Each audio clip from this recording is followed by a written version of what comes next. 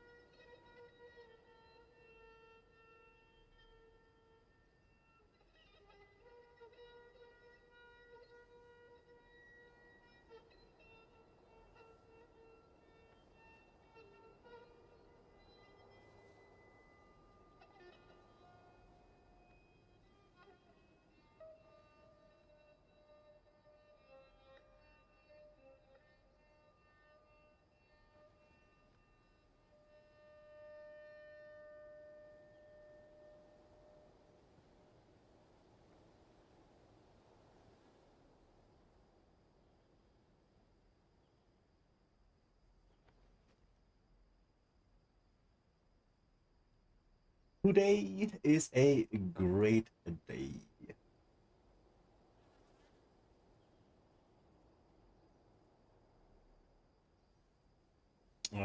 First dream I had in a while. It was weird as fuck. Very scary, very spooky. But it was a dream, nevertheless, so kinda happy about it.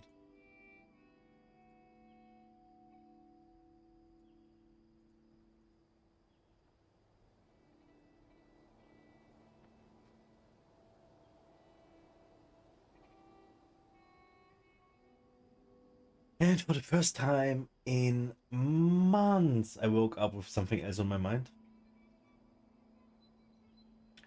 than the same old, same old. And I had great appetite today. I ate so much. And everything is great. Copium. The only thing that's horrible right now is my neck. I have no clue what's going on. Actually, we do know what's going on, but it's just like, you know, all we can do is watch. When I'm yawning, it hurts. This hurts most, like when oh god. Oof. I gotta do an exercise where I do like a double chin, like this. I gotta do this multiple times, a few repetitions. That way it opens up the spine in the back. And makes room for my discs. And that is supposed to help. And it did help a little bit, I believe, today, this morning. But I woke up from pain again. It's just a horrible feeling. Today we're gonna have to pick out the keys.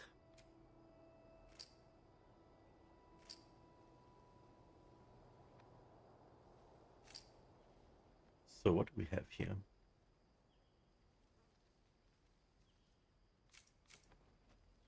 Xbox wireless controller. I think that is what I have, no? Ah, so select is the button they're talking about. Let me go through the controllers here. What do they have here? So we have keyboard, lazy. So I think this one is what I have. No, it's actually this one.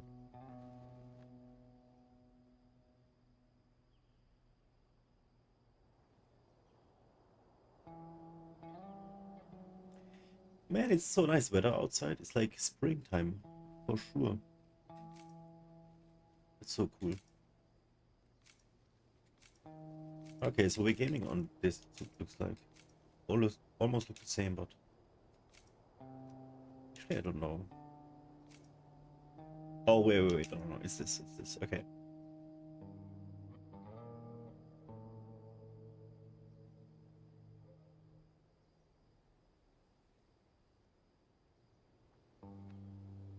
me see what's going on. So there is select. Now we know what select is.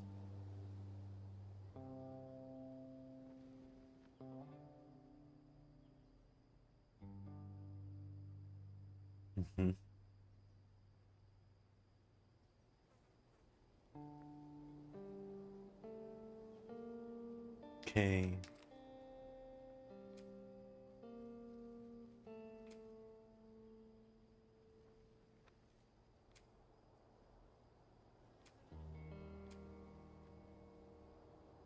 Melee by aiming.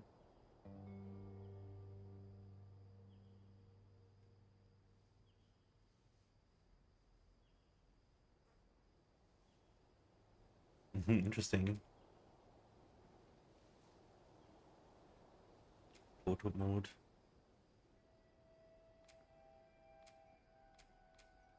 Okay. Haptics. What is this? We need gameplay options like the auto aim and stuff.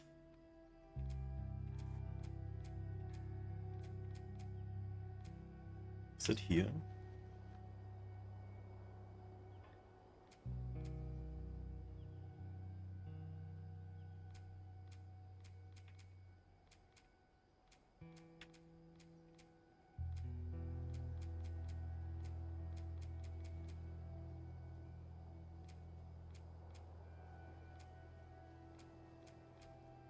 Nope.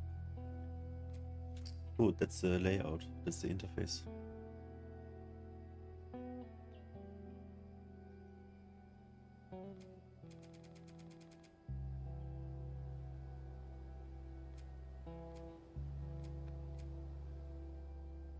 Hints. Yeah, we want them more frequent.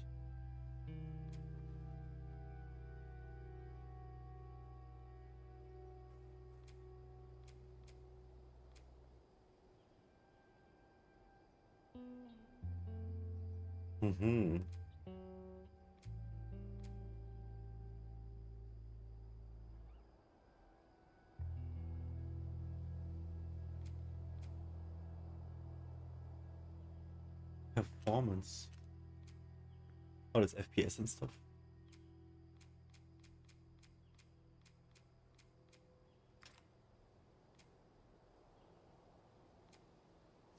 Display graphics. I want to see the graphics.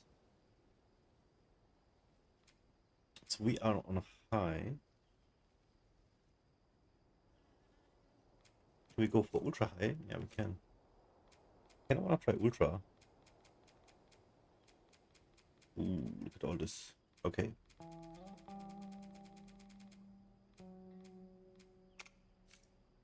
There we go, ultra.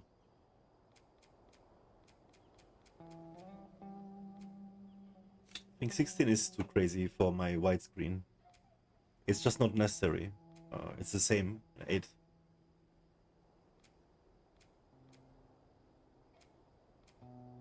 The game looks amazing already, but I just want to try ultra. Yesterday we didn't have any lags in game, but when I uploaded the YouTube thing, it had like a little bit of a lag. But I also had like a few Chrome tabs open and like many HD YouTube videos. So this time it's all clean. We're just gonna see what happens here. We should be able to handle it. I put the FPS, I kept it at 60 FPS.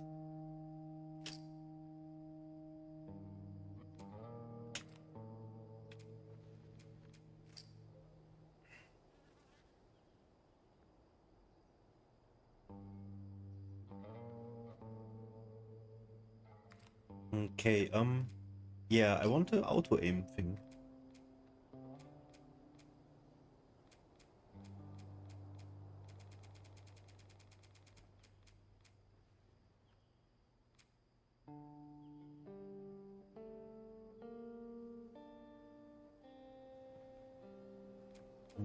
So we can do a bunch of stuff here.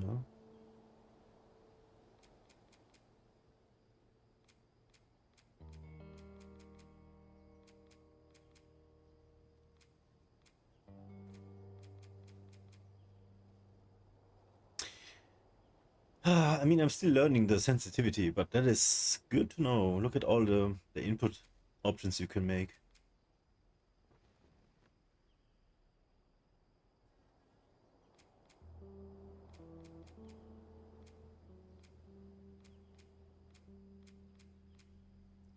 So I know at some point we were able to... Here, what is this?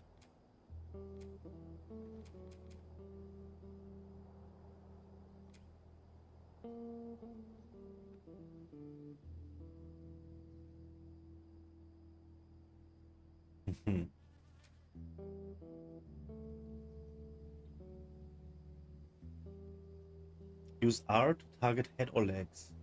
If set to auto target, you will lock onto the enemy automatically, even if they're off screen.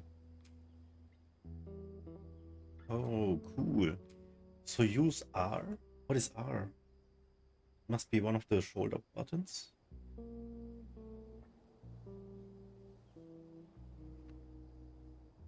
Maybe we can work with this, but good to know. So it's here. Where was it?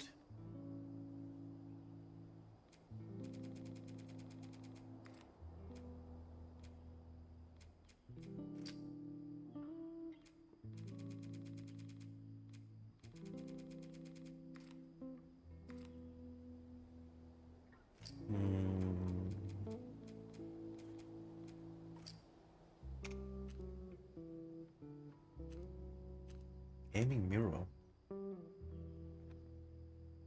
Mouse only. Okay, what?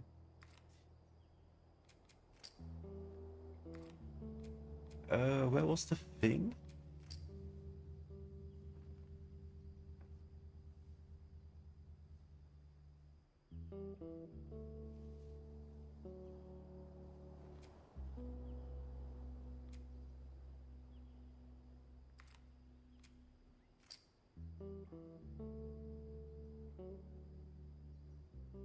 Motion sickness? I actually got motion sickness yesterday.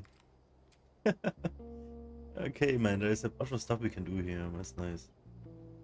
Where was the thing?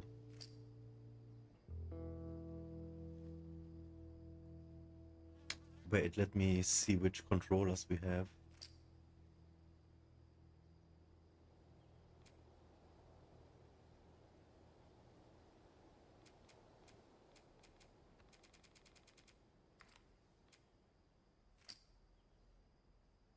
What the fuck? How stupid am I? See, I'm not asking if I'm stupid.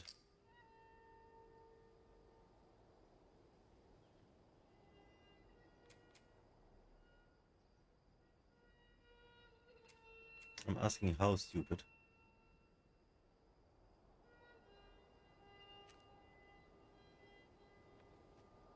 That is cool.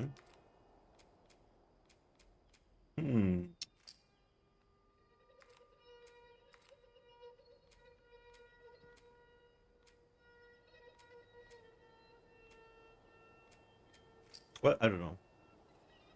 Let's just continue. So first thing we wanna do,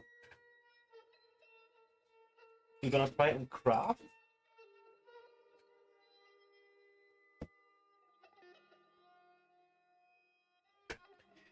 And try and upgrade our weapons.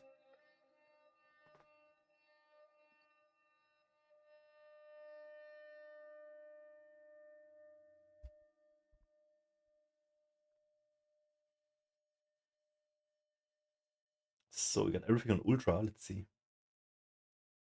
It's gonna be fun. Whatever supplies you may want or need, I suggest you grab them. Hey, thank you.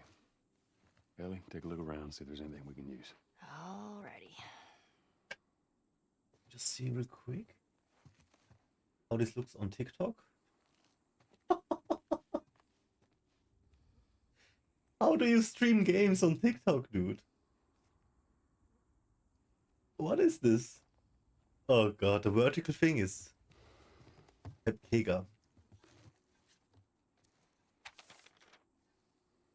So the graphics look a little bit more vivid. Oh boy, what is this?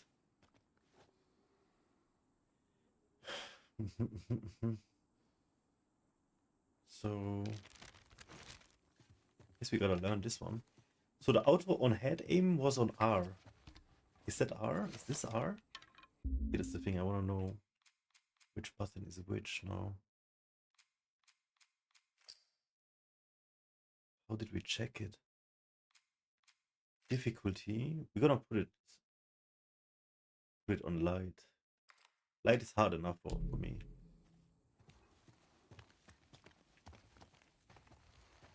Okay, so this is the one shot.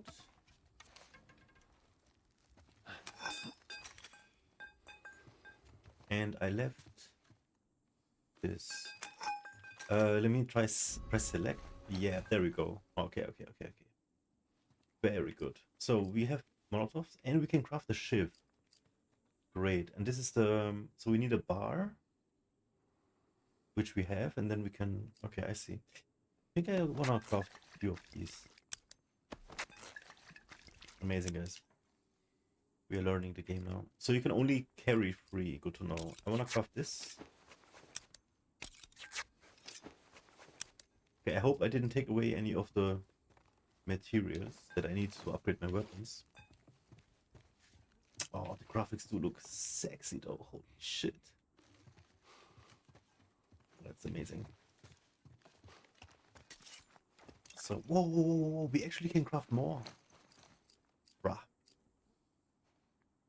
Because you're gonna get a bunch of materials here, right? I think he said just take whatever you need, right? So, that's what we're gonna do now. Let's pick up everything.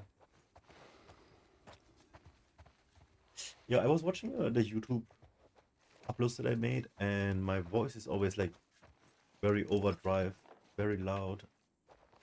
I wanna try and have a nice voice volume. So I might be changing the volume a little bit. I'm trying to keep track of it as well. Ellie, go away. Go away. Way.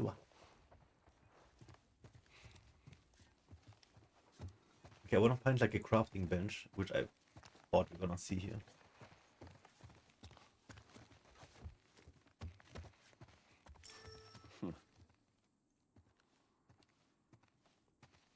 Hey, you know how to play this? Yeah, pretty badly, yeah. I always wanted to learn. Hey, Bobby Fischer! Don't touch anything on that board! Bobby, what? Hey, just let it go. He must be playing with somebody else. Man, Ellie is like glued to us. Not that I mind, but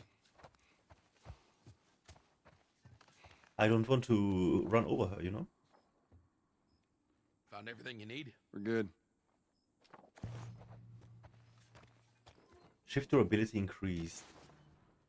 Press to view. Oh, now we're gaming, dude. Now I know where the select. Now I know what the select button does. Okay, we can't upgrade the weapon though. Fudge.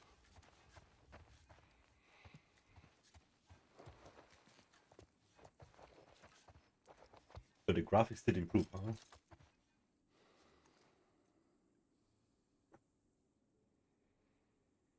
I'm too high up on the cam here.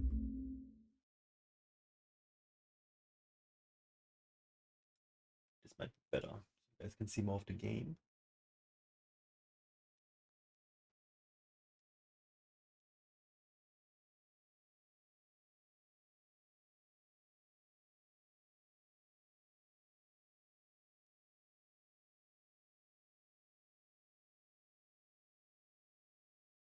Something like this.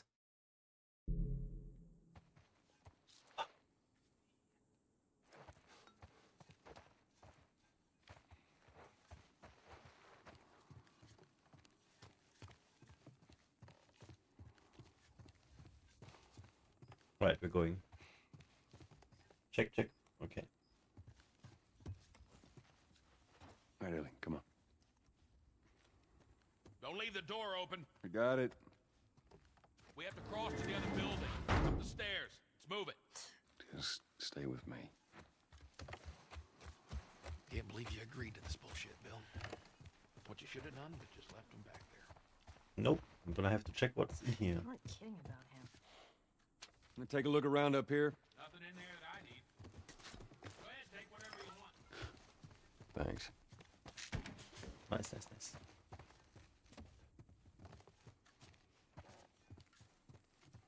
So Bill has 5 microwaves. That's a man who knows what he needs.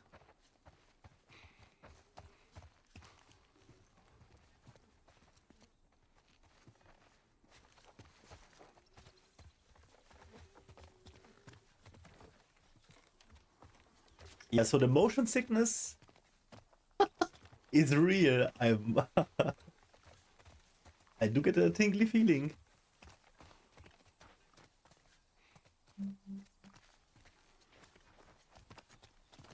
So what kind of trouble are you in? Where the hell's Tess? It's just a job. Simple drop-off. What are you delivering? That little brat? Haha, fuck you too. Oh. You know, I hope you know what you're doing. Are you kidding me with this guy? So where are we going, Bill? I got the safe house. More of an Just gotta get armory. used to Wait, running I thought over. we were gonna fix up a car. We? You know how to fix Bill, just... Like I said, what I need's on the other side of town. Now that side I don't ever go to because it's filled with infected. We're gonna need more guns. Ooh, hello. Ah, I like me a good baseball bat. In here I have 2 baseball bats. I have one of wood and one of metal. And also I have 3 golf bats in my room. So whoever wants to visit, beware. Inside. I got them right next to my bed as well. You didn't answer my question about Tess. Yeah, I thought the two of you were inseparable. She's busy. Yeah, sure. Busy. Sounds to me like might be trouble in paradise. What did he do? Yeah, something like that. Cut off her head? Okay. Yeah, no cap. Here we go. Motion sickness is real. I gotta get used to this. Alright, so we put everything on ultra. It looks good. So, why don't you fix one of these cars? Oh my God, you're a genius. I mean, the whole time, why on earth hadn't I thought about fixing one of these cars? Okay, don't be a dick. Their tires are rotted and their batteries are dead. Are you done? Can't even begin to think what the inside of the engine. Oh, might Bill look is so like. Only cool. ones making new car batteries are the military. And Ellie too. Damn it. Look. Shit. Lock and load. Okay, hold on, we are crashing maybe? So this is ultra. We could be crashing. Yeah, we are crashing. Okay.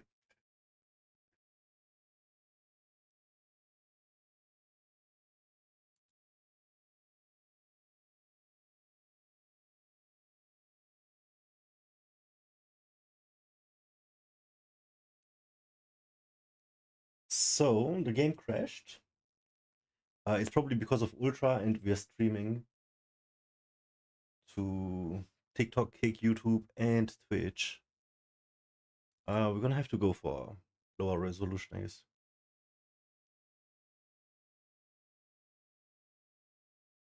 Oh.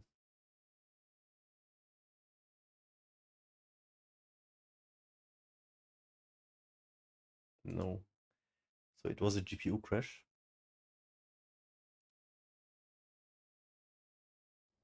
I just hope my Radiant settings didn't get reset. Like Walking Dead did.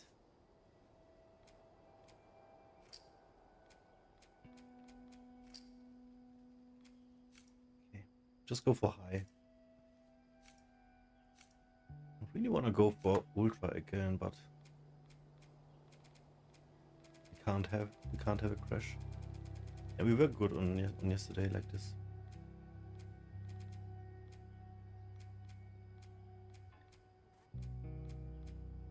Nothing is off, it's just not on ultra. Okay.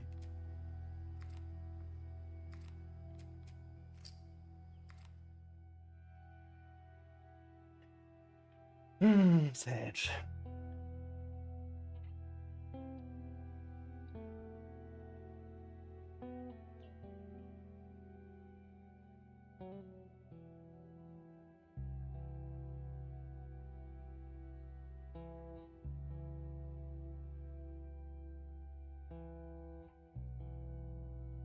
At least OBS didn't crash.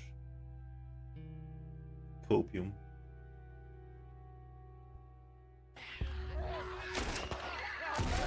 Okay.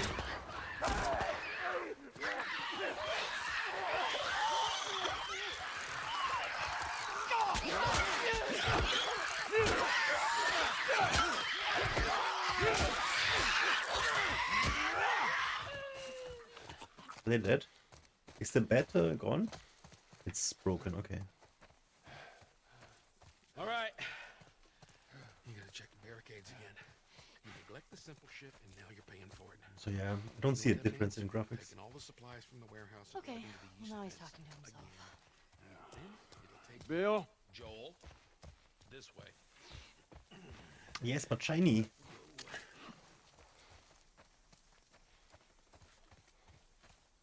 What is my default weapon, by the way? How did I check this? Alright. So I want this. Okay, we have a brick. So brick shares with bottle. Bat shares with stick. And pipe.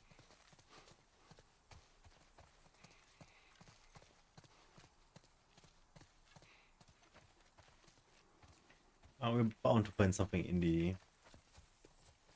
this one, right? Let's see if you can get in there. I want to look around more because last time we found like some greens. Let's see what's going on here. Oh, never mind.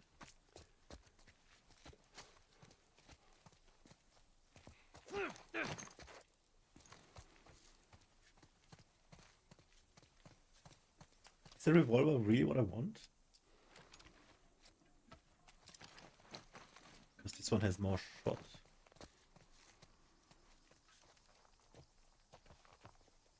What is he doing? You picked a hell of a place to hole up, didn't you? You know, as bad as those things are, at least they're predictable. It's the normal people that scare me. You of all people should understand that. What does that mean?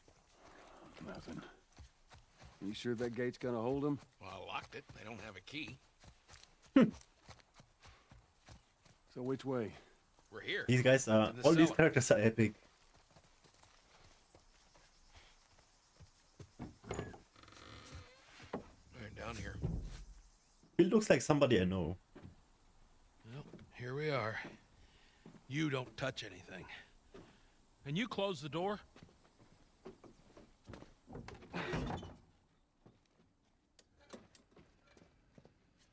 Let's gear up. What? I need a gun. No, you don't. Joel, I can handle myself. No. Just stay here. Fine. Just wait around for you two to get me killed. Well, this goes on record as the worst fucking job you've ever taken. It's up there. How in the hell is Tess okay with this suicide mission? It's actually her idea. Really? Well, the broad's not as smart as I thought she was. But, fuck her. Seriously, you gotta take that kid back to where you found her. I can't just take her back. Then send her packing, let her find her own way. Look, let me tell you a story. Once upon a time, I had somebody that I cared about. It was a partner. Somebody I had to look after. And in this world, that sort of shit's good for one thing. Getting you killed. So you know what I did? I wisened the fuck up. And I realize it's got to be just me. Bill, it ain't like that. It's Bullshit. It is just like that. Hey! What'd I say to you when we walked down the steps? What'd I say? I'm just fixing your stupid pile. Don't. It's always better in a team, even in a survival situation like this. God Especially, damn it. actually. You keep babysitting I long do get enough, his and point, eventually it's it's gonna just- blow up in Bill, your face. Can we please just You get need the on right with it? team. Here. Let's get on with it.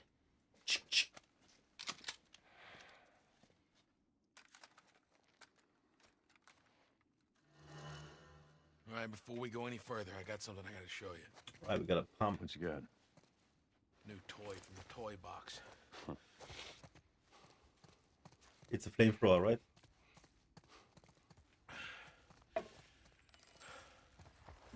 This is a nail bomb. Okay. Now, you gotta be really careful. This thing blows, it shreds anybody standing nearby. Yeah, I've seen your handiwork. It automatically explodes when an enemy is So we got nearby. shotguns and bombs. The hell are we doing with them? Well, every few weeks, this military caravan rides through town. I assume they're out looking for supplies. I mean, you'd be So amazed shotgun at has the shit that 4 they shoot. overlook. Anyway, Oh, a shoot. few months back, they were rolling through in Wait, the wait, Gold wait, Run wait. with this horde of We're not done infected. here. They were all over the truck. The plows right in the side of the high school. Still sitting there with a battery in it. So we Yeah, take keep that talking. battery and we put it in another car. Bingo. There we go. I wanted to get it, but it seemed too dangerous with all the infected on that part of town. But fuck it. Joel needs a car. And what if it's damaged? Nah, those trucks are like tanks.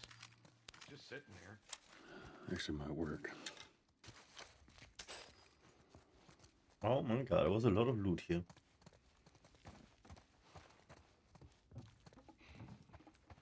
Oh, there it is, dude. Let's go. Alright, let's do this.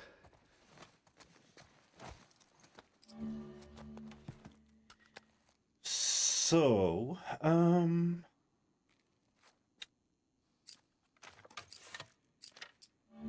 okay, hold on. Create a additional weapon cross. What does the why is it red and some are white? Okay, so we can increase the range of the bow, the recoil of the shot, the scope of a rifle, capacity. Capacity is always number one thing you wanna actually do. And in here, ooh, fire rate on revolver sounds really good. Capacity on this one sounds amazing. I like this pistol a lot. I think I wanna upgrade this.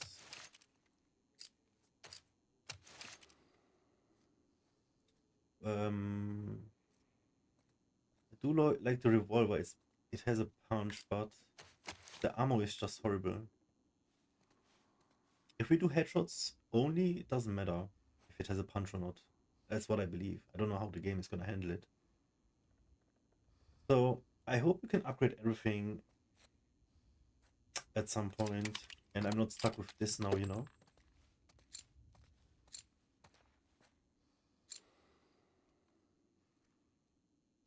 Yo, what's up, TikTok?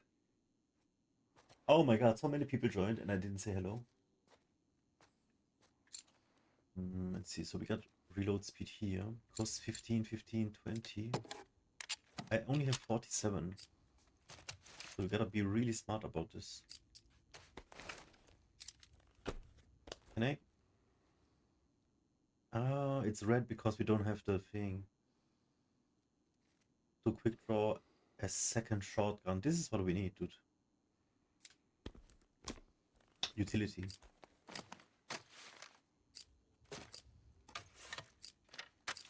The bow is not gonna get us far here. Recoil.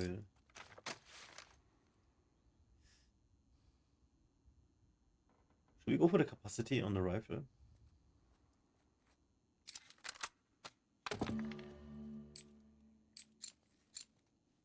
+1 for 20. So we do have a one pair of pliers. I wonder if they get used.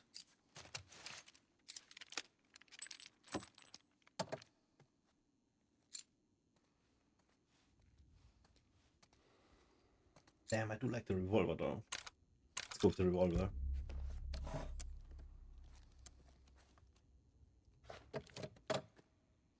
Oh, there's multiple level.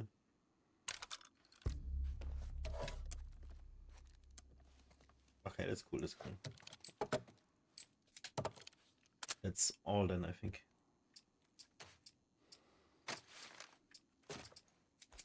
Okay. Now we're talking. Talking so much shit about the revolver.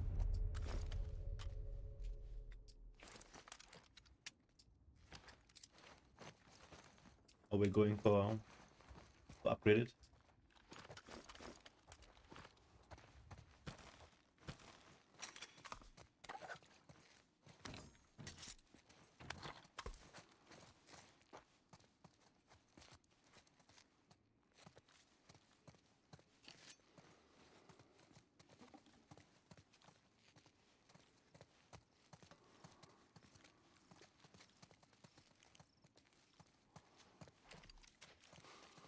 Dude, Bill got it pretty good in here, huh? He's got everything.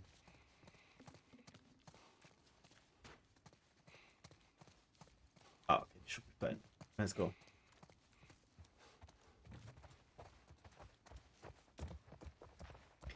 JK, what is this?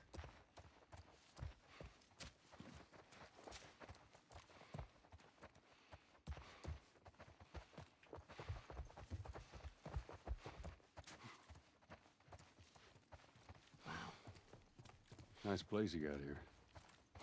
Well, if you got anything to confess, this would be the place to do it.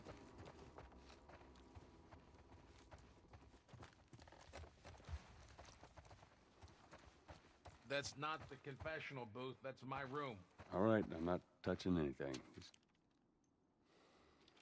Just stealing all your stuff. Let me fix the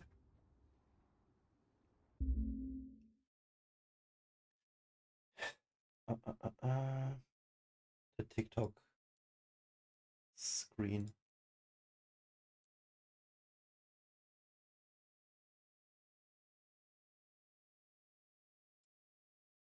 This could be better, I think.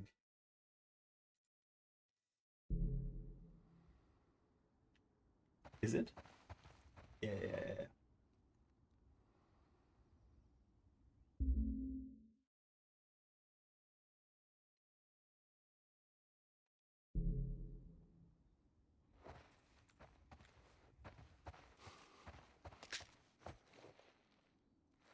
He didn't make his bed. Wow, look at how many sheets he uses. It must be warm as fuck.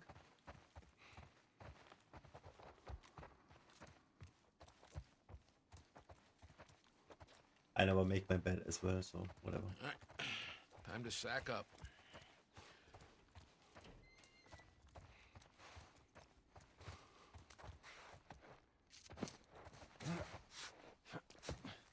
Ellie, come on. Look, there's a school. All right. Ready? Guess we'll find out.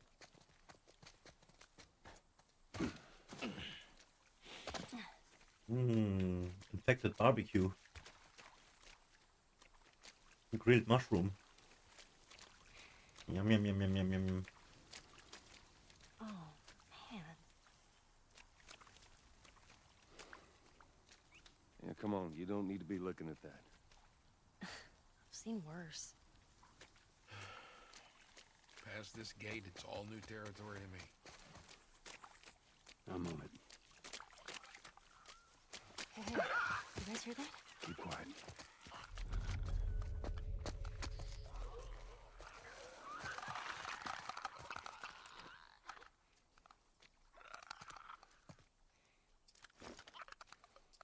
I don't know, where is the R?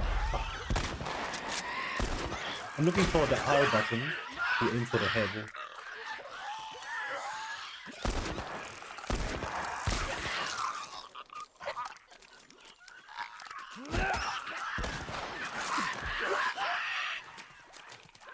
Okay, we have to figure this out first.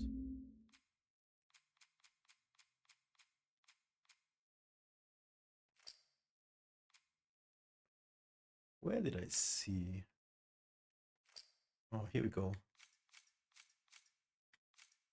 So we're playing on this, and R is that it?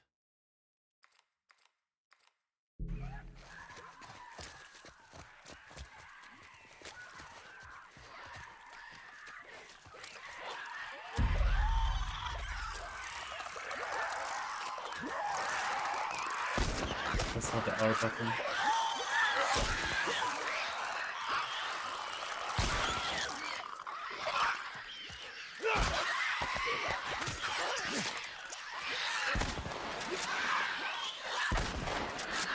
I mean, this is like fish in a barrel, so.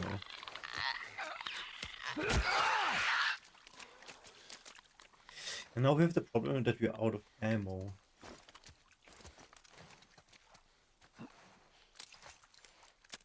So this was not the R button.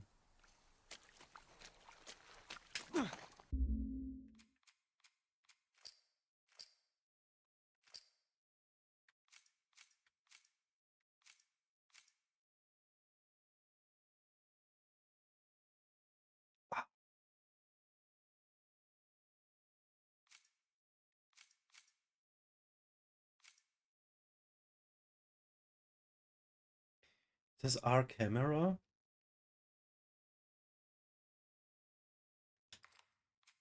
Because we have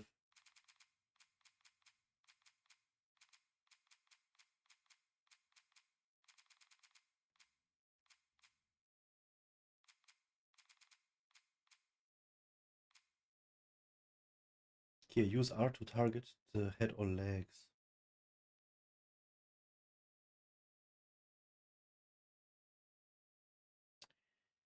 Oh, I get it. It's just a manual aim. You know what? Let's turn this off.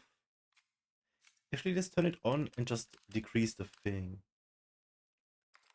Gotta play around with it a little bit, I think. I'm just gonna try out the rifle here.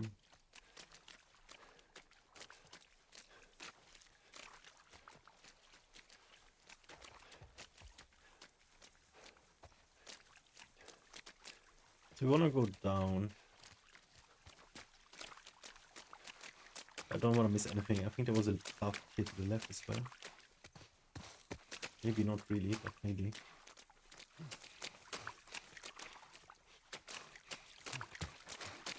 Yeah. Oh, we're getting good now, guys. We're getting good now.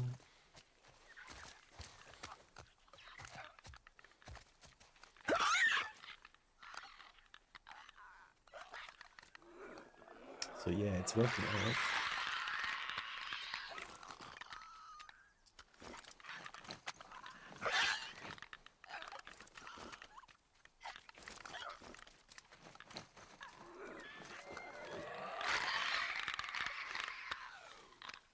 Just trying out a few things here.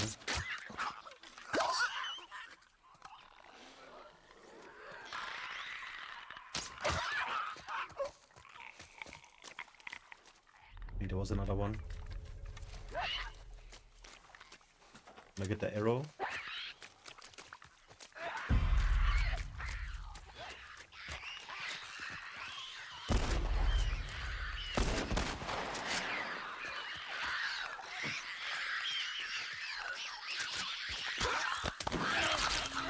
What?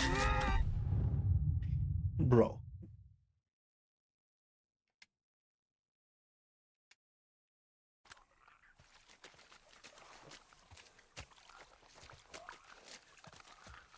Mm-hmm.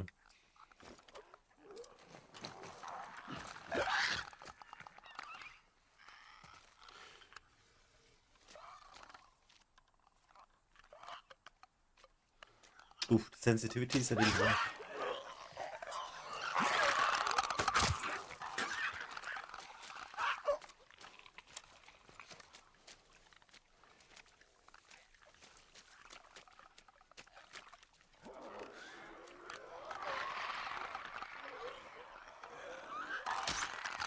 Shit.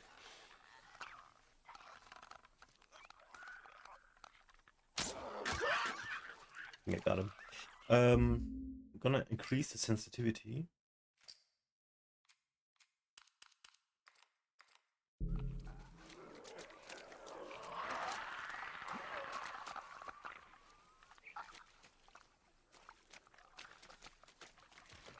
How do I select the brick? Oh, here we go.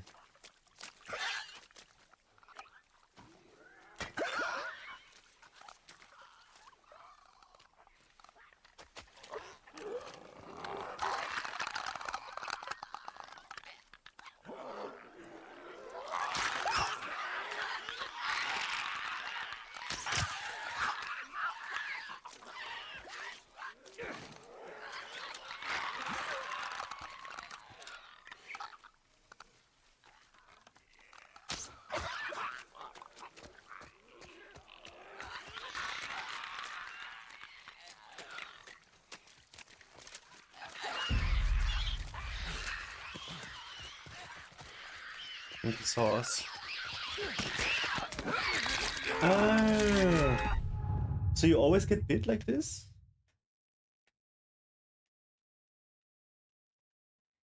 That means you don't have enough to upgrade? Yo, Jessica, what's up? Sorry for reading this way too late. So you always get bit? I thought you can fight them in melee.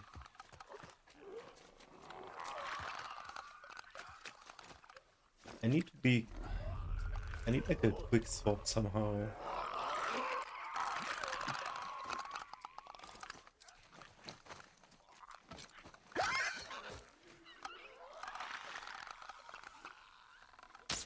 Headshot.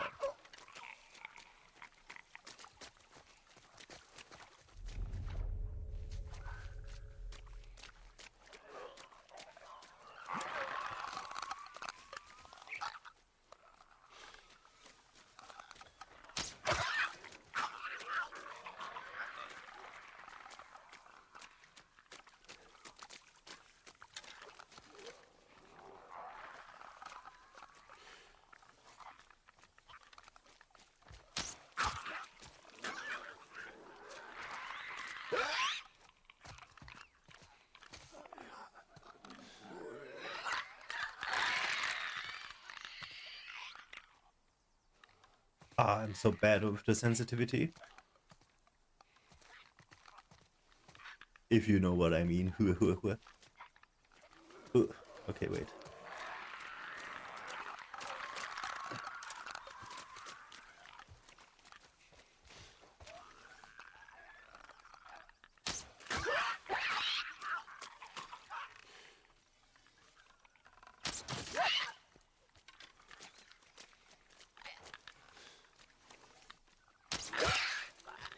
Shit.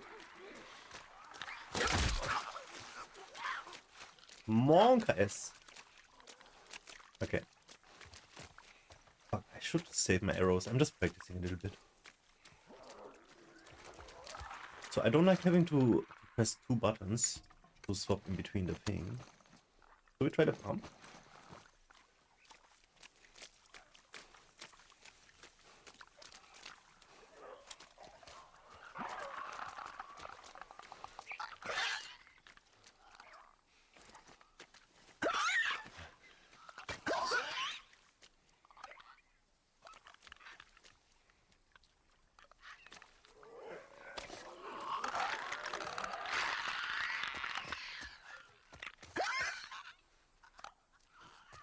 Try to pump. But I gotta be close. Let them come. Do they see me? I think it's sound, yeah? Oh no, they see you. Okay, okay. Come here.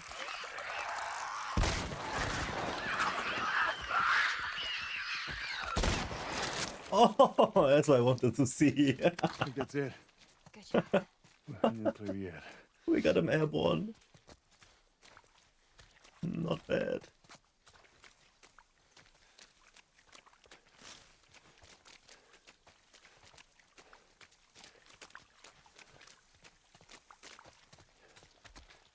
Hold up.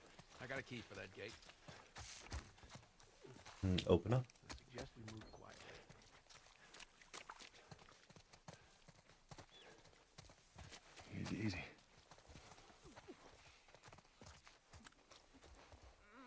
go over there? No. What was reload now? Okay, reload. So the shoulder thing without aiming is reload.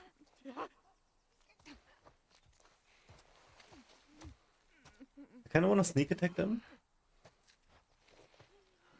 It's gonna fail, so let's just do this.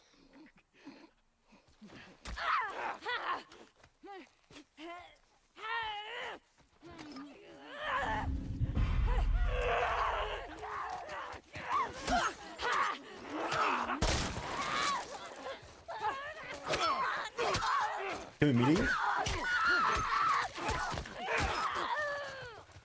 I want to try and melee as much as I can, because I don't want to waste ammo. But the last 2 times we died like immediately, so what is up with that? You weren't kidding about this place, were you?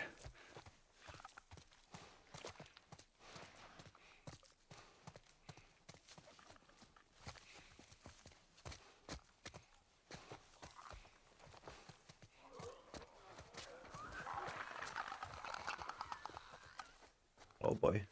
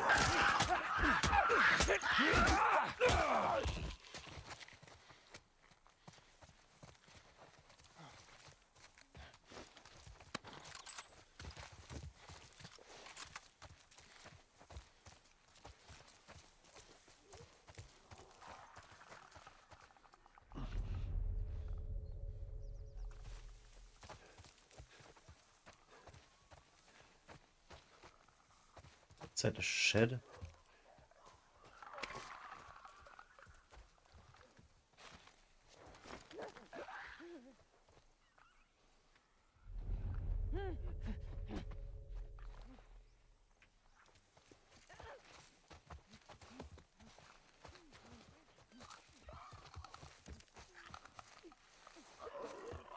I'm gonna try and sneak attack.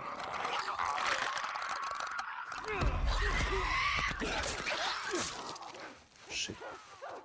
So if you're using...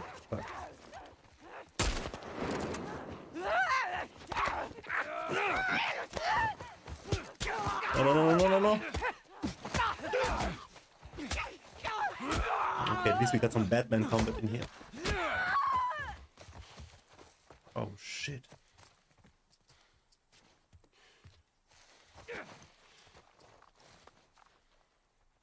How do I use this? Oh, here we go. Dude, this game is hard.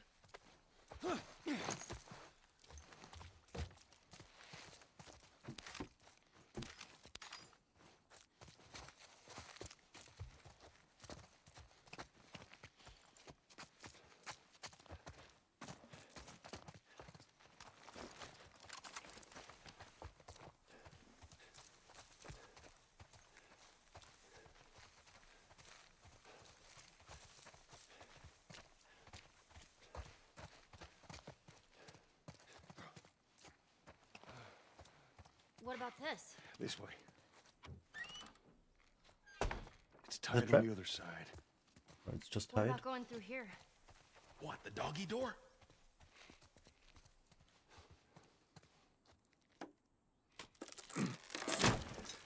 Be very careful. Of course. Maybe you should have given going. her a gun. Okay, Bill. One of those clicker things inside the house. Ooh.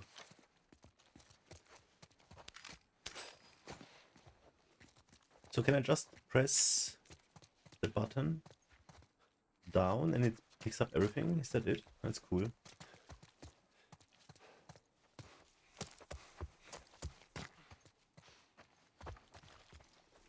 Oh, shit. They ain't seen us yet. Just stay down. Careful.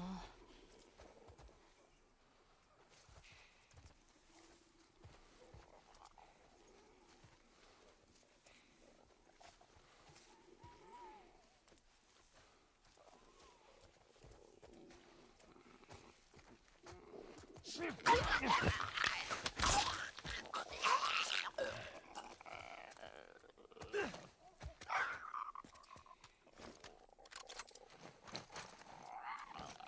to get a handle on everything. Trying to use as much as I can. So we practice.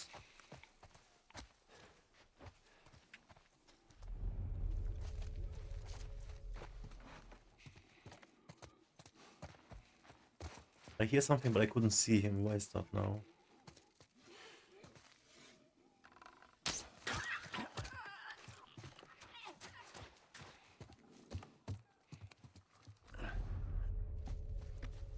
More over here. Let's clear the floor and then go upstairs.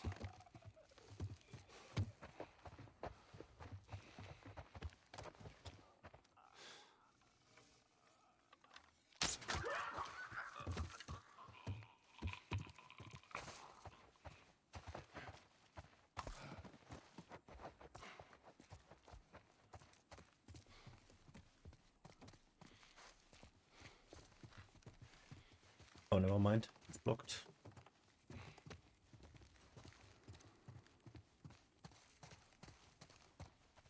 All right, come on, let's get up. On the RV and over. Should be clear.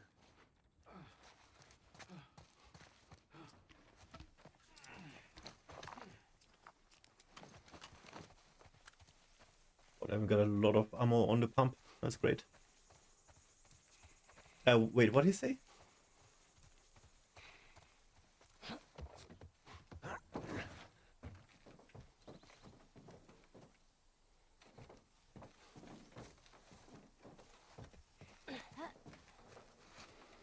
Cool, look at this treehouse, dude.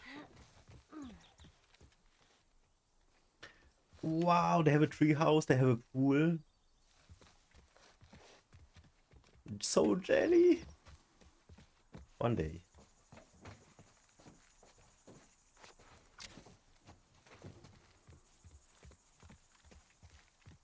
What am I supposed to do here?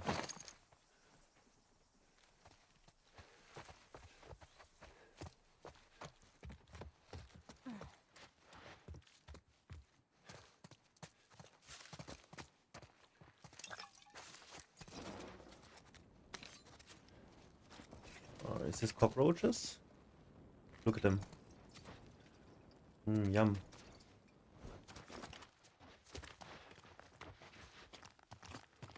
Wait, did we not come from here? For now.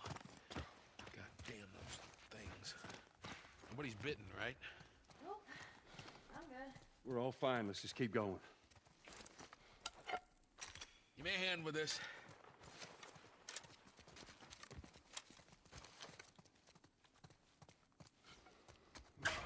There was an upstairs. Never mind. What'd I tell you? There's that truck sticking out of the school right there. Come on. There's a bunch of them up there. Try not to make a sound. We're gonna sneak it up.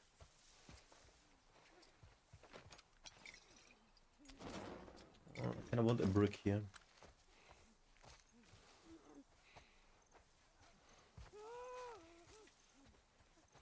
There are sounds, dude.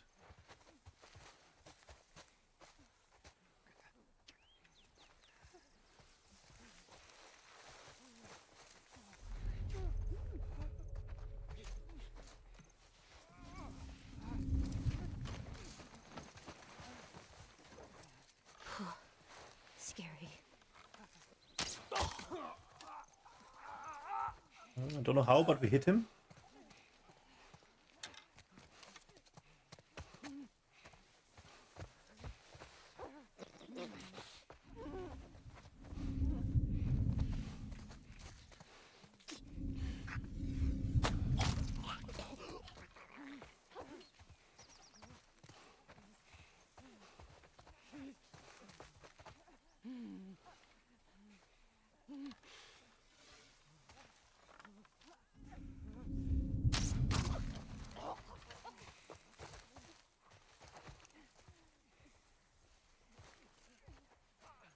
I'll go for the arrow here.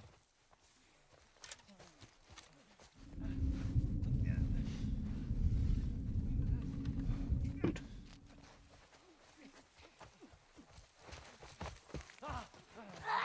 Oh my god, oh my god. Okay, yeah, they heard us here.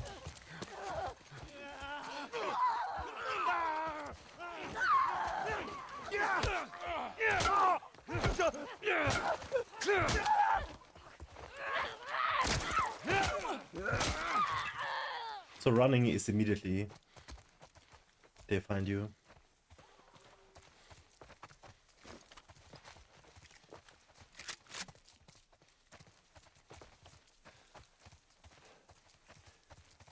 I think that's it.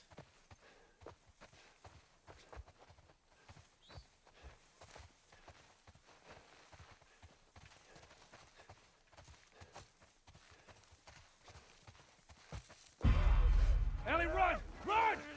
Oh, they're coming from everywhere! Almost. What is happening? Holy shit. Oh my god.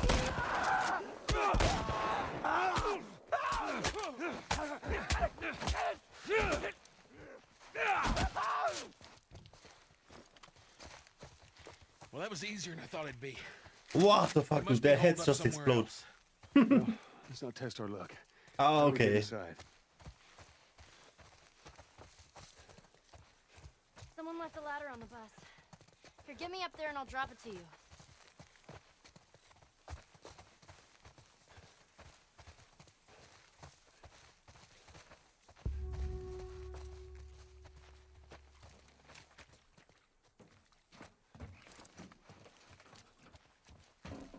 Mon Kagiga.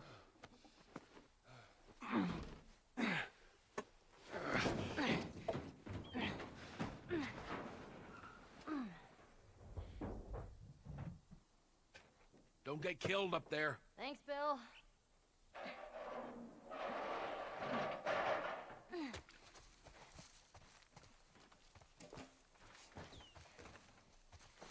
We're okay. We just need to get to the hood of the truck. Sounds like we're about to die. Shit, you hear that? They're coming. Move it, kid. All right. We're gonna get in quick. We're gonna get the battery. We're gonna get the hell out of here. Okay. They're piling on the fence over here. It's not gonna hold.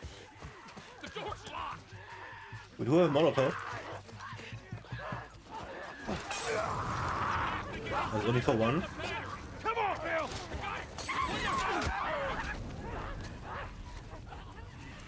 Joel, we got a way in.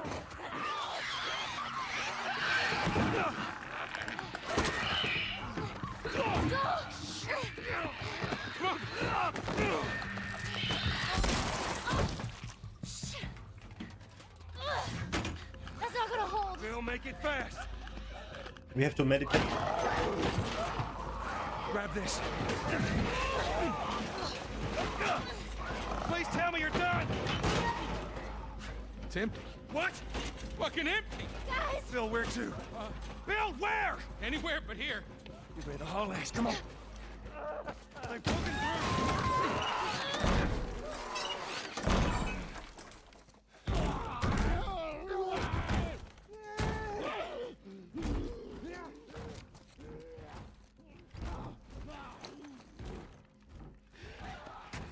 Let's we'll sneak out the back. It was just craft. Right, I have to use it like this. Okay.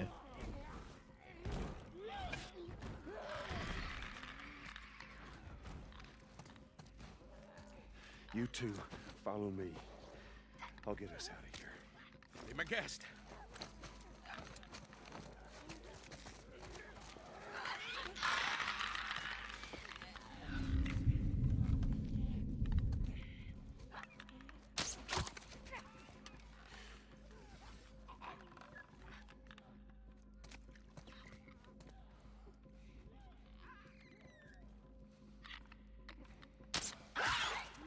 Nope.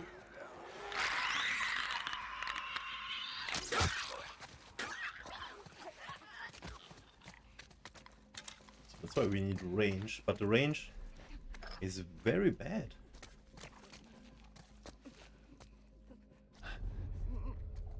Upstairs to the right.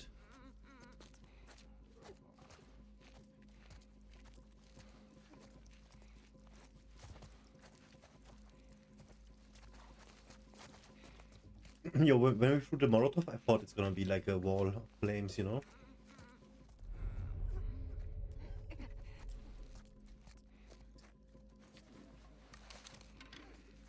Ah, okay, hold on, dude. I'm freaked out here.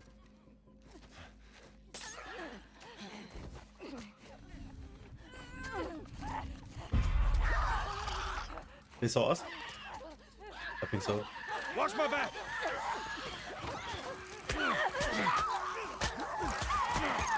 Fuck!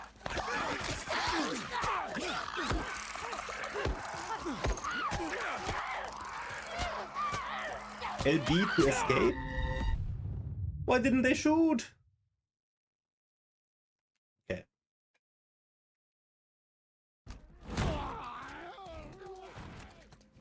Swapping the weapon takes too much time. I'm not sure if this is the way how to do it.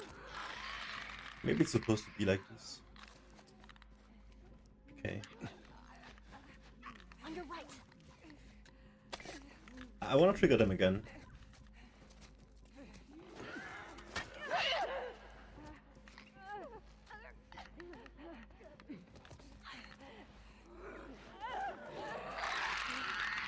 There's a bunch.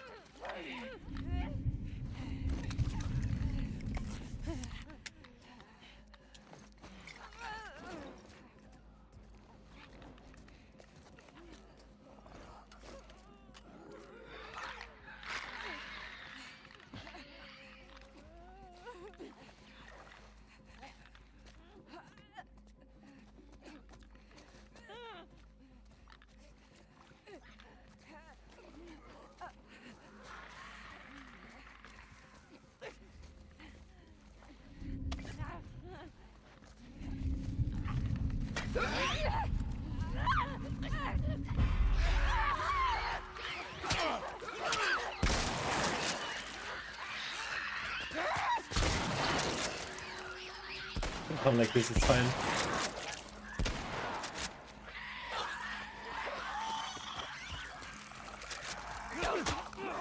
Okay, so the guys with the mutated head seem to have like more armor. Shit.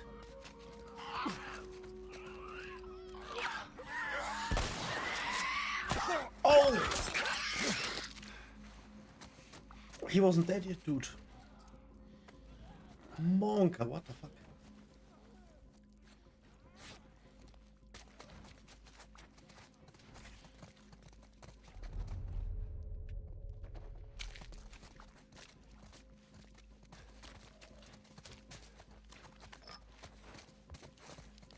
Joel, you're going the wrong way. Through here.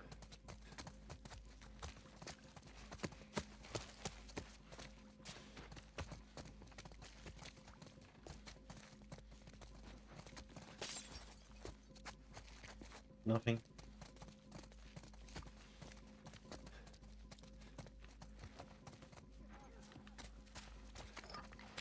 There's no way through.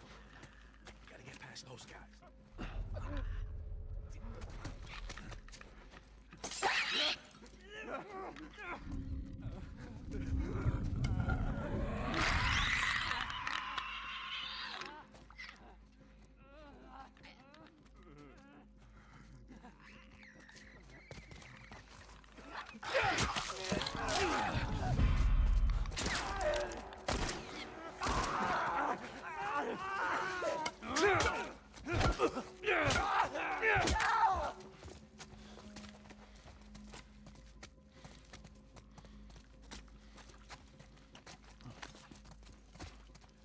Still want to keep going? Let's see what we Go can then. scavenge. Did you see me? Good job, kiddo. Thank you.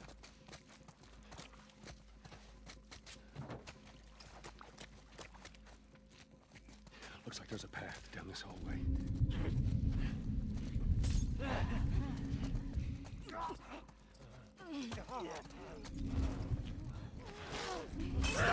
Nice. Tripukiru.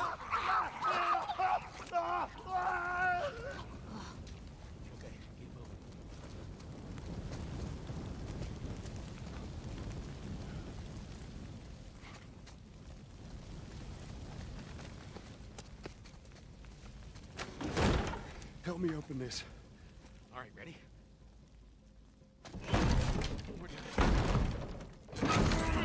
Come on. Shit.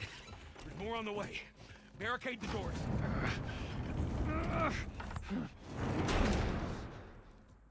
This ain't gonna hold it for long. That don't sound good. Okay. What the fuck is that? It's a goddamn floater. Ellie, take cover. We got this. Wait. Oh. Is he did it? No, he didn't. Fuck! No, no, no, no, no! I knew it, he can't touch us. What the fuck? Holy shit! So he just has insane HP, yeah?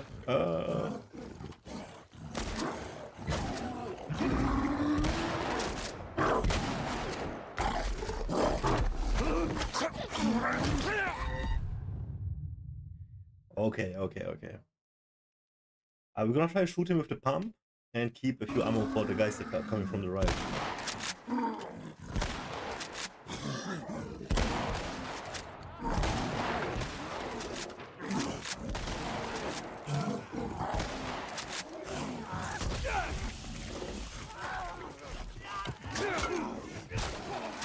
Shit. My bed broke. Oh! Can I like dodge or something? Like just dodge? Is a like a dodge button?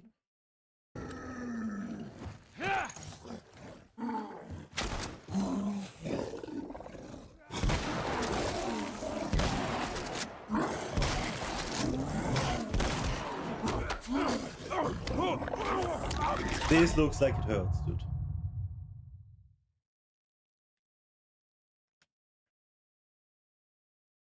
Use your most powerful weapons to defeat them.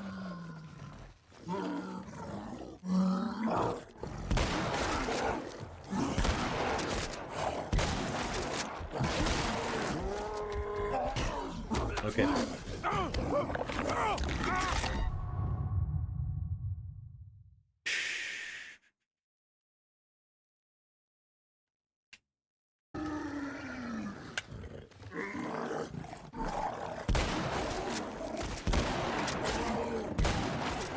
Let's see. So I quick turn.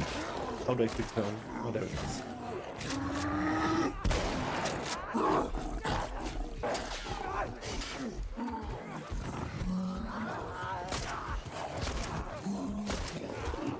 Wait, is he running?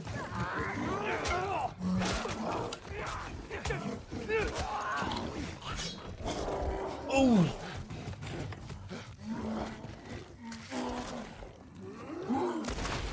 What is he throwing?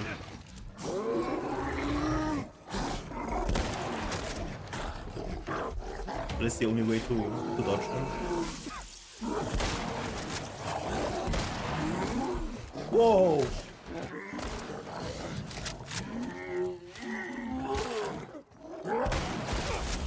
Oh, he hit me. Whatever it is he's throwing.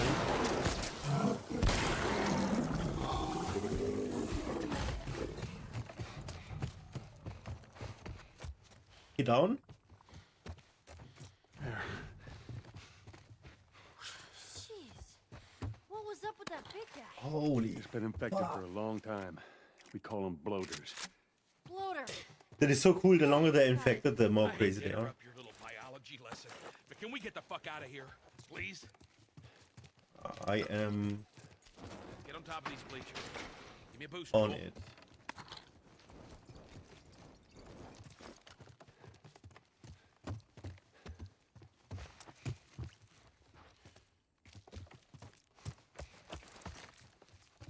Let's go, people. All right.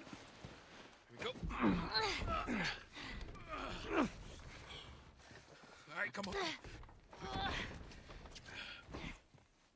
Joel, behind you! Shoot them. I got it, I got it! They see me or not?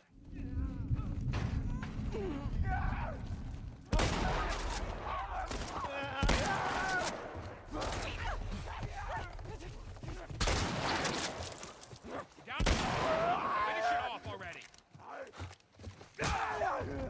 Fucking hate those things. Oh my god, dude, this is my heart is like All right, you got him. Let's go. gonna get a heart attack. Pull me up! Ah, this game is rough.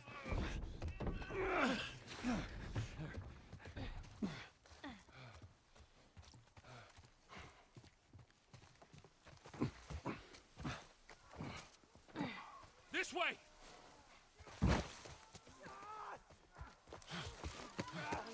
We're sitting ducks here. There's another ladder over here. Keep going! I'm right behind you.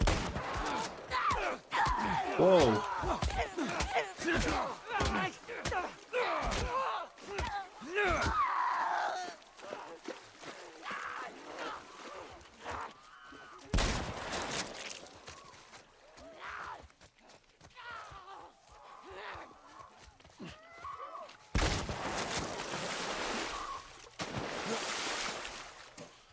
Go, go, go, go, go.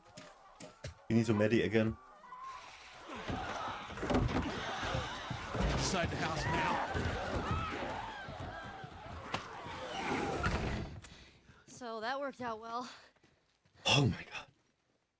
Okay, I'll go check out this side of the house. Bill? Somebody had the same idea. They stole my shit. Well, then what the hell is plan B? You ought to be thankful you're still drawing breath. That was plan A, B, C, all the way to fucking Z. And furthermore, tell Tess that she could take Don't this you job. bring Tess She into can this! shove it This right has up her nothing to twa- do with... Jesus. What, you know this guy or something?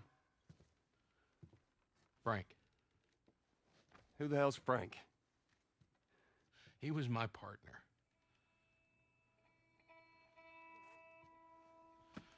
He's the only idiot that would wear a shirt like that.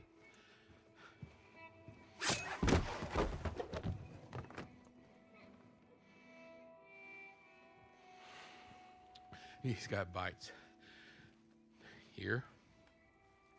And I reckon he didn't want to turn, so he... yeah, I guess not. Hmm. Well, fuck him.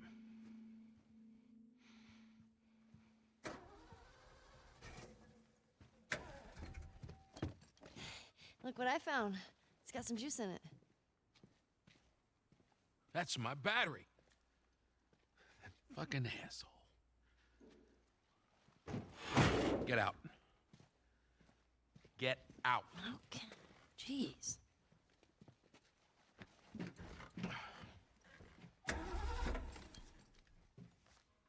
Battery's drained, but cells are alive.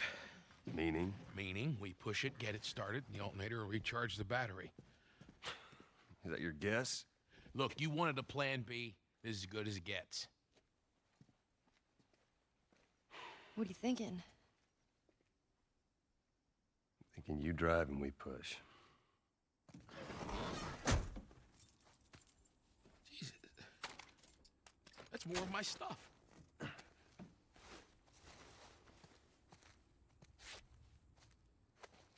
So what, you just gonna steal my shit and run off? Is that it, Frank?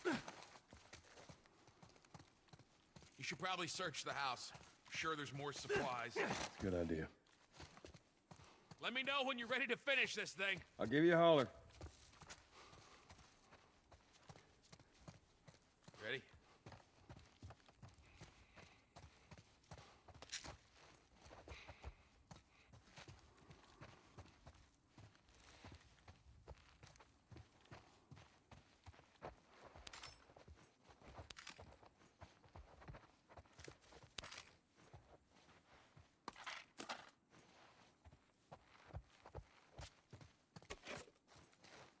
There is a bunch of stuff in here.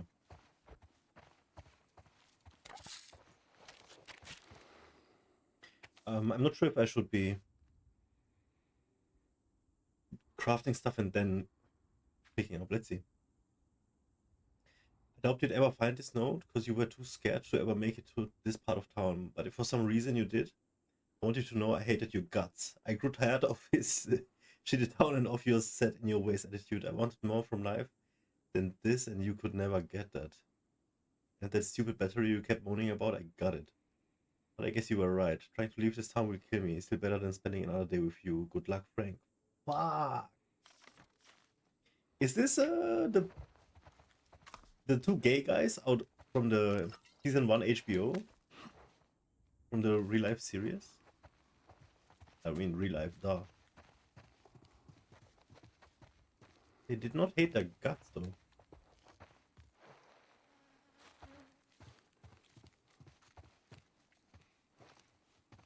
Do we have an upstairs?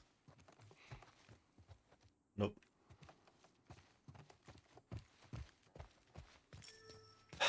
Dude. Bill, I found this in there, and I figured you should have it. Well, that's how you feel. Well, fuck you too, Frank. Fucking idiot. You ready to go?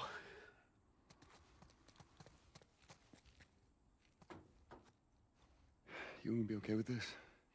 Yeah, not a problem. You're doing a good job. I figured you should know that.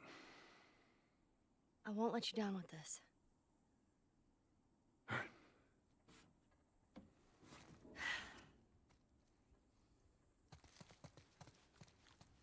All right, let's do it.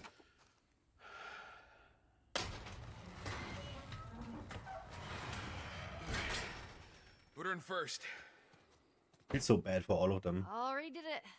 Just keep your foot on the clutch. And when we get to I know how to pop a clutch. how the hell did... You know what? I don't care. Just don't fuck it up. All right, Ellie, get ready. Now, hit it! Hit it!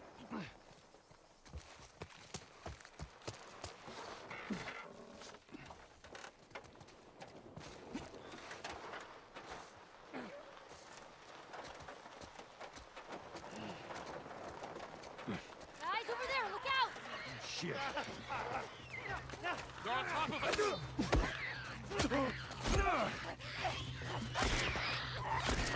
I don't see.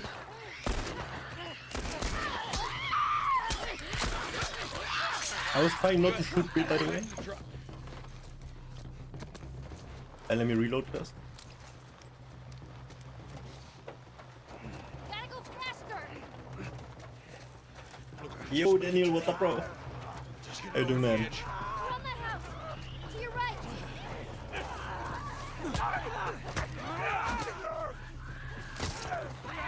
Oh my god!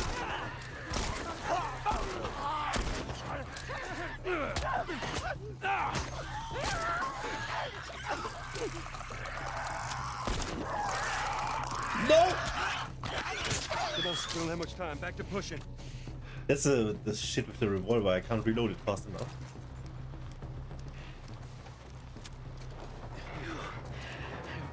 How you doing, Daniel? Fuck my day up. Nice to see you, man. You know that, Joe. Guys, to your side, to your left!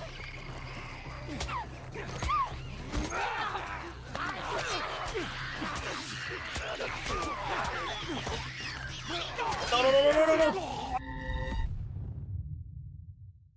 I got overwhelmed. What do I do in this situation? Like, is there like some move that I can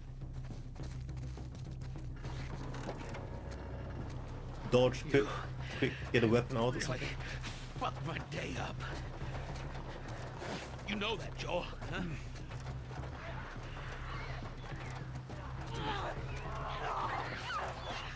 Okay, from the other side, to your left!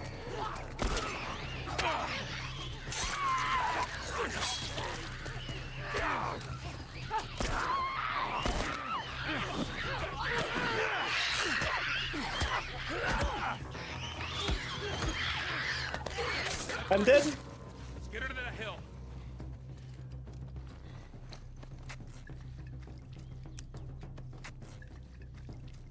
I need 1 second, Bill. Just 1 second.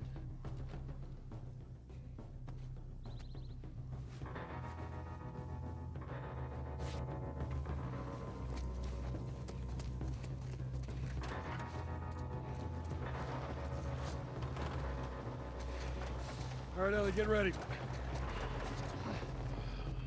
All right, Ellie, start it up. Do the thing, Ellie. I wanna dodge these guys. You hear that sound, Bill? Well, that means you have to hear it too. Let's get the fucking truck. Go, boy!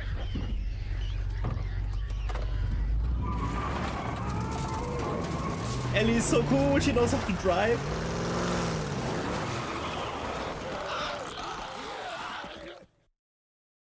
I don't even know how to drive. What the fuck? All right, this'll do. Stop. Just keep it running, all right? That girl nearly got us killed. You gotta admit, she did hold her own back there. She did. You ain't gonna make it. Oh. Here. What's this? You'd be amazed at how many cars still got gas in them. It's a siphon. Appreciate it. Wait, Bill, Billy's not coming with us? About your buddy back there, that's a tough deal. And We square we're square. and get the fuck out of my town.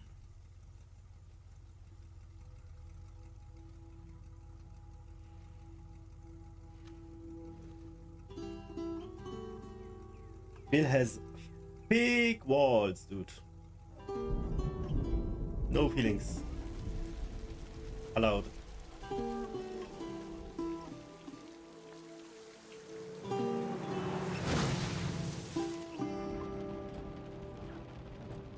They got a car. Yo, that's so good. Hey, what happened to sleeping? Okay, I know it doesn't look like it, but this here is not a bad read. Only one problem. Right there. To be continued. I hate cliffhangers. Where did you get that? Back at Bill's. I mean, all this stuff was just lying there. What else did you get? Well... Here. This make you all nostalgic?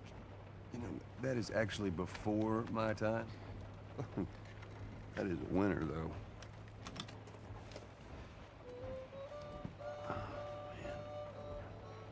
Well, better than nothing. Oh. I'm sure your friend will be missing this tonight. Mm-hmm. It's light on the reading, but it's got some interesting photos. Now, Ellie, that ain't for kids. Whoa! How the hell would he even walk around with that thing? Get rid of that. Look, hold Just... your horses. I want to see what all the fuss is about. Oh. Why are these all stuck together? I'm just fucking with you. Bye-bye, dude. The gay porn magazine.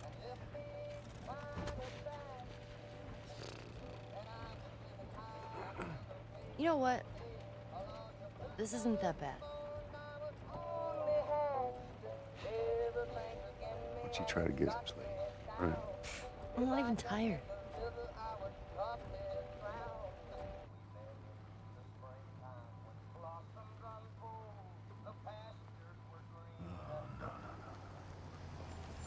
Well, perfect.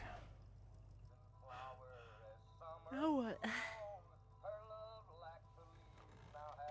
Can I eat? Any food? Screw it.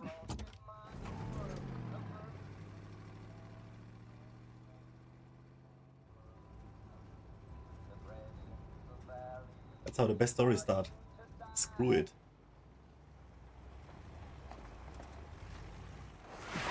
Easy. Holy shit. It's a trap. Are we gonna help him? Put your seatbelt on, Ellie. Well, what about the guy? He ain't even hurt. Alone and forsaken by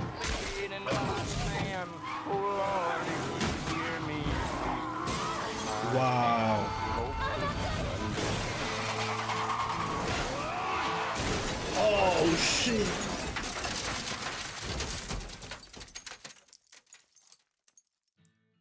Fuck, dude. I'm okay. I'm okay. Then get out, quick. Dude, they just got the car! It's total. Shit! Oh, you chicken shit!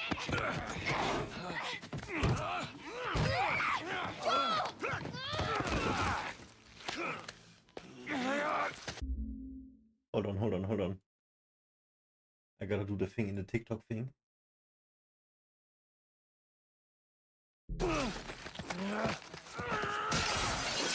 Fuck. Yo! F? What the fuck is F?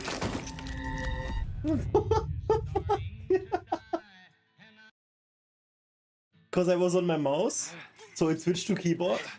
I'm okay. I'm okay. Then get out, quick. Come here. Shit! Oh, you chicken shit!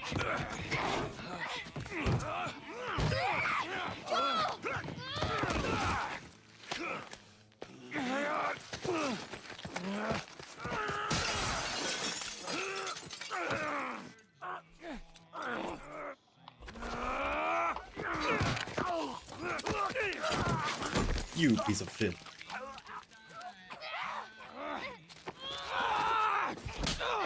Oh, Ellie bites him?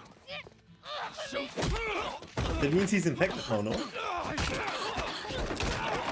Oh, that must feel good. Motherfucker! What's wrong with these guys? Catch your breath. There were much more than We're them. leaving. Okay. Watch out! Stay down!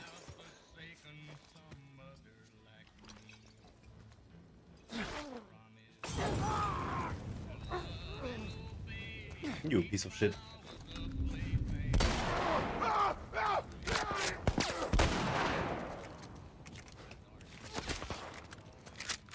I need a rifle for this one. Oh my god!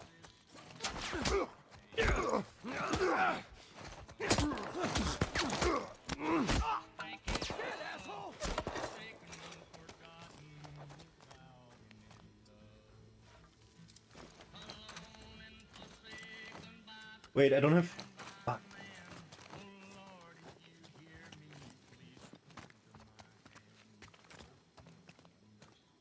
Come out.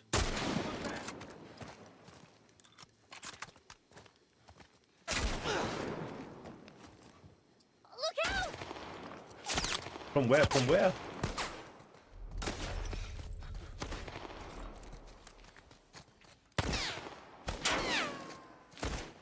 From left?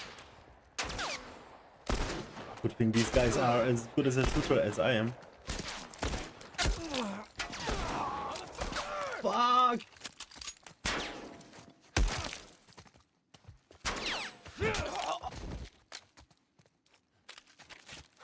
Oh wow, look at this! We found like health on the counter. Instantly healed me. So that's okay, that's a thing.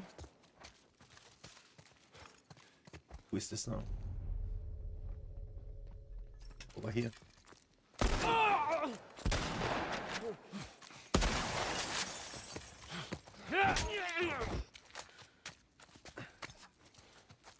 Yeah, I think he's dead. One more.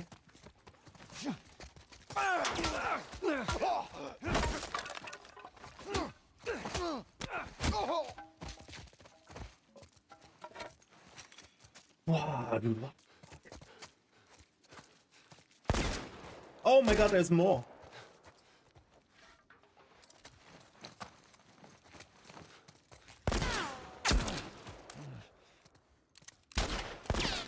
Shit. Stop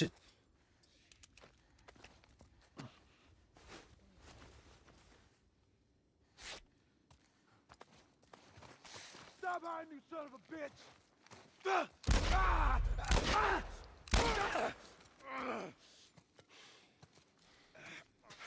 Look, he's gonna beg. Don't do anything stupid now. He looks like he's taking a shit. Holy shit, Joel. Can you see his face? He was pressing Alright. third. I think that's the last of them. You okay? Yeah, I guess so. Good. Oh, that was another instant Hell outta heal. here. Okay. Wow. You know the drill. Yo, Look around, see if there's anything. you we know can how use. many people we kill in this game? It's crazy, actually.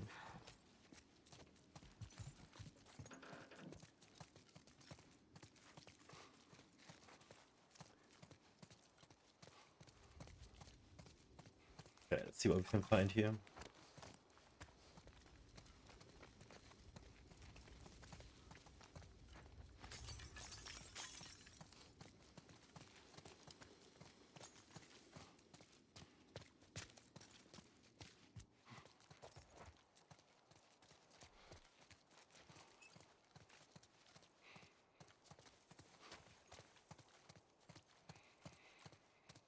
And we lost the car.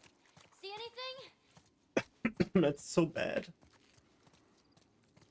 Yeah, we sure as hell ain't going back this way.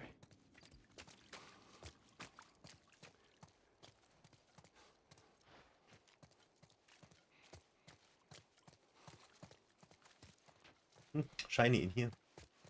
Wait, how do I...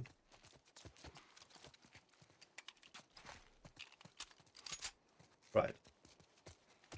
How do I instant turn?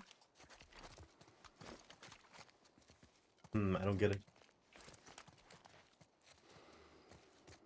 There it is again.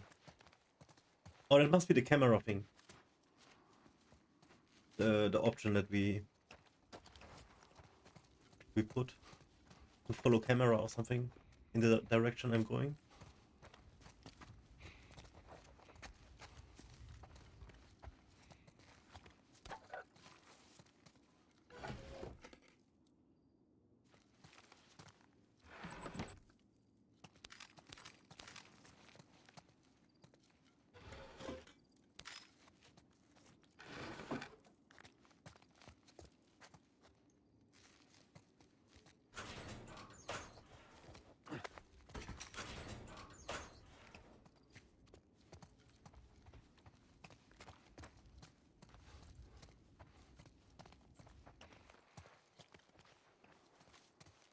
If I open this,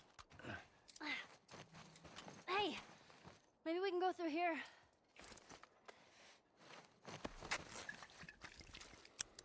I'll restock a bunch of stuff.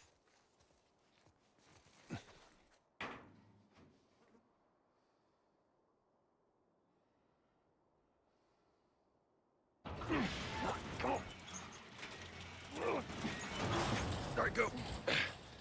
See if you can get it propped open with something. There's some pretty gnarly stuff in here. Ellie! Right. I wanna see, I wanna see. Okay, go!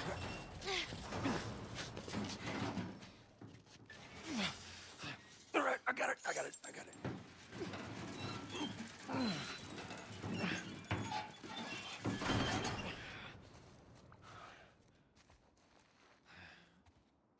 Look. Okay. So this would have been us. Smoke bombs. Stun enemies on impact. Okay. Fucking hunters. See, this could have been us. This could have been us. So what do they do with them? Man, that is a lot of people that didn't make it. I knew I should have turned the damn truck around. We lived. Barely. Bullets. Come on, let's get out of here. Jacket. Shoes. Nothing. Everyone too busy chasing down that crazy chick.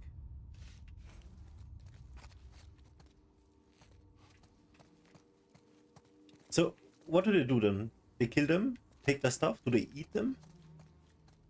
They gotta be eating them too, right? I mean, would you eat people at that point? I swear, if you ask me now, I think I have to say yes. How did you know? No, what? about the ambush? I've been on both sides. Oh. So, you kill a lot of innocent people? I'll take that as a yes. Oh no, Joel is a murderer.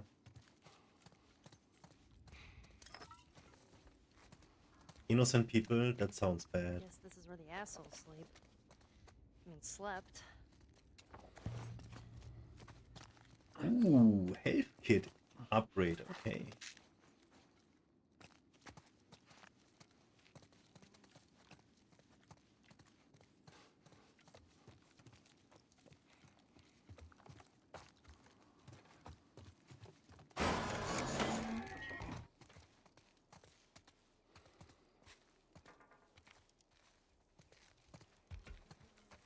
Oh, I don't think these guys were infected. Yo, look how Just keep many. moving.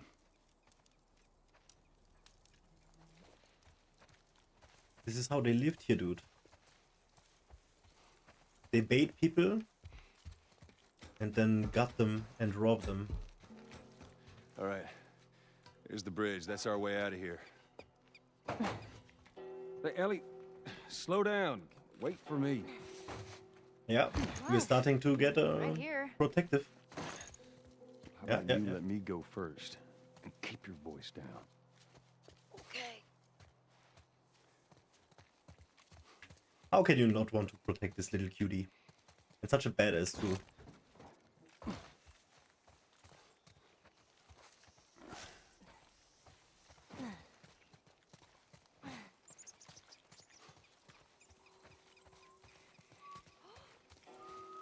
I'm whistling. Oh, good. Something else you can drive me crazy with. Awesome.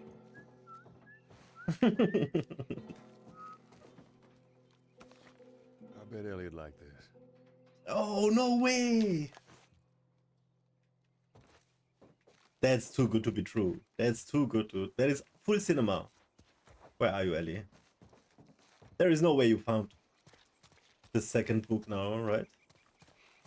Is it like a collectible or something? Can we talk to her? Can we give it? It's a What collectible, happened huh? here? Let's see, let's see. Your fellow hunters do this? Cute. And no, my money's on the military. Why would they mow down all these people? You can't let everyone in. So they killed So they them? killed him. And dead people don't get infected.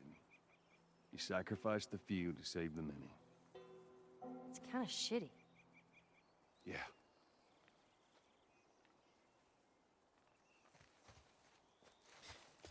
That is kind of shitty. We cannot fathom the situation they are in. You know.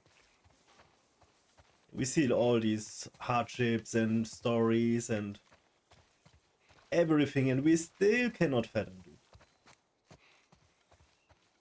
It is so crazy was time. that? Whoa, whoa, whoa. No. Ellie, get down. Where did you learn to shoot? Man, screw you.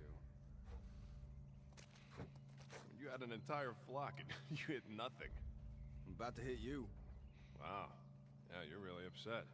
Well, if you want some lessons, you know, I'm more than willing to help you out. Yeah, whatever.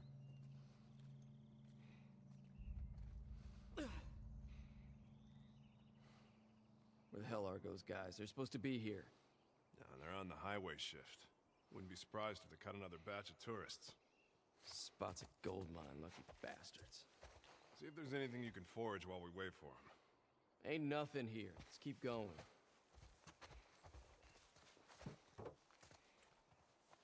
Joel, look. Thank you.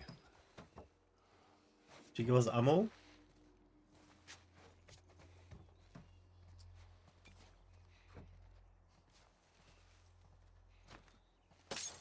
Whoa. What the? I heard something. Yeah, I heard it too. Be careful.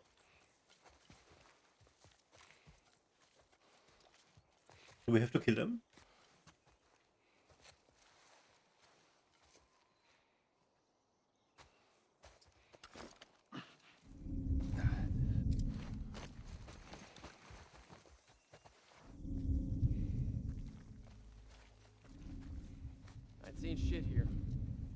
fuck it. Let's go.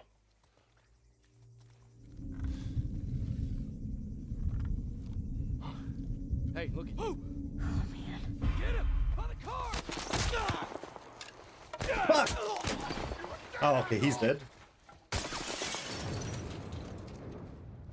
Like this asshole! Got it, I got it! You got shit, bitch. Learn, asshole! Fuck. You can't shoot and run at the same time.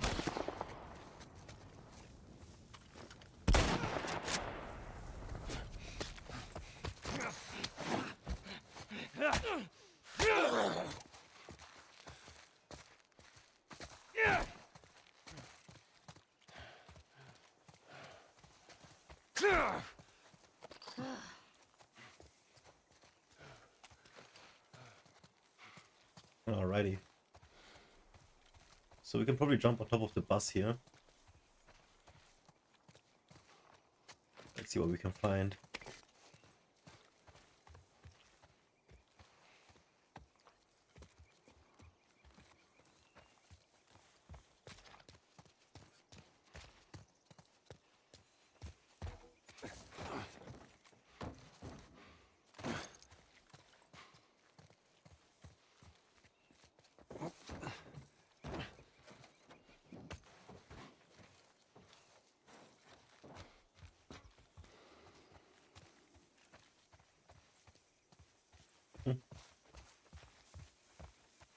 There's nothing here.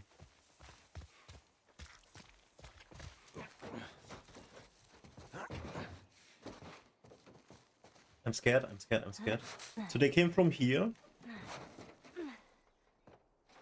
That bridge looks pretty far. We'll get there.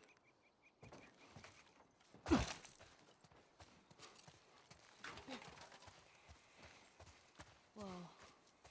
It's strange seeing a checkpoint with no soldiers. Well, this is what most zones look like. This place has been abandoned for a while now. Okay. Give us our rations.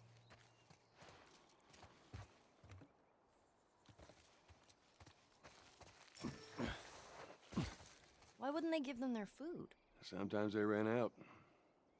Most times they just held on to it. That never happened in Boston. Trust me, it happened all the time. Boston.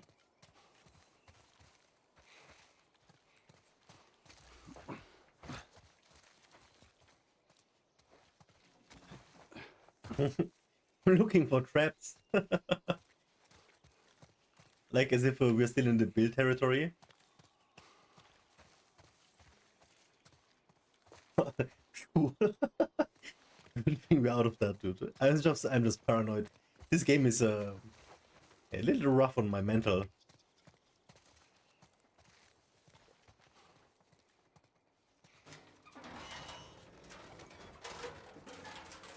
They're hunters. Yeah, me too. Just keep it down while we're going through this area. I'm so fucking tired. We were up all night chasing this tourist. Oh, yeah, you were a part of that? I heard about this. Yeah, this one chick, she just not give up. I've never seen anyone with so much fucking energy. It took a couple minutes to snuff everyone else, and fucking 5 hours to get her out of there. Jesus. Sometimes you gotta earn your keep, right? I was about to give up. She started shooting Shit, at her. Joel, that guy's got a Stupid. shotgun. She could have got away. I had 2 other guys keep her busy. I took out my rifle, lined up her little head in the crosshairs. Pow. That was that. Damn. Shit, did you hear that? Get him!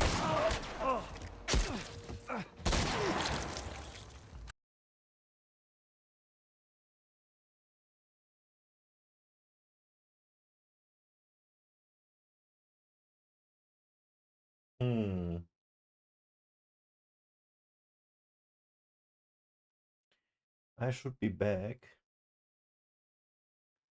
We did crash. Oh, that's a Pepega.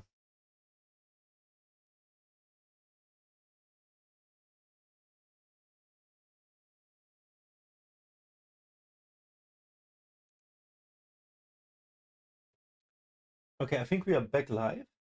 I'm not sure. A little problem. AMD reset its thing. Fuck.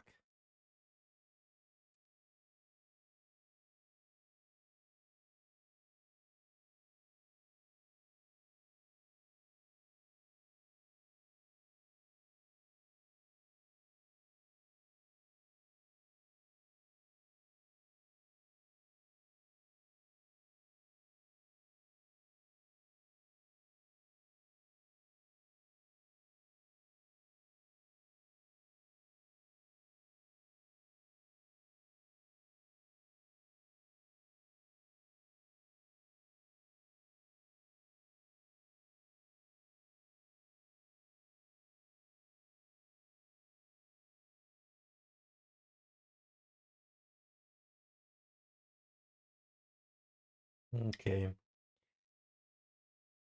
Let me figure this out quick.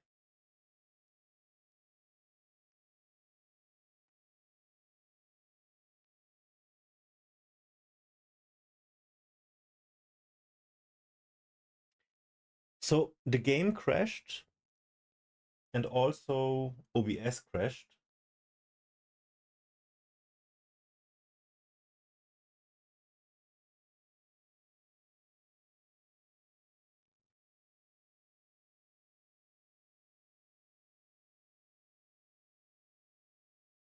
Okay, but I think I got it.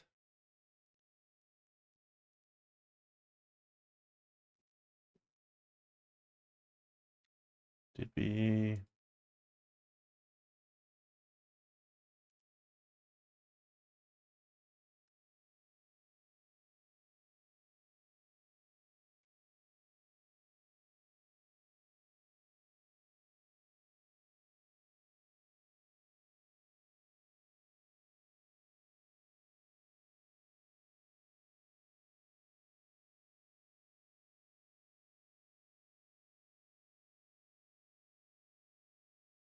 Fuck. So my Radiant settings got reset. And my CPU clock speed is chilling on 3.1 gigahertz right now. And before it was on 4.8.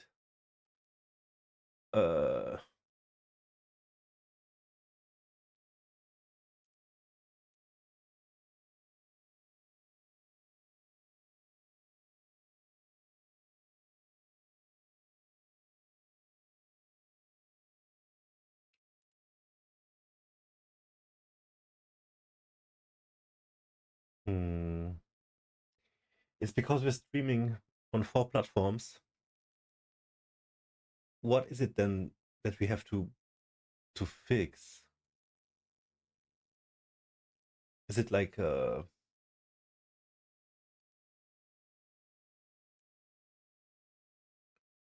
what could it be?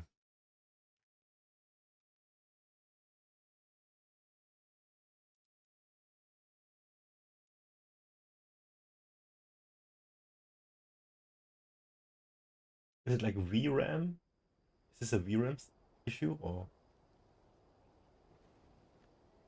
Yo, Daniel, you see here, bro? It's like in the morning for you, right? Do you have to work today? Right, so let's see. I put this on medium.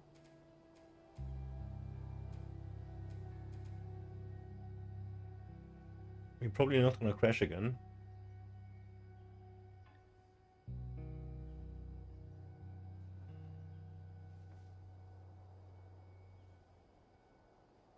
Let's see how the game looks on medium.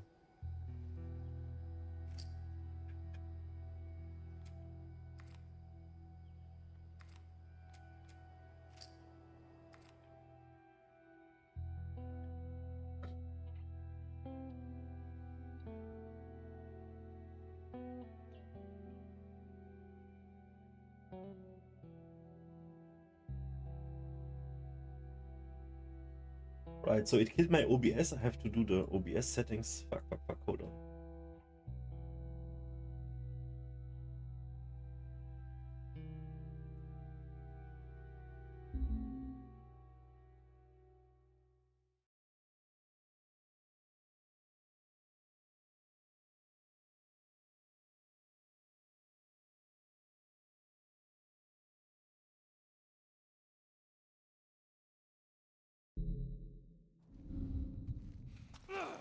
Whoops. Bossman says we're getting big enough to expand. New head honcho. Same bullshit talk.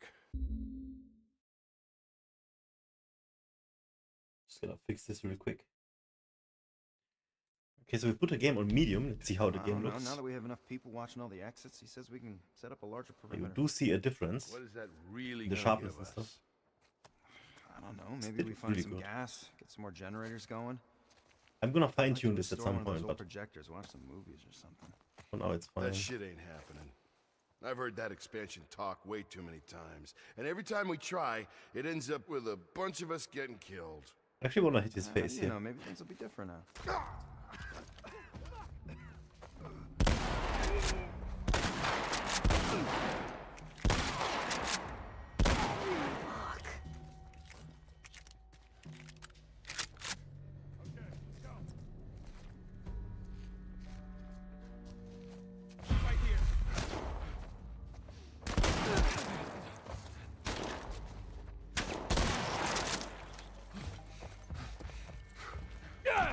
Oops.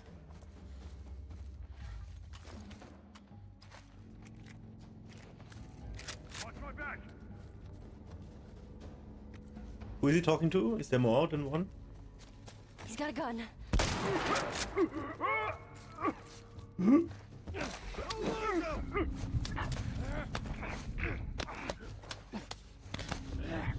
We're using him as shield. Is he over there?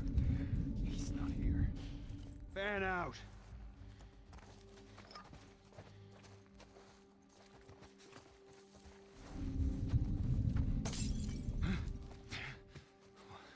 That you, asshole? Yeah, I heard it too.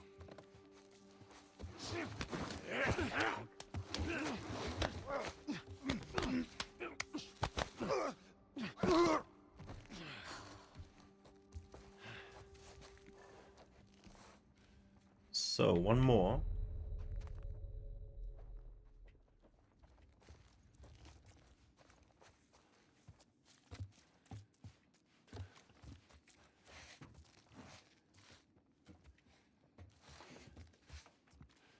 On your left. On the left.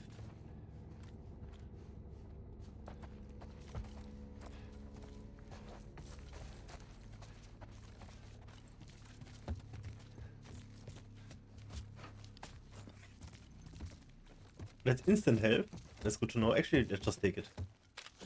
Is it? Yeah, it is. But it was only little.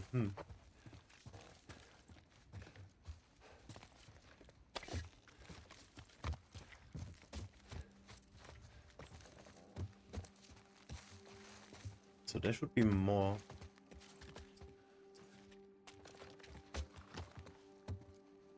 More will die if you don't give us our food.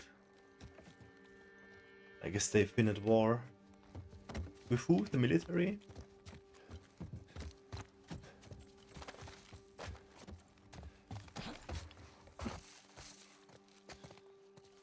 Gonna go back inside, I just wanna see what's going on here.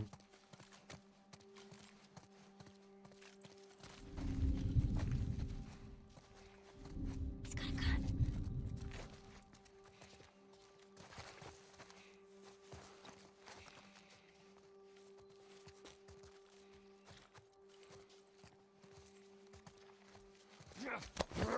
Oh, I see. Other guy over here.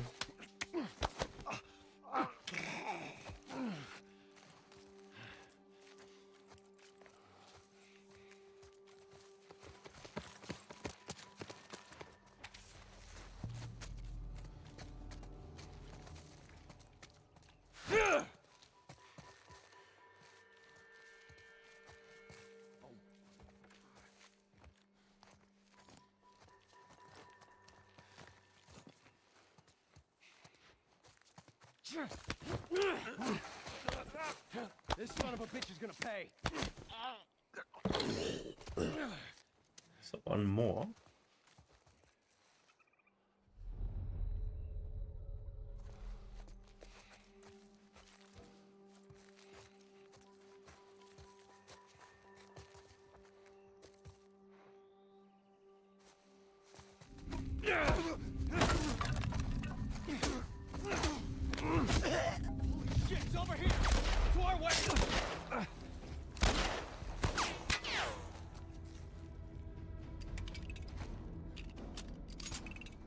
go around. Who is he talking to? Oh, the pistol does 0 damage. From behind us. Oh my god. You're gonna pay for that. So headbutt is the finisher. We didn't need many hits for him. Because he was damaged by the bullets. Let him get away. Over here, under the tent.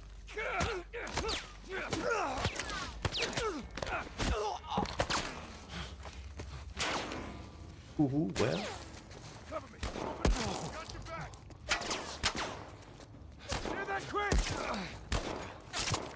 Fuck! Here it comes.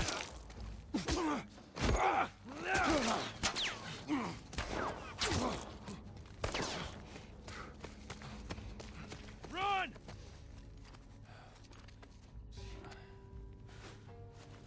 Huge medipack. I got him. You got shit itch. Fuck. Boom.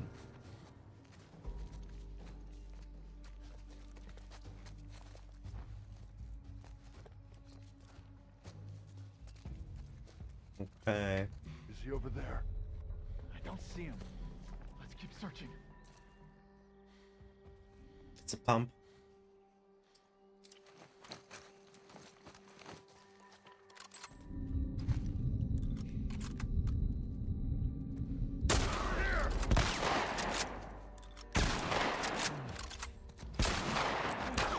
Reload, come on. All right, go. Watch my back.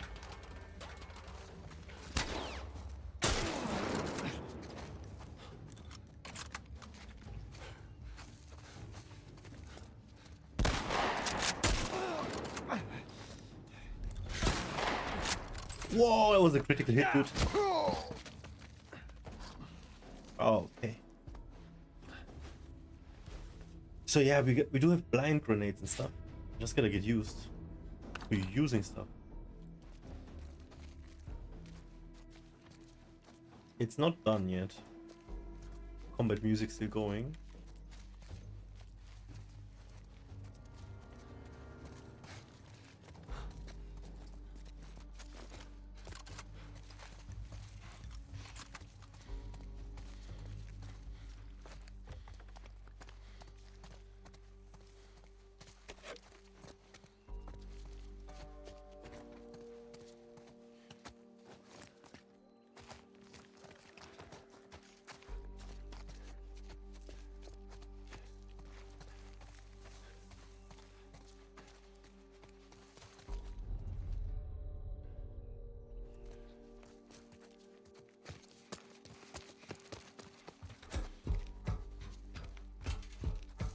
See what's upstairs. Oh, over here, okay. I got nothing over this way. Me either. Over here.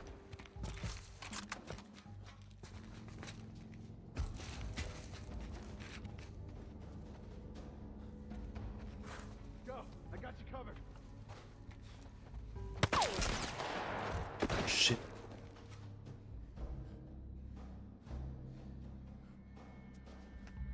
Man, I can use my left arm again. Because the pain has shifted into my neck and out of my shoulder. That's crazy. Oh man. I've got him. Move up. Got it.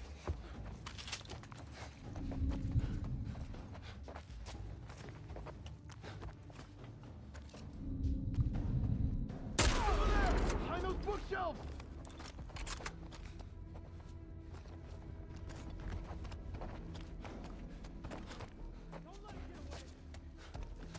There's so many.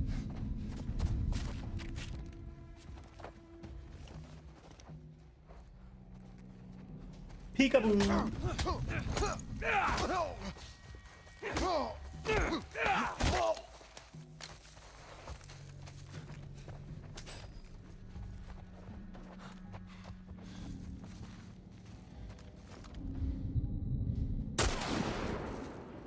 That was a headshot, no? Right. I was too damn close. Yeah, we got him. The edge of the universe and back. Monka We'll S. survive. Excuse me. Savage Starlight. That comic This I've game been is reading? That's what the hero says after a big battle. getting to me, man. Endure and survive. Yeah. It's actually Okay. big strain and exhausting.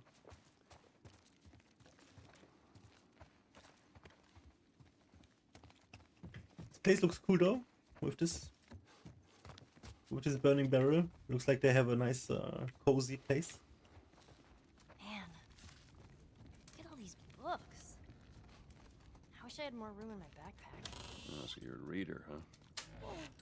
When I'm not running away from hunters and infected? Yeah, I read all the time.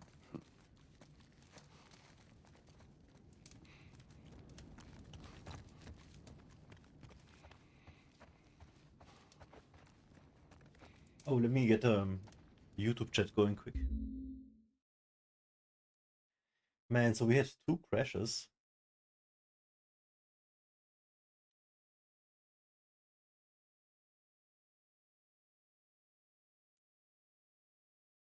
We have to figure it out.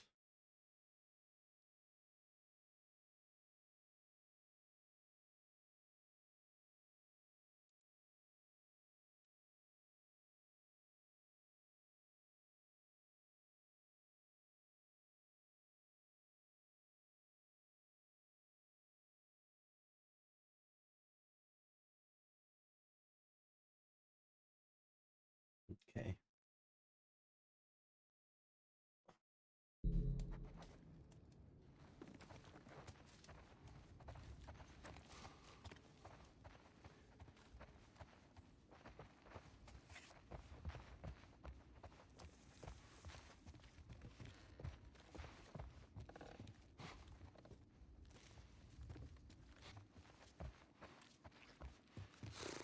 Okay, we need to lighten the mood.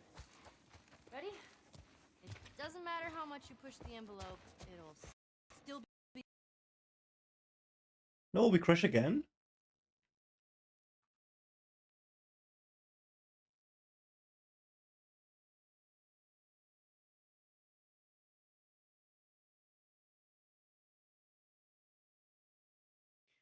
No! Okay, but this time OBS didn't crash. What is this about?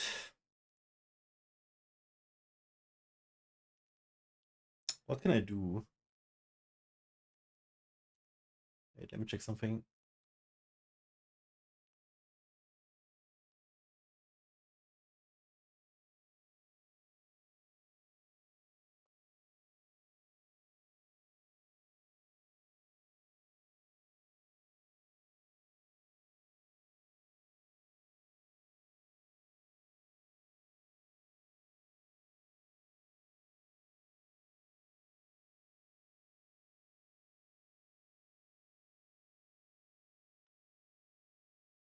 So, I don't know, guys, what do we do?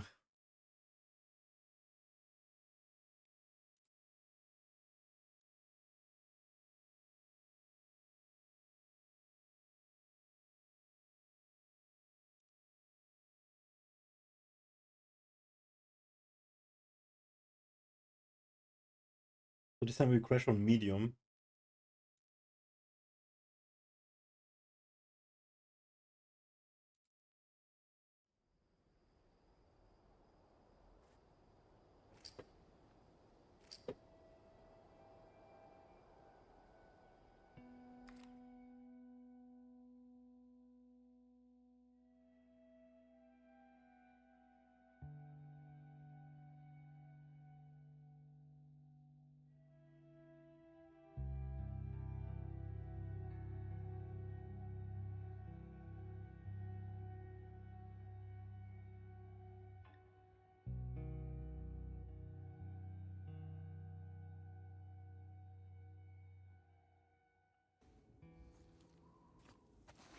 I will investigate.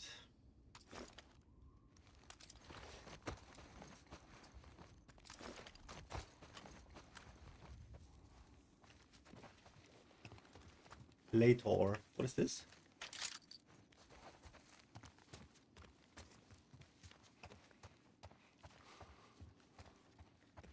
Okay.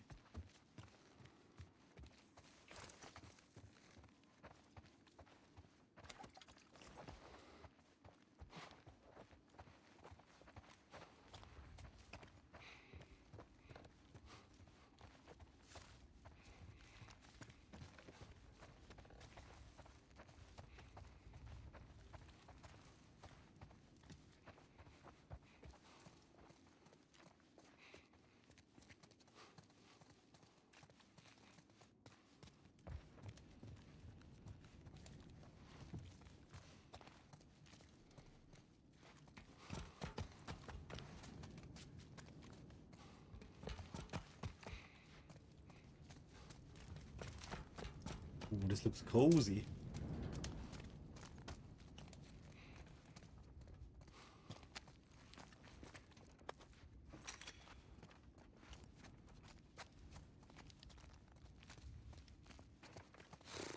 Okay, we need to lighten the mood. Ready? It doesn't matter how much you push the envelope, it'll still be stationary. What is that? It's a joke book. No pun intended. Volume 2 by Will Livingston. Let's keep going. Bakers trade bread recipes on a need-to-know basis. Need. I get it. Add jokes. A moon rock tastes better than an earthly rock because it's meatier. Oh man, that made me hungry. A backwards poet writes in verse. Do you even get that? Of course not. I used to be addicted to soap, but I'm clean now. That's a good one. Right, I've actually never heard that one. Okay, I'm all joked out.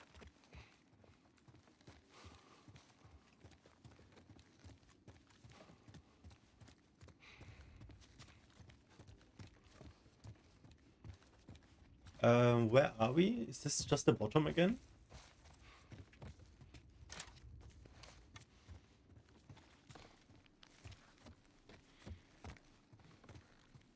Yeah. Okay.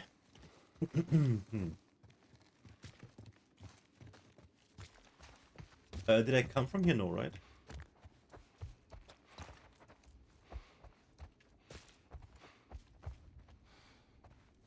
But it's the same thing. Wait, how the fuck did I get confused now? So we come here, from here, we go in here, to the left, then down. So this was not the way. Let's give it another shot here. It's just down again.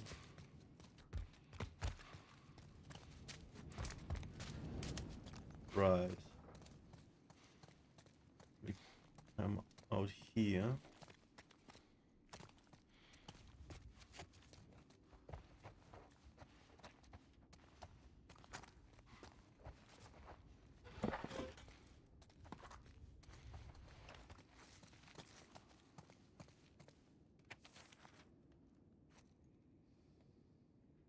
Going to 14 months, going on 14 months, and his little revolution has turned into a bloodbath. Captain Mastros.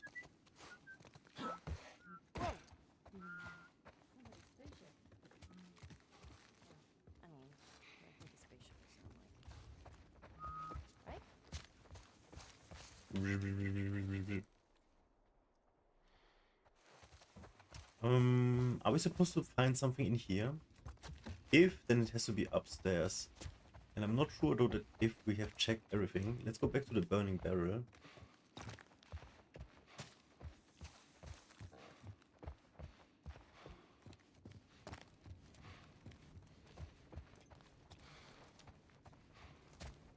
Door.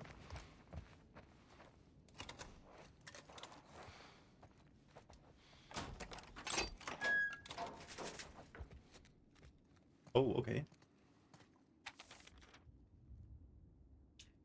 No survivors liberated.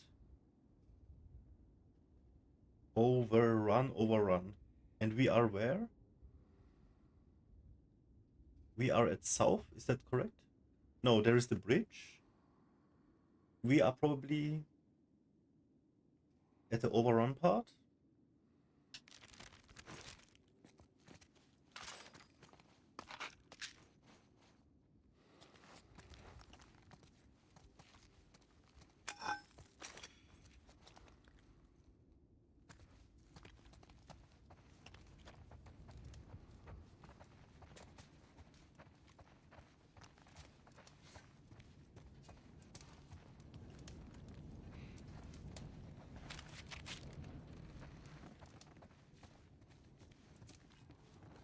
I think now we checked all of this.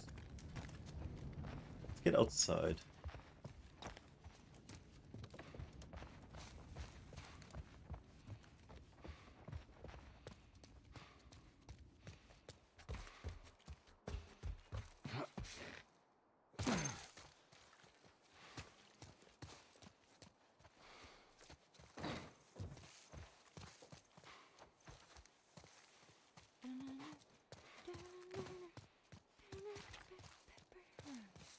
Man, you gotta be crazy to string up soldiers. You get people desperate enough, they'll do just about anything. And the people that rose up, they're the ones we've been fighting here? That'd be my bet. Go this way.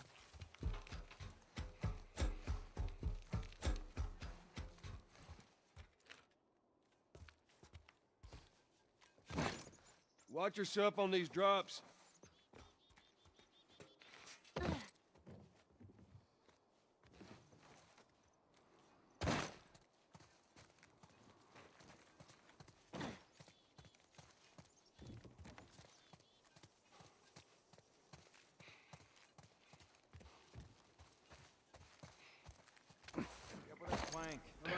Down. Let's get out of here. There's more of them. How many did we kill? Like 30?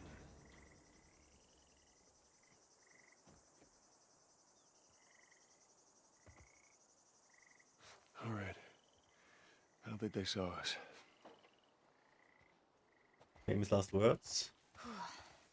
There's our bridge. We're a little closer. I think. Let's keep at it.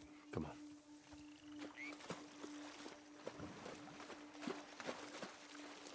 I can't make that jump. If you get me up there, I can move that plank. No! Water again. Wait here. Let's see where this goes. If you can get me up there, I can get the plank.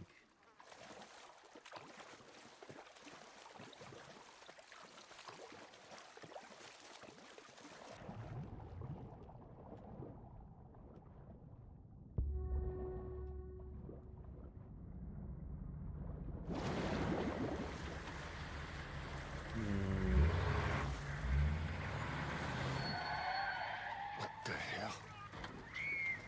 Oh, this place is bad.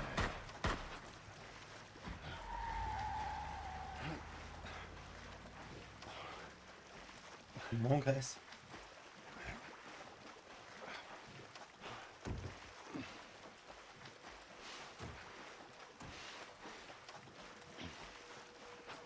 What was that all about? Get on. We're cutting through the hotel. Okay. Oh, easy. Don't worry, I ain't gonna drop you. Where though? Is this it?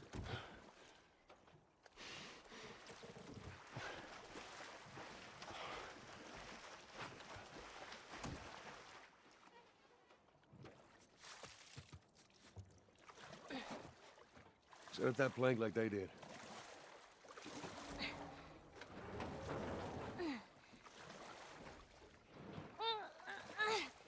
Oh my god, she's strong.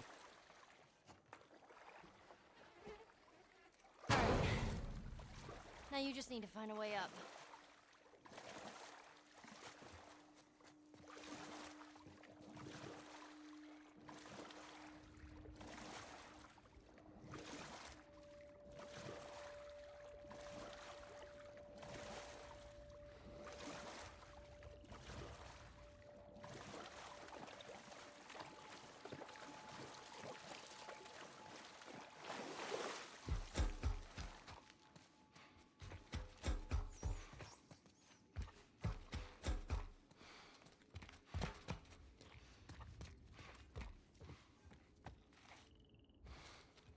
Okay, I see a little shiny over there. We're gonna go and check it out for sure.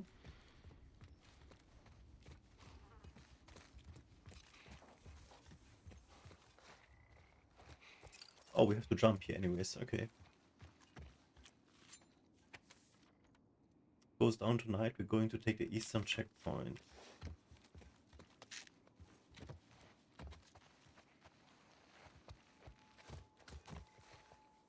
Oh, this place stinks. Wood's all rotten. Did you go to coffee shops a lot? I did. All the time.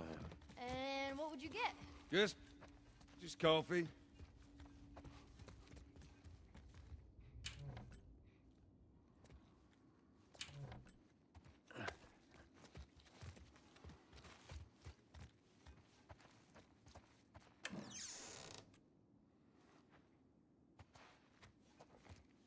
What is this? What? Oh, okay.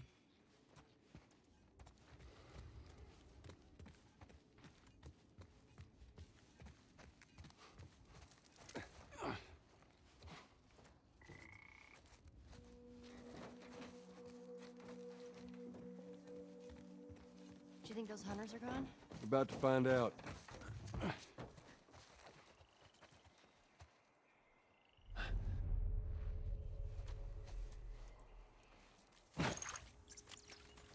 It's clear, Ellie. Come on down.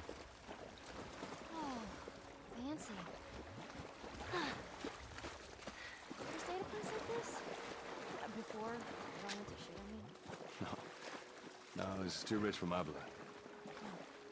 Bet it was nice.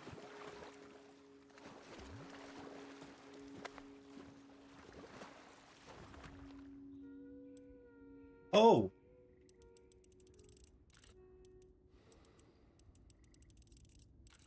Should I have, like, read something? I mean, this is not gonna work. Or is it meant to be, like, random? You just put something in?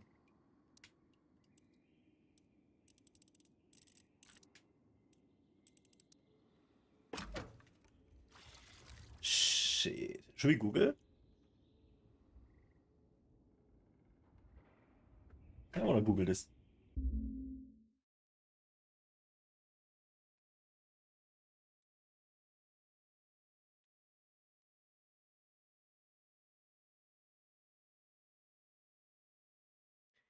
Eight 21:36.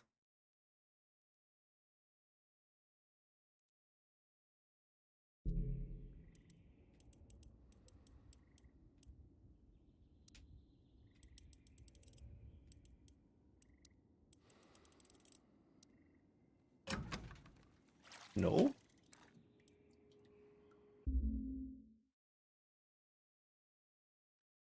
Oh, there's multiple ones.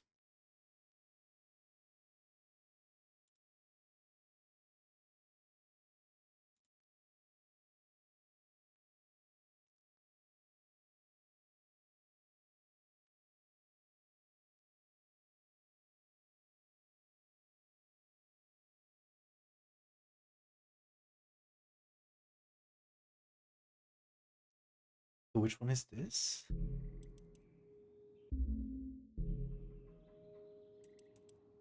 Wait. I wanna see the picture here. This looks like a safe in water.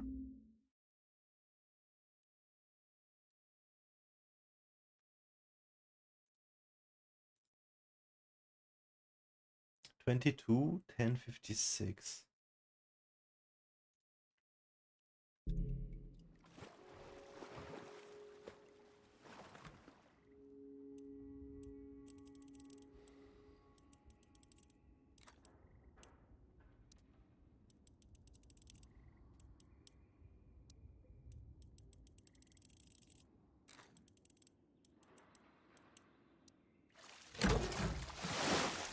Ackerman. Oh, what do we have here? Okay. So we learned something nice.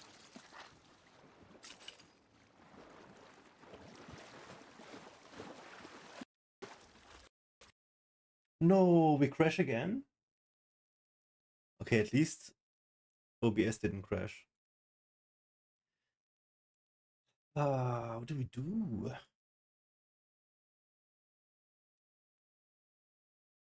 Last of Us keeps crashing.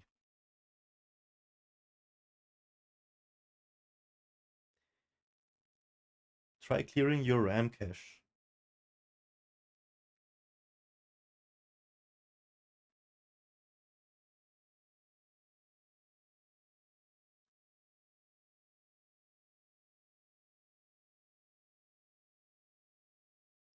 So I do have something for RAM.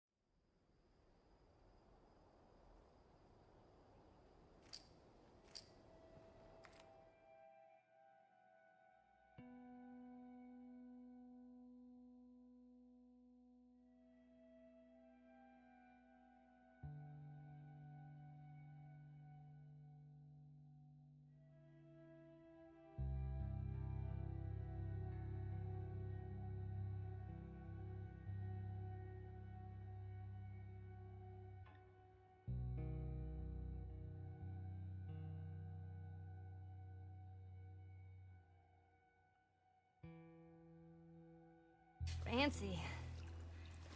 You ever stay at a place like this? I don't want the shit, I mean. No, this is too rich for my blood. But it was nice.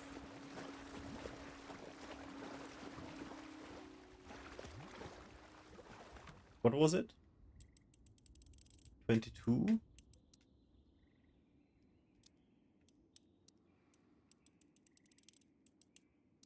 $10.56?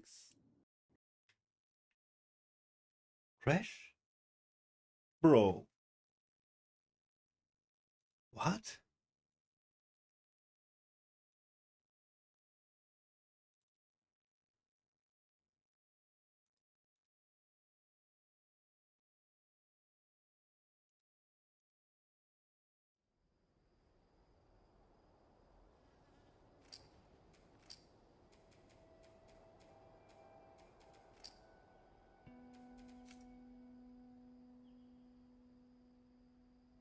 I'm gonna put graphics on low now.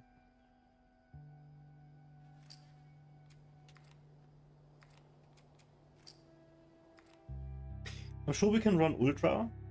It's just something that we have to fix, something else.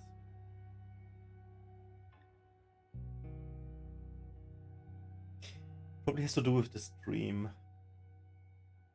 and streaming software.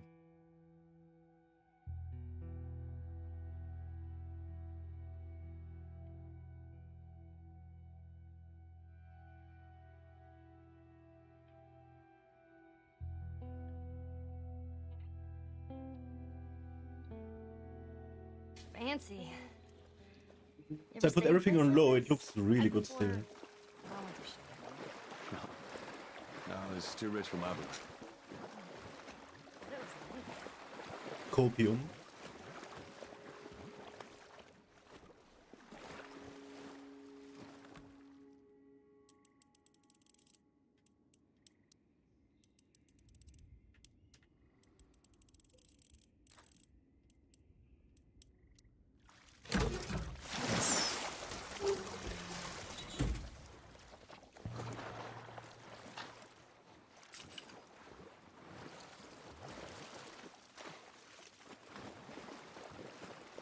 I bet we can get up there.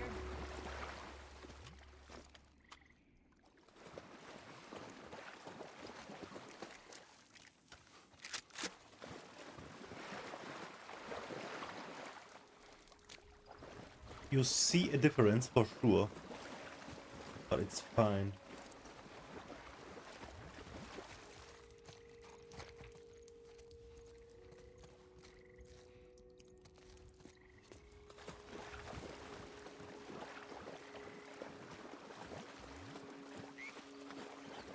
I see the ladder. I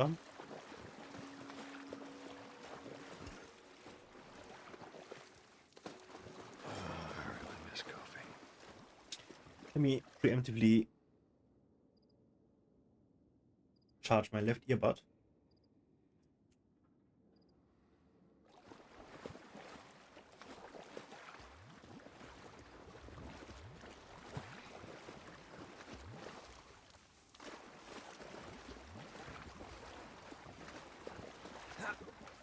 Oh, it's Carrie.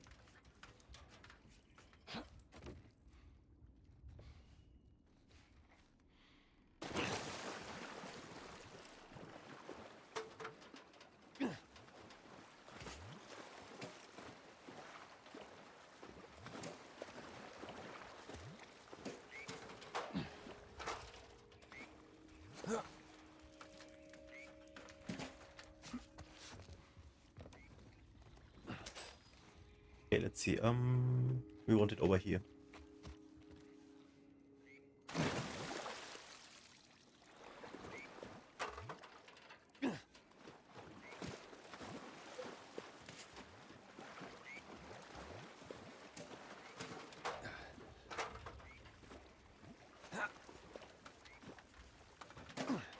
Okay. I'm on it. I can probably walk here. Okay.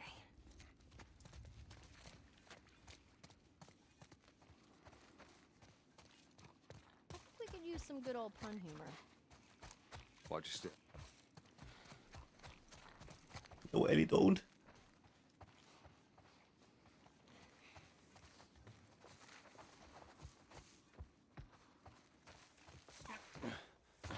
Okay, I kind of want to go the other way. Oh shit! Get down, get down.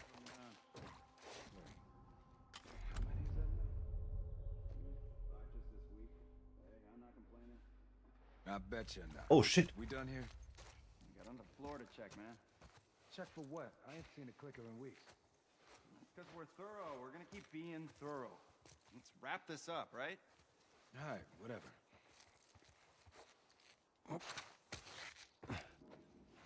Hey,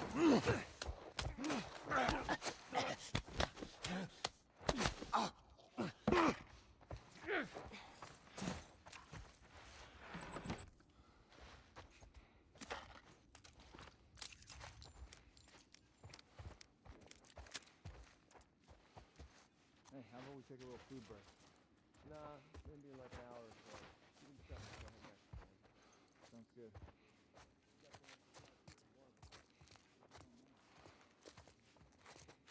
Okay.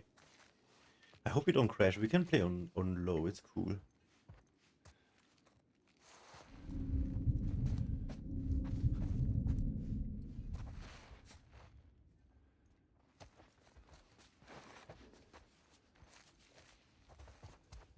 Was somebody here?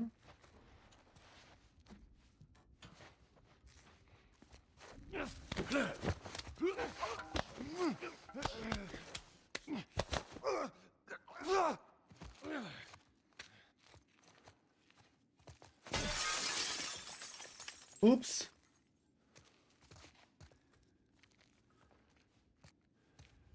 Okay, nobody here. It's behind you. Fuck.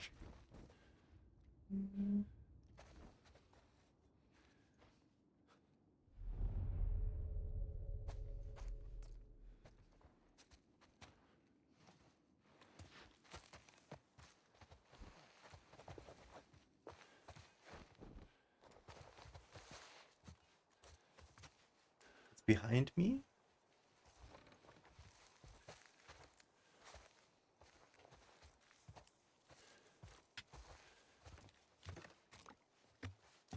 Mm-hmm. There's a body over here. Spread out. Can you get rid of bodies? Like, can I drag the body away? I don't think I can. Can I?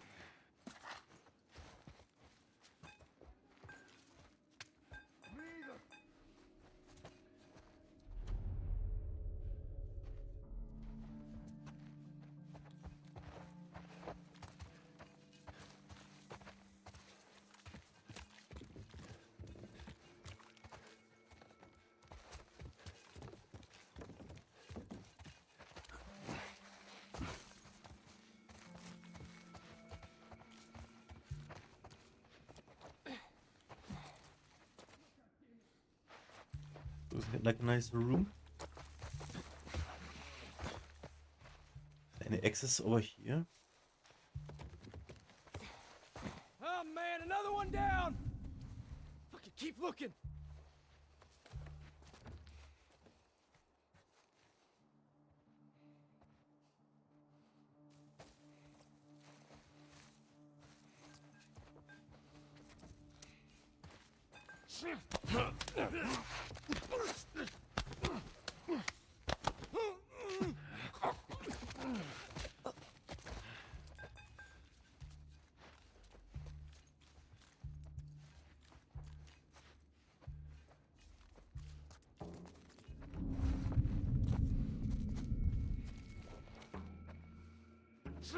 Anything? We got them all, dude.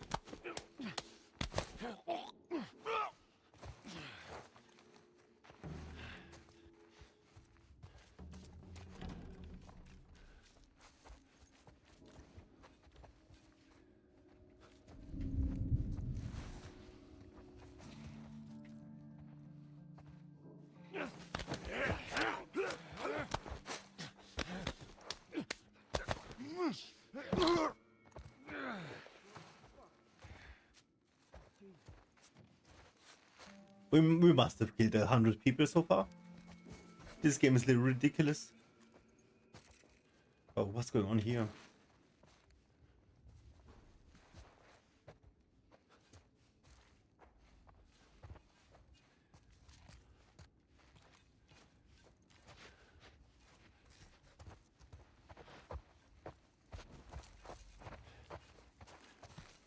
There's a big flat screen in every room.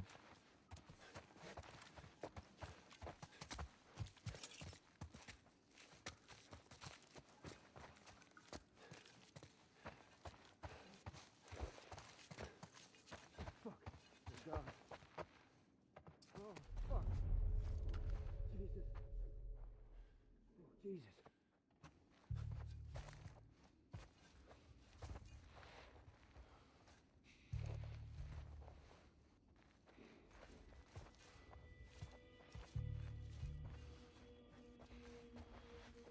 Oh no.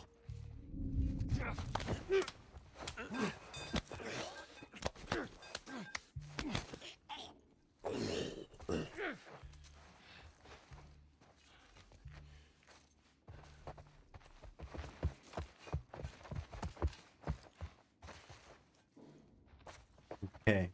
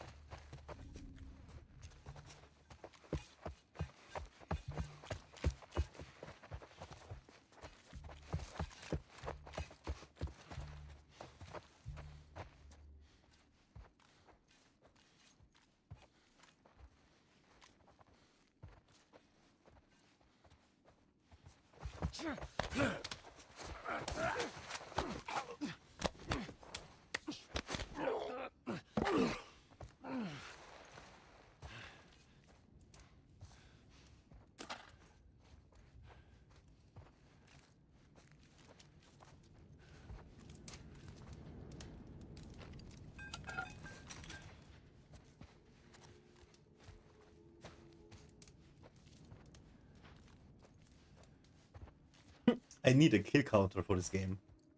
Because this is really ridiculous.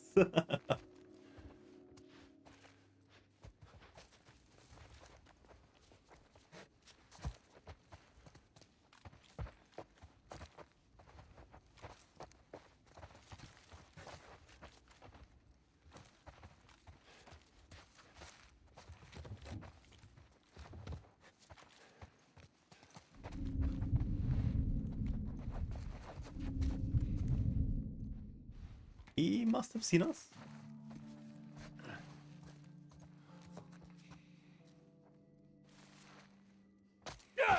Oh god.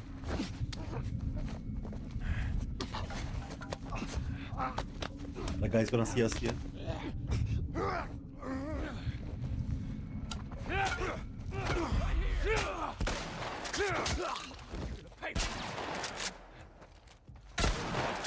Ouch.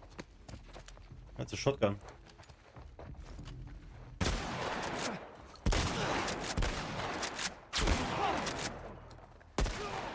Fuck! The camera was so weird. Oh shit, where are we now?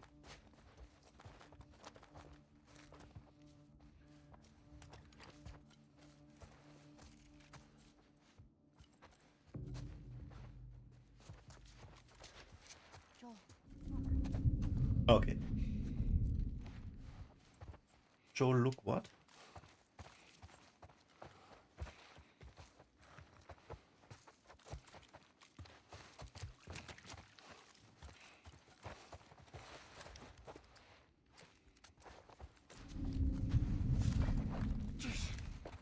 What was that?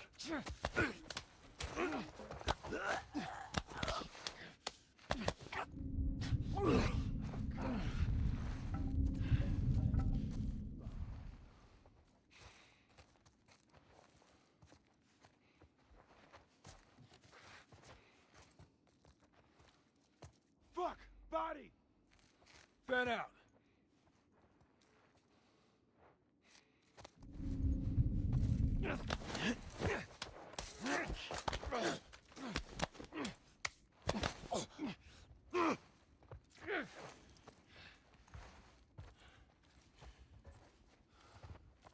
Anything? Nah, man, I got nothing.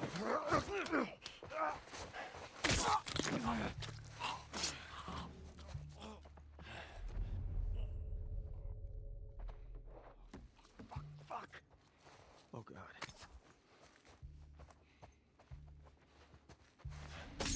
Watch yourselves! Another body over here!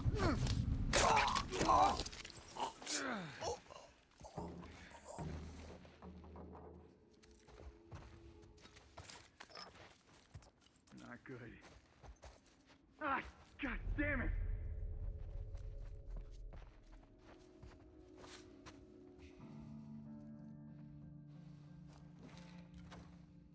What the hell?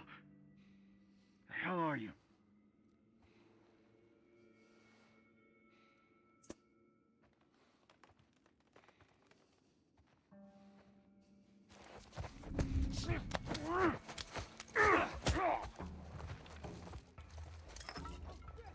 Get a Molotov.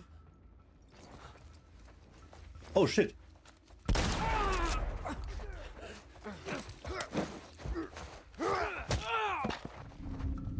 Behind us.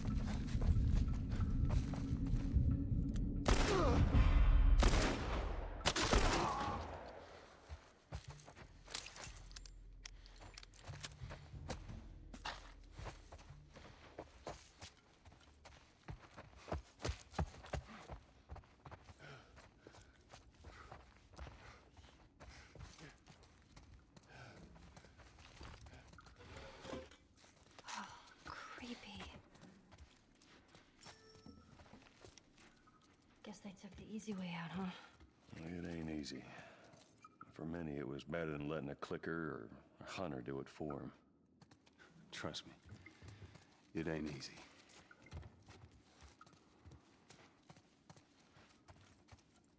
Oh shit! Oh fuck, that scared me. Fuck, I fell through the hole?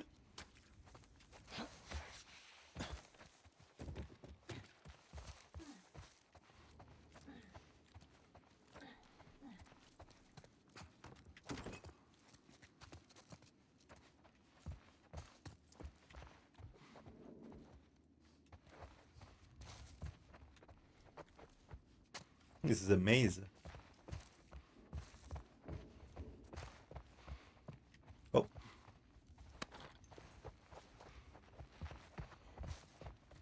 the fire. There it is.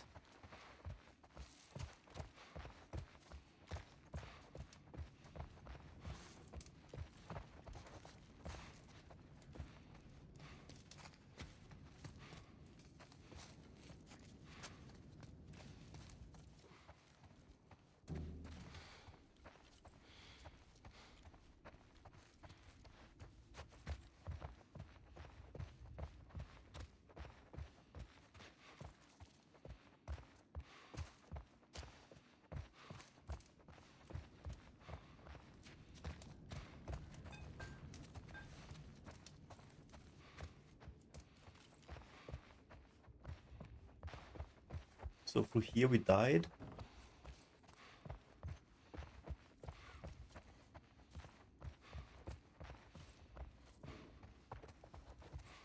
And then here was the bathtub. Nope.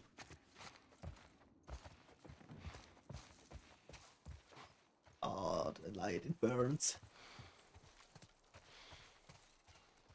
Fresh air, nice.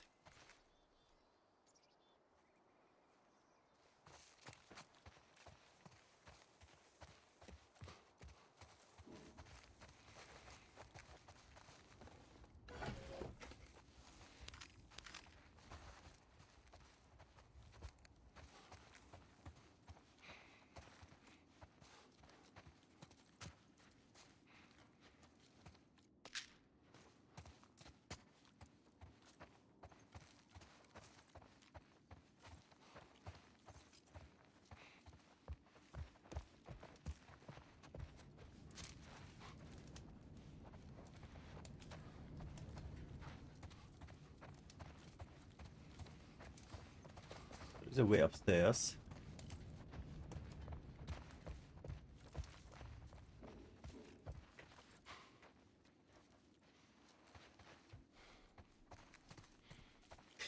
Guys, my neck is killing me. Fuck.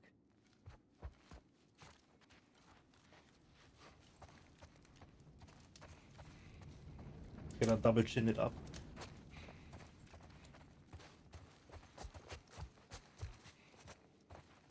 Hey, it looks like there's a ladder inside this elevator.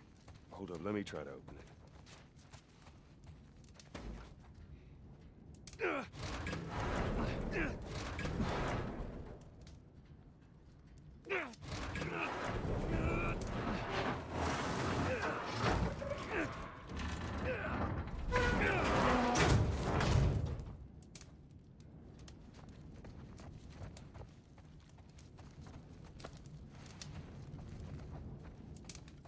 None of the grenades or smoke bombs.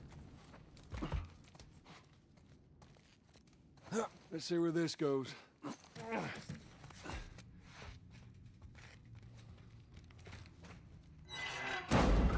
Why did you do that? Just in case. Okay. It's gonna be a tight fit, but come on. Okay. Are we jumping? Probably.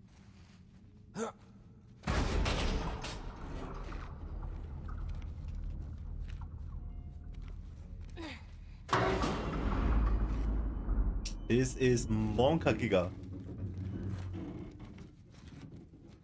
You find me something to climb on. Okay, here we go. There we go.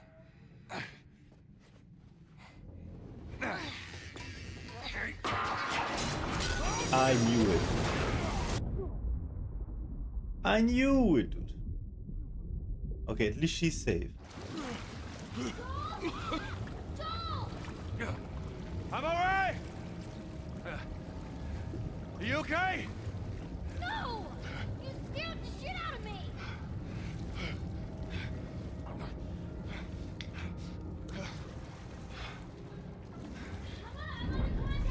No! Stay out there! I'll make my way up to you. Don't do anything stupid! I'm not even gonna like look for anything. I'll try. I'm just gonna go for the exit here. Because what the fuck, I hate this. All right. Where to now?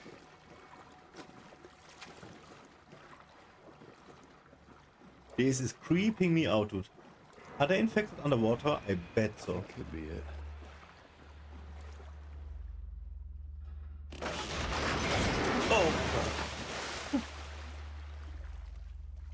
I get scared now. Yeah, this place is giving me the creeps.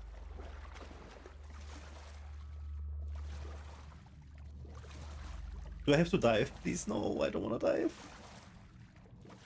No.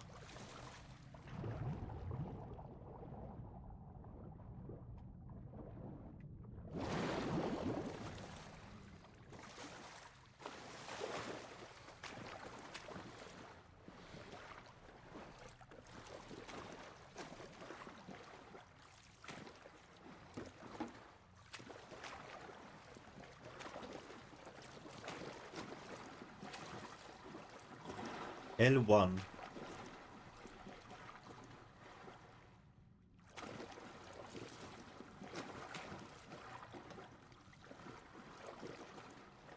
Should I take a Ibu 600 for pain? Should we do it? I don't want to use them 2 consecutive days,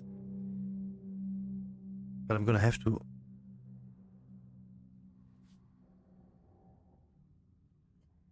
Yeah, I'm gonna have to, guys.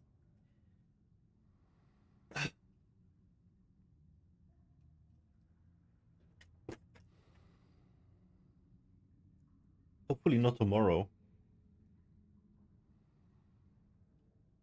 Okay, wish me luck.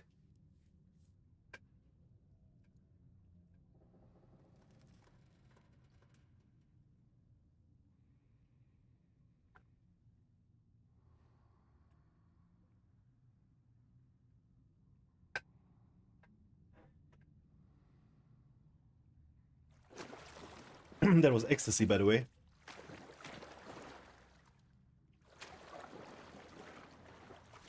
Coated in LSD. Two chamber pill with ketamine.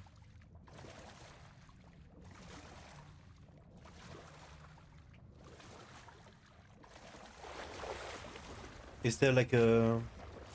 Okay. I don't think I've tried over there yet. Oh no! You're gonna have to dive here.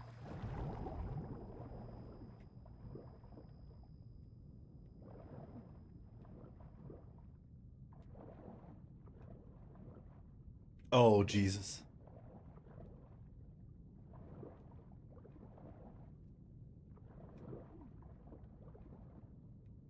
I'm trying to relax, cause like I'm full tense. Okay, breathe.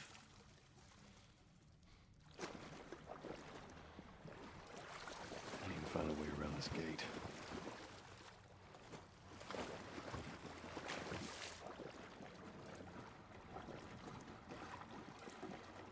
Maybe that doorway. As long as there's like no infected, we're chilling.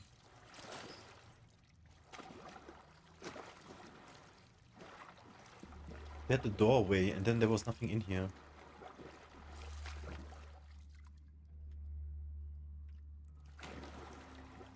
Contaminated water.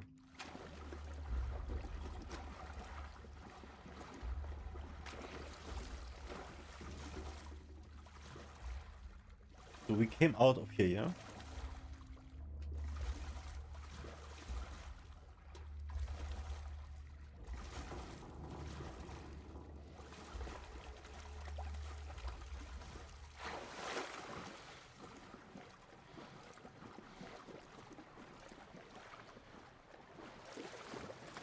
We gotta find a way around this gate.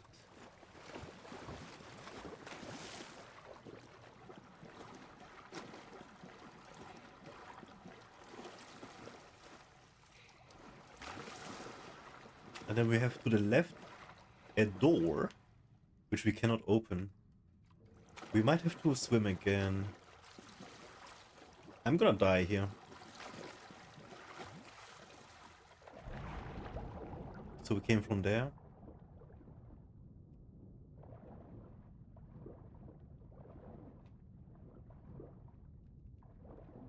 That's a door we can't open. We need air.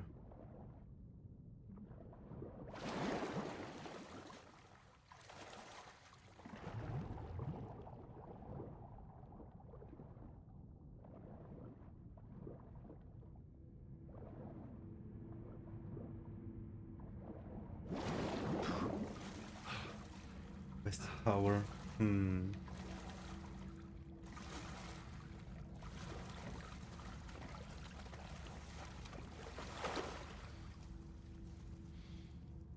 Elevators, emergency exit, stairs, North Tower. This must be here. The emergency exit, but we can't open. Or did I miss something in here? Like what? Hint?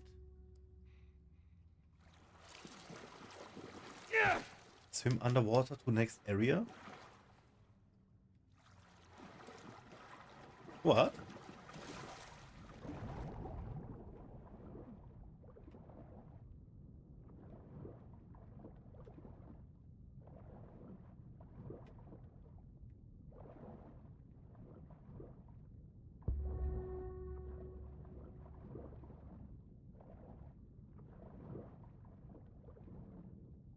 Okay, let's take a deep breath here. And try... Nope.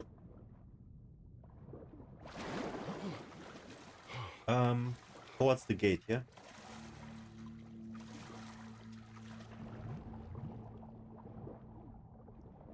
Did I not come from here? Nope. Okay. Great, this is new.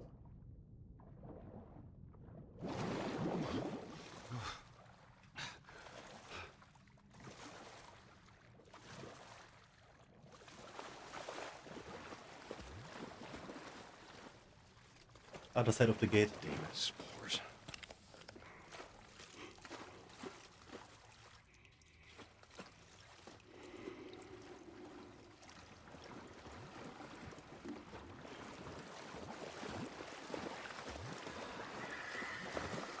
Oh shit!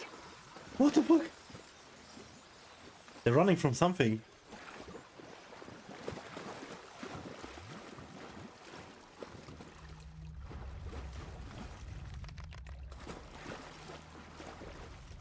They must be running from like a big boy.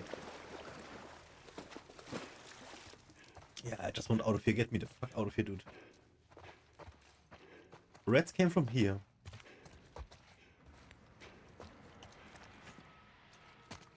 Okay, here's something.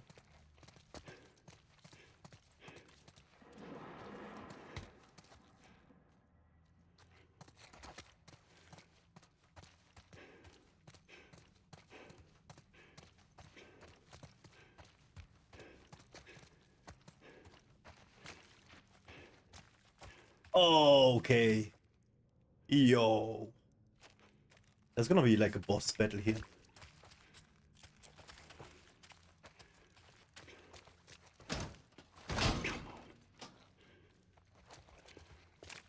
I hate these things.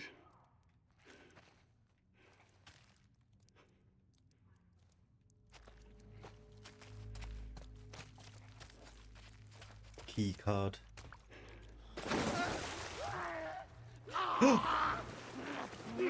No!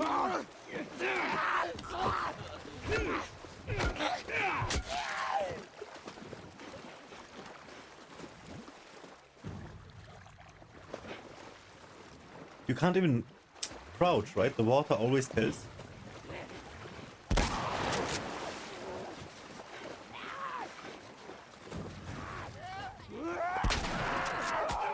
Bro! Please, no!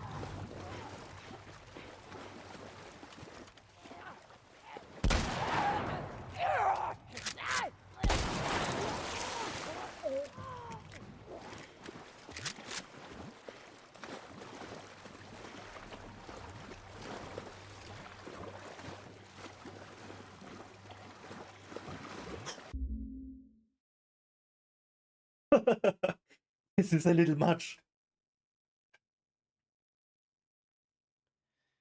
Let me charge my other earphone.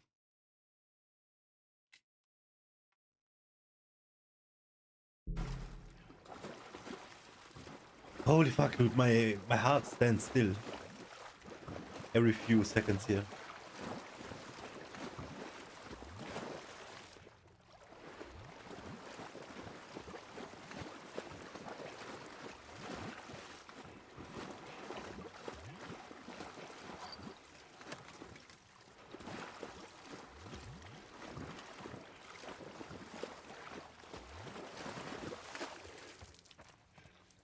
So we're still missing a key card.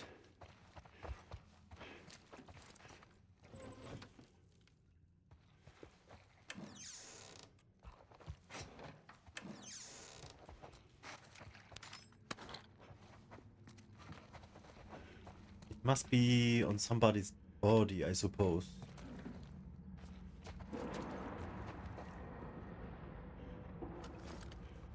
Yeah, do you hear this?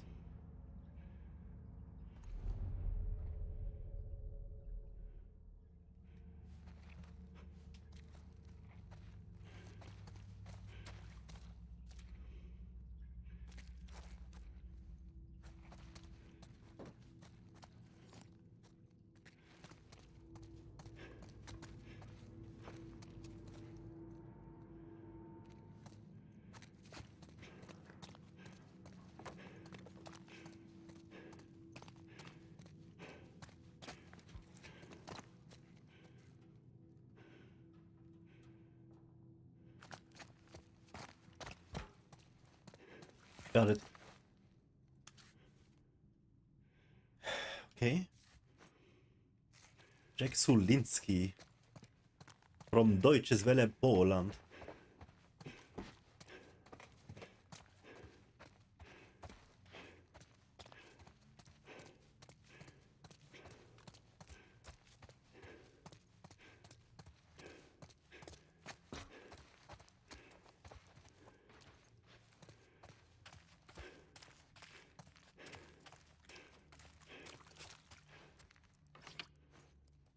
Shit. Oh, needs power?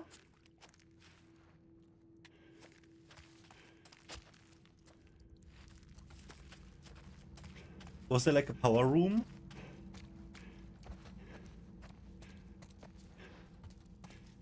It's a washing room. Oh boy.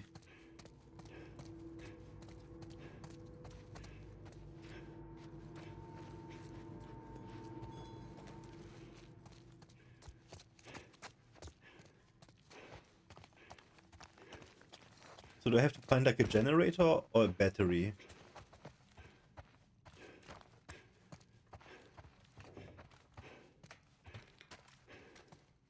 Man, this shit is so tense, I can't... I'm not breathing. I catch myself not breathing, it's so tense. I wanna get out of here, dude.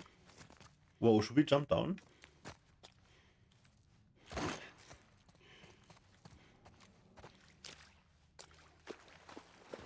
So this must be the generator.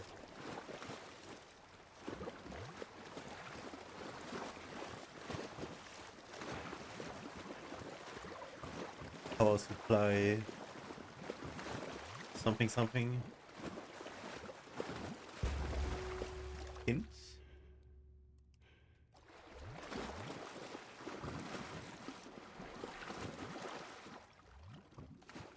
So it is a generator, but where?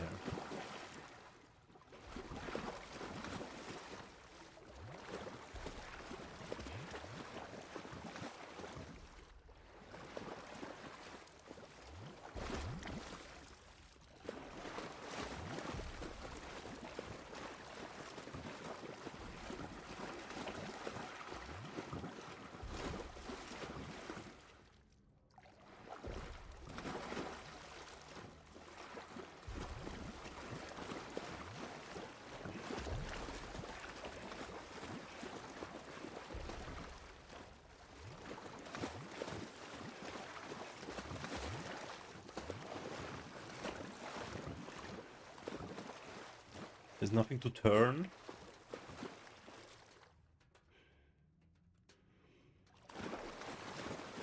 Oh, flip.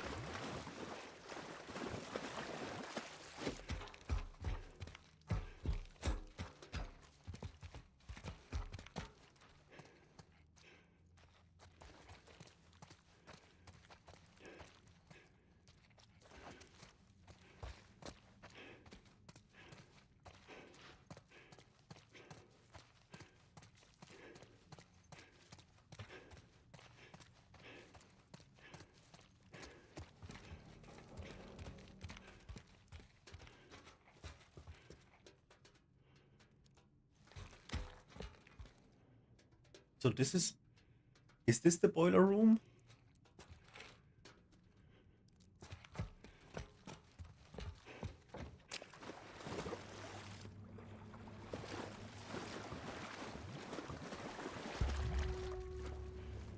Hint.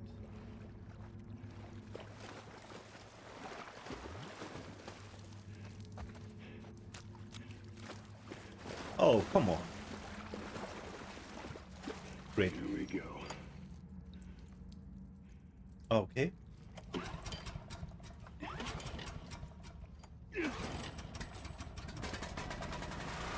Nice. Damn it. Oh, okay.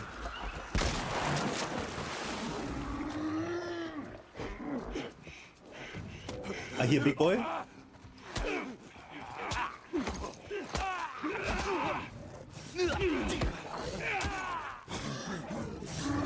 Oh shit.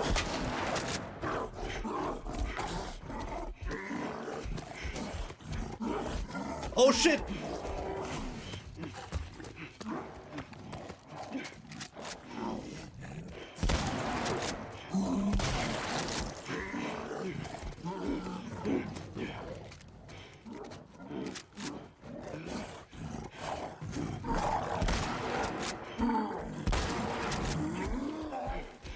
No.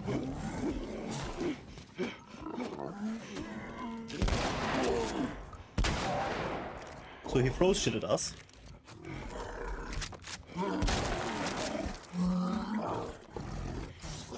Whoa!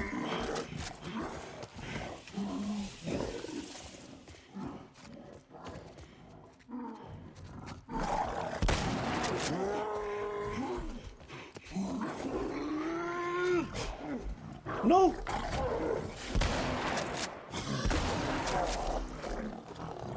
Bro, the camera is giving me a heart attack. Holy fuck! Wow, the way he died. He just fell into the thing. Okay, we have to use a nail bomb at some point. Oh my god, I need a break.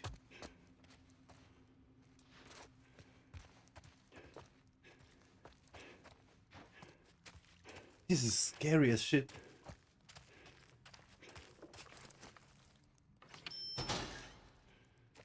Need it.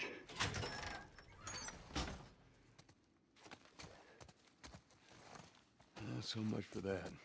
I gotta find Ellie.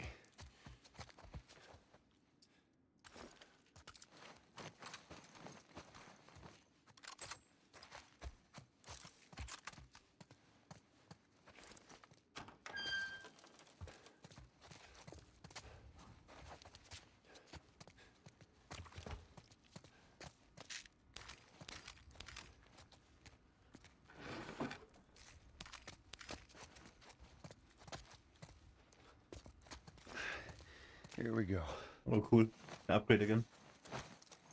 So what do we want? I feel like I want to upgrade the pump gun. Reload speed and capacity. Oh my god, I have 219.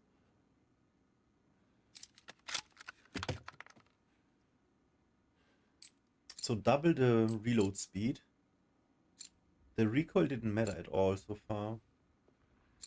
Let's get all of this.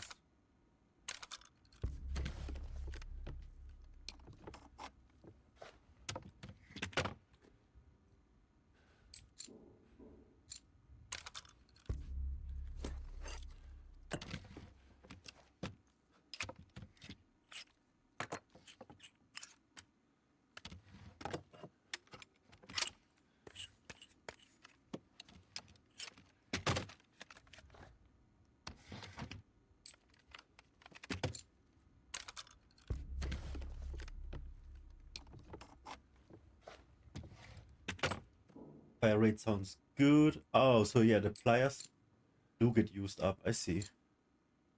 Yeah. Reload speed is quite good. What is he doing?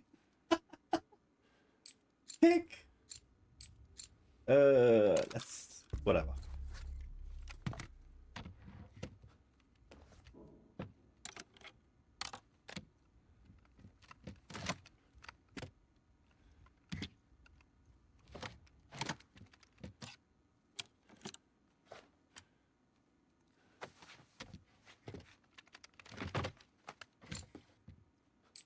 Okay, cool.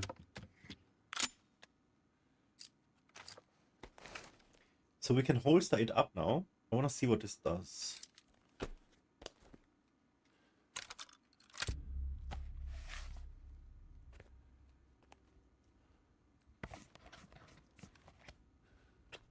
I don't think we have double barrels now. Let's see what it does though.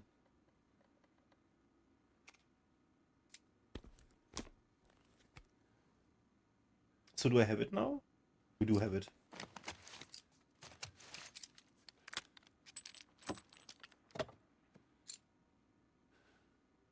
The fire rate is quite good on these.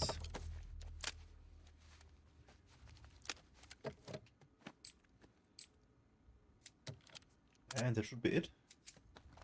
Yeah, this is good. Yeah, I think so.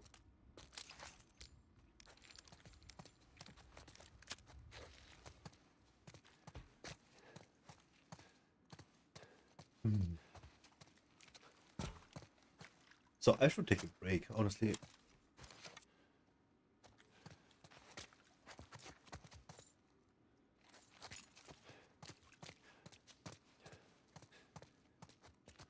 I do want to find Ellie though.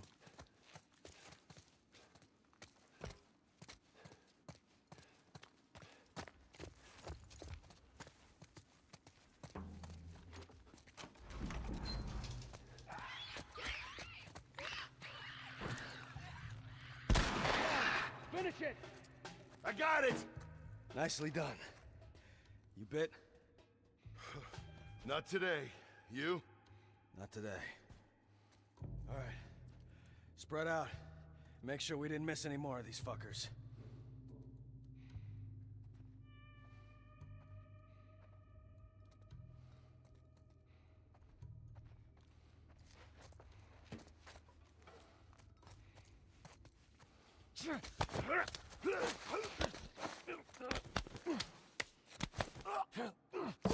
Not today.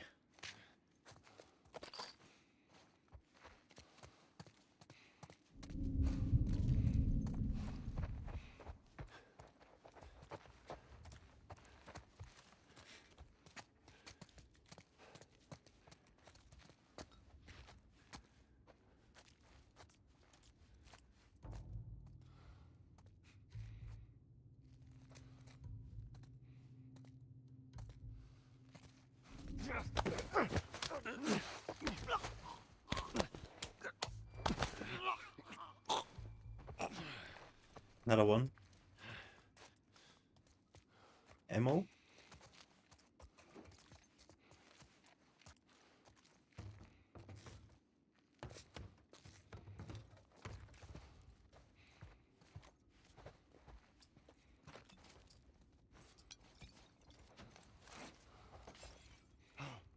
What was that?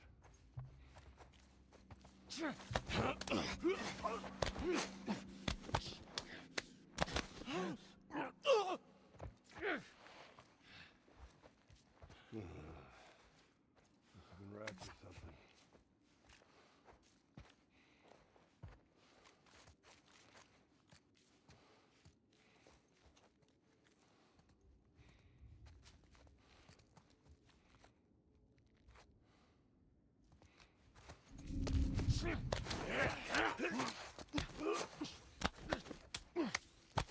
wrapped or something.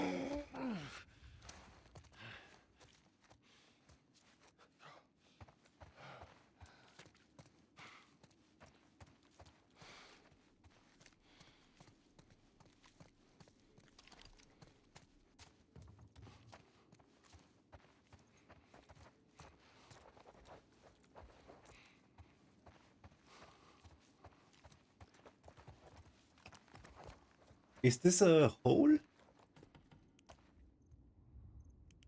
What is this?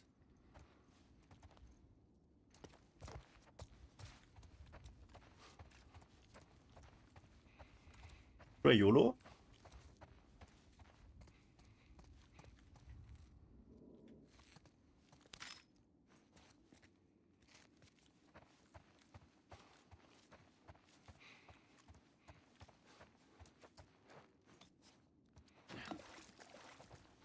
Is it deep?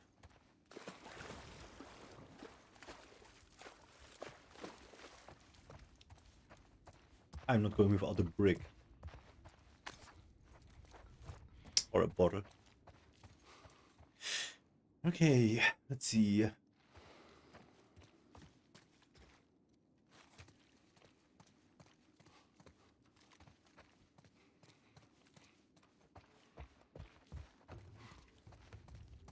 So we came in from the right.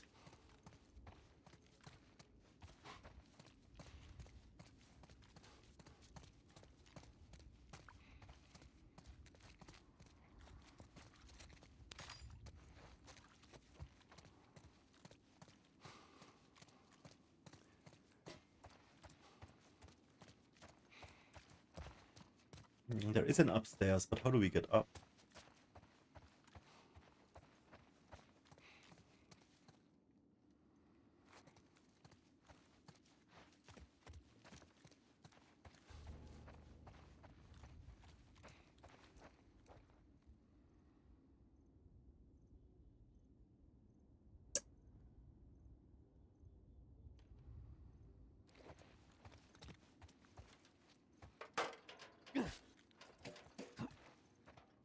Okay.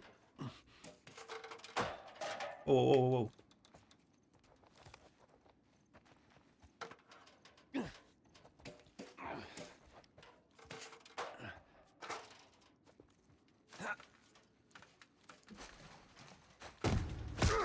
Oh shit! Oh, he got us good.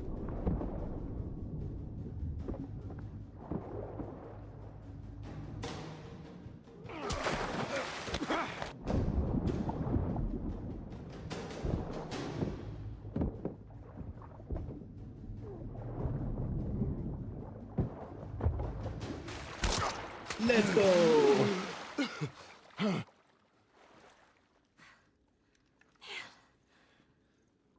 I shot the hell out of that guy, huh? Yeah, you sure did. Shit.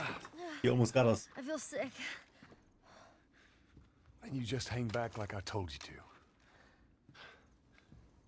Well, you're glad I didn't, right? I'm glad I didn't get my head blown off by a goddamn kid. You know what? No. How about, hey, Ellie, I know it wasn't easy, but it was either him or me. Thanks for saving my ass. You got anything like that for me, Joel? We gotta get going. Lead the way. How old is she? Oh, okay, before we go, I think I need a break just to cope with everything. Oh. Damn, dude. So it's very weird.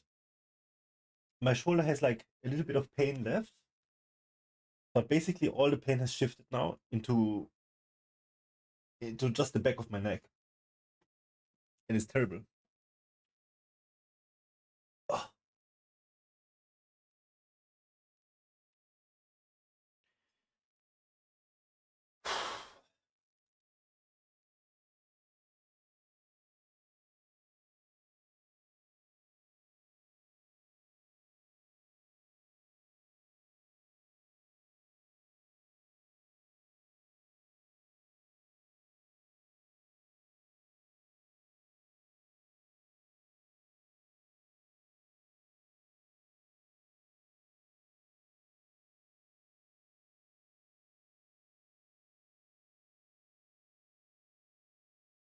Oh.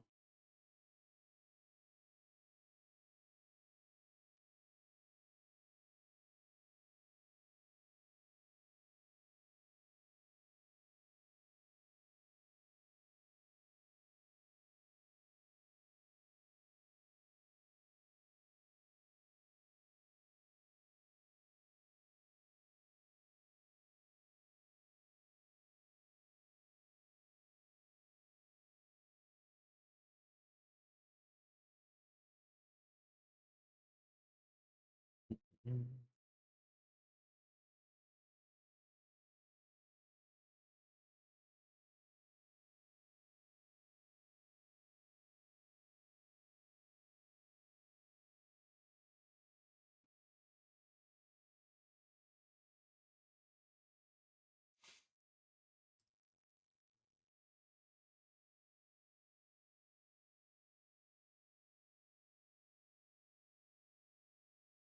Okay. I think we should watch something. Take a break. Go to the bathroom.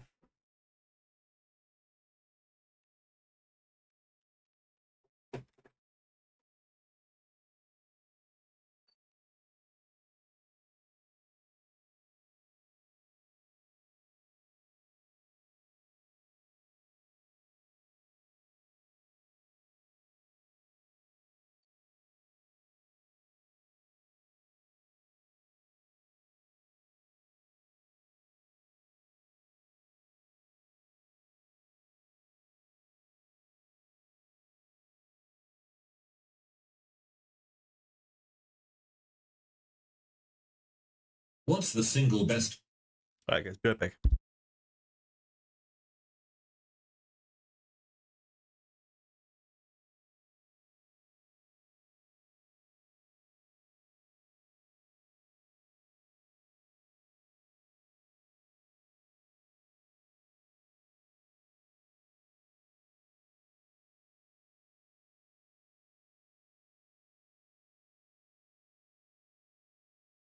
What's the single best piece of advice you've ever heard? To know who your true friends are, look for the ones who say good things behind your back and bad things to your face. The grass isn't greener on the other side, it's greener where you water it. Don't spend life daydreaming about what could be in a different place or circumstance.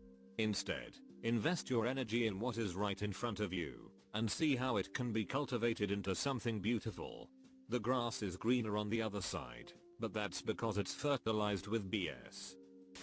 Some redditor from unsimilar thread a few months back posted how his boss always seemed totally at peace in a high stress environment.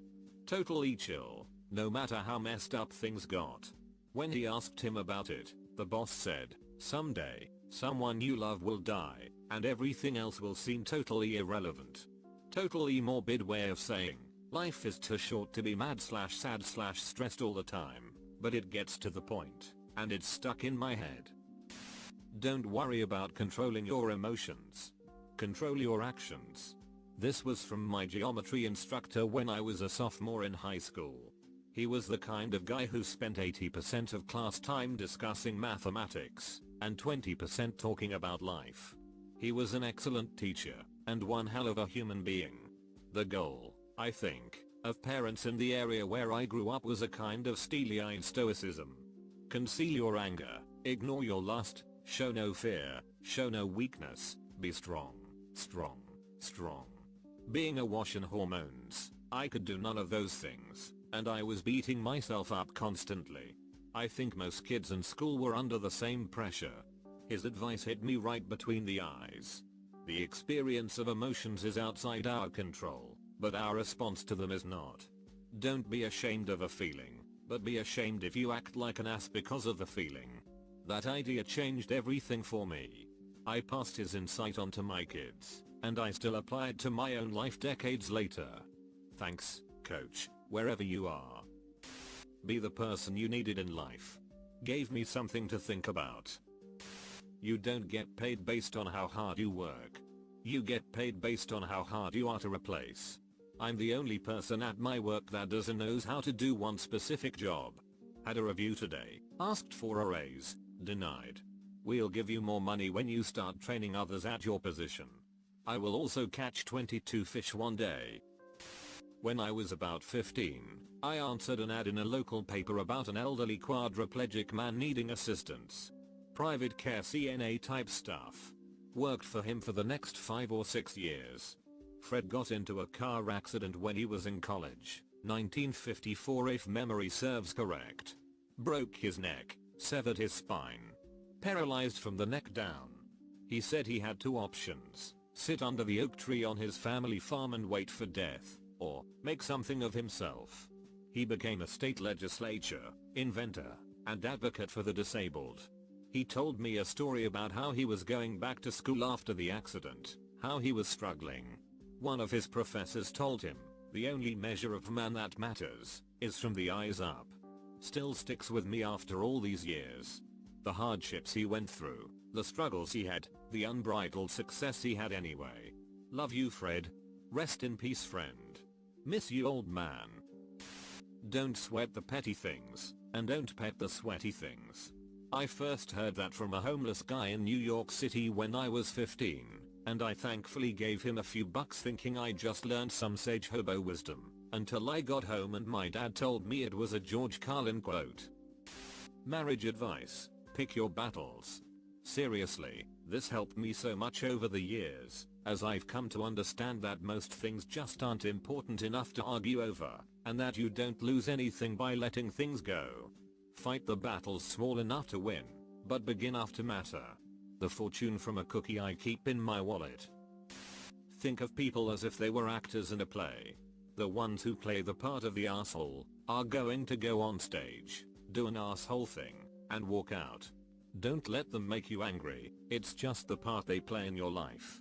Honestly helps. Stopped wasting so much energy on hating people, some of them even started to become funny. My wife is extremely stressed out by her dad. He is very judgmental of her, treats her like a child, and is the kind of person to complain that the food you cooked and made for him wasn't salty enough.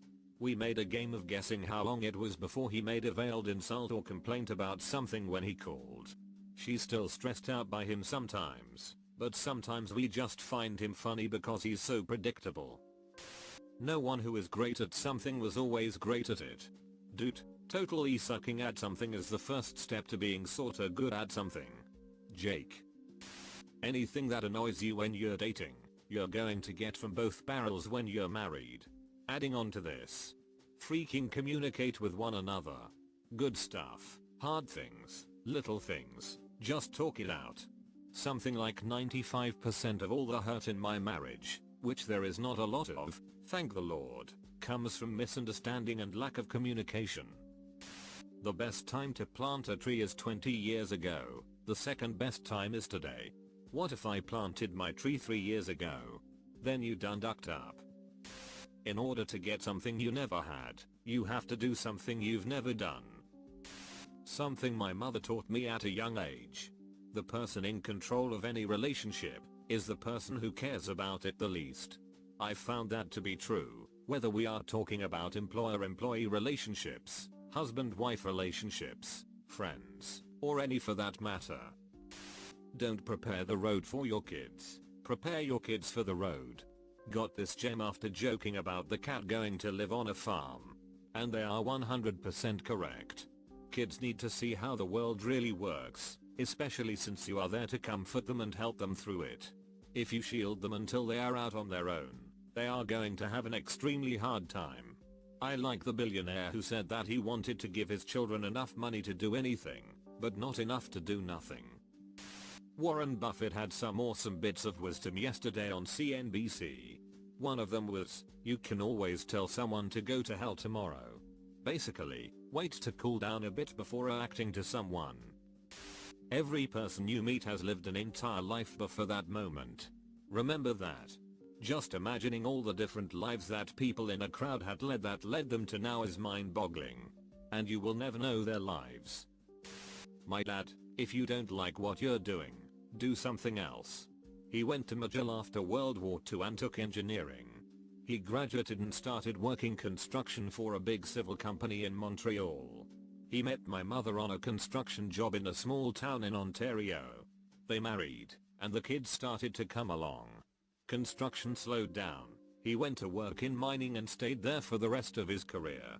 He retired early and never worked again, apart from taking up writing. The whole time he had wanted to be a journalist. I follow his advice. I've quit a job on a Wednesday and started another on a Friday. Late last year I quit a well-paying job and moved to another for about the same pay, but with the opportunity to work on technical projects I've been interested in for years. Life's too short. You spend too much time at work to not be doing something that interests you and that you find rewarding. The only time you look in your neighbor's bowl is to make sure that they have enough. You don't look in your neighbor's bowl to see if you have as much as them. Don't be afraid to half-ass it. If the choice is between half-assing it or not doing it at all, half-ass it all the way. It changed my life, learning to pace myself and deal with things that I can't just jump into. It was an hour before I had to go to work, and my girlfriend's dad told me about a cool job opportunity, but I had to apply today. Couldn't find my resume, and I had just factory reset my PC, so Office wasn't installed. I knew I didn't have enough time to make a resume, but said duck it, and found a fast and free online tool. I finish it with about 5 minutes to spare. I attach it to an email, but don't know what to write in the email. I end up just writing, "Girl's dad told me to send you my resume," and shoot it off before heading to work. The guy tried to call me, but I typoed my phone number, so he emailed me back telling me to call him. I called and scheduled an interview, and got the job. That was the worst email, resume, application I had ever sent, and it got me the best job I've ever had. You either get shit early in life, or you get shit late in life. Either way you're going to get shit. If you willingly associate with people of poor character, you deserve what happens next. It's better to be alone than in bad company. Italian proverb. I used to hang with a guy who held me back. He wasn't of low character per se, he was just slightly egoistic, flaky, always late. Another friend depended on him once, and missed an appointment as a result. I tried to console him about getting burned by my flaky friend, we'll call him Gary James. And I began to explain that he's not such a bad guy. He, being less of a pushover than I, said to me after that one time being burned, "If you keep making excuses for Gary James, one day you'll take the fall for Gary James." He was right. Gary James cost me a job prospect for being flaky, egoistic, untrustworthy. Enthusiasm is learned. Had a big heart-to-heart with a college professor right before graduating, about how I don't know what I want to do, or what my dream career is. Her response, "Nobody does. Those people who say they do, don't. Find a job, you'll learn, you become passionate about it, whatever it is you're doing." Of the 3 people who graduated that semester with physics degrees, I'm the only one who's ended up with a decent job in my field out of college. I found an imperfect job and learned to be passionate about it. They call me lucky, but I know the truth. Stop blaming other people for your problems and take responsibility for yourself. It's odd, I find the people who say this out loud tend to be the people who always deflect, obfuscate and do mental gymnastics. The people who follow this rule never say it, because it's understood subconsciously and expected of their fellow humans. One for me was just, spend less than you make and actively save. Simple but life-changing. Always sound the floor. It is a firefighting saying to use a tool to make sure the floor can hold your weight, but it has helped me throughout other parts of my life too. Spend less than you can afford on yourself, as much as you can afford on your friends and family, and more than you can afford on RAM for your computer. If I remember correctly, that one's by a computer columnist called Joe Sudwartz.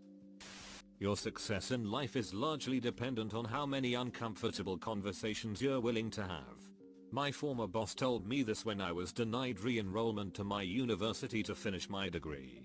He encouraged me to take a day off from work, drive down to the university, and negotiate with them in person about the ordeal.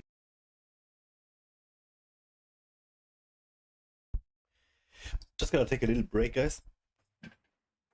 Also finished some work. I'm so good at it. It's going really fast. That's quite nice. I don't know. I think we have streamed the game for quite a long time already.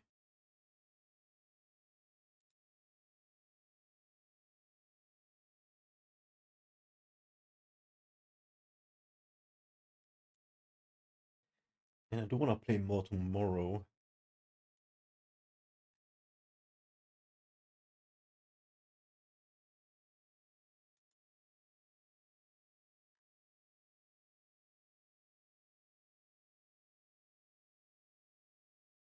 So this is 4 hours now, okay.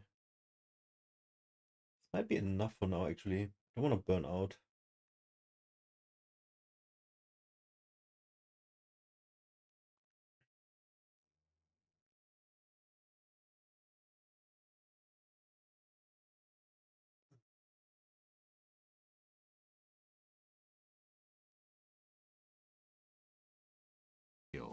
Being a very non-confrontational person, I would never have done this on my own. Sure enough, I spoke to the offices about it, and I was able to enroll. He later used this line again when he had to lay me off because of financial constraints. But thanks to the same advice, I was planning on leaving work anyways to attend school full-time. My mom has a high-pressure 6-figure job, a huge house, a husband with no common sense with money, several pets, and 3 kids. She's told me a million times to simplify. She said to buy a small, easy to maintain house, and to think well before adding any dependent, so I don't have to work a stressful job 50 to 60 hours a week every week to pay for everything. Basically she's telling me not to make the same mistakes she did, and I'm doing everything I can to make the sacrifices she made, so I can live a decent / low stress life worth it. If you do not love, honor or respect yourself, you will never get that from another person, because external relationships are a reflection of the internal state. You did not deserve to be abused, but how well you sat back and accepted or rejected the abuse depended on what you thought you were worth. If you thought you were worth better, then you would demand better. If you don't want crap, stop accepting crap and demand something more. It was painful to hear and felt like a burden of blame. It took many years to understand that it was a gift of responsibility, and a statement that I may not have intentionally gotten myself into that state, but I did not have to remain in that state. I was not helpless in the situation. In her way, she was trying to empower me. I understood that if I want a change in my life, I was the one to make it happen, and should stop blaming my abusive childhood, my abusive relationship, the state of poverty that I was in, and the fact that I was not actively doing anything to rise above the depression I was experiencing. It was time to take responsibility for my life, but then again, responsibility can be perceived as a burden until it is understood as the protection that it is.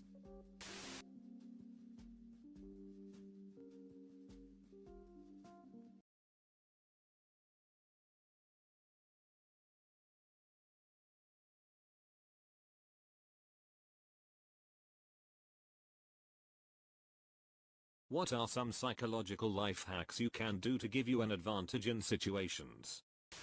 I learned this one here a few years ago. For anyone in customer service, or works for many different situations, but CS is a big one. Put a mirror behind you at the counter. This way angry customers who approach you will have to see themselves in the mirror behind you, and the chances of them behaving irrationally lower significantly. No one wants to see themselves act like a donkhead. If you're in a group meeting and you suspect that someone in there might come after you about something, sit right next to them. They were hoping that the group would provide some sort of her defense, but if you're right next to them it can't be anything other than personal. This tends to make them back off, or at least substantially temper what they say. Source: had a job with a huge target painted on my back for years. If you ask someone a question and they only partially answer, just wait. If you stay silent and keep eye contact, they will usually continue talking. My boss does this. Making excuses for being late was brutal. Me: I'm sorry I'm late. Car trouble. Silence. And terrible traffic. Silence. I overslept. Silence. I'll work late tonight. Boss: I own you. If you learn to make your statements, and confidently stand behind the silence after them, you'll make the interrogator the one who is on his heels. If you get yourself to be really happy and excited to see other people, they will react the same to you. It doesn't always happen the first time, but it will definitely happen next time. Chew gum when you're approaching a situation that would make you nervous, like public speaking or bungee jumping. I can't remember where I heard it, but apparently if we are eating something, our brains trip and it reasons. I would not be eating if I were in danger. So I'm not in danger. Has helped calm me a few times. I used to debate with a sandwich in high school. Well, not with an actual sandwich. I'd bring it for eating. Damn it, sandwich, you're wrong. Pay attention to people's feet. If you approach two people in the middle of a conversation, and they only turn their torsos and not their feet, they don't want you to join in the conversation. Similarly, if you are in a conversation with a coworker who you think is paying attention to you, and their torso is turned towards you but their feet are facing in another direction, they want the conversation to end. You should check out Carol Kinsey Goman's research on these types of things in the workplace. Foot in the door phenomenon. People are more likely to agree to do a task for you if you ask them to do something simpler first. Gradual commitment is a crazy thing. I've seen it happen, and there is nothing you can do. I think it's the other way around. You ask them to do an unreasonable task, and they'll say no, so then you ask for what you wanted, a much more reasonable task, and they are more likely to agree that way. Hey babe, will you prepare me some filet mignon over rice pilaf and some caviar? No. How about a sandwich? The physical effects of stress, increased breathing rate, heart rate, etc., mirror identically the physical effects of courage. So when you're feeling stress from any situation, immediately reframe it. Your body is getting ready to do courage, it's not feeling stress. A great example of cognitive reframing, researchers found that you do better when you appraise a stressful situation as a challenge, not a threat. In sales, though, I guess it could be applied in other ways. Once you make the sales pitch, don't say anything else. My boss at an old job was training me and just giving me pointers. I was working at a gym trying to sell memberships. He told me that once I got all the small talk out of the way and presented the prices, that the first person to talk will lose. It didn't seem like a big deal, but it actually worked. Often there were long periods of awkward silence, as the person tried to come up with some excuse, but usually they bought. It was quite impressive actually. For interviews, I recommend altering your psychological state beforehand. Tell yourself, I've known these people all my life. We're old friends catching up. I can't wait to see them. Visualize the experience, shaking hands, making eye contact, having conversation. What things can you not to wait to tell them? Hold an open pose, stand with your legs apart, hands on your hips, and shoulders back while doing this and smile. This may sound cliche, but you are in charge of your own psychological state, and the power of suggestion is strong. For interviews, I recommend altering your psychological state beforehand. Righto, pop some acid before my next interview. Got it? So have you had any prior experience in this field? We're in a field? Almost did that once. One summer I picked up a job as a delivery driver at a pizza joint cause my friend worked there. Well, the day that I turned in my application, that friend and I bought some tabs from the manager, who regularly sold all the employees weed.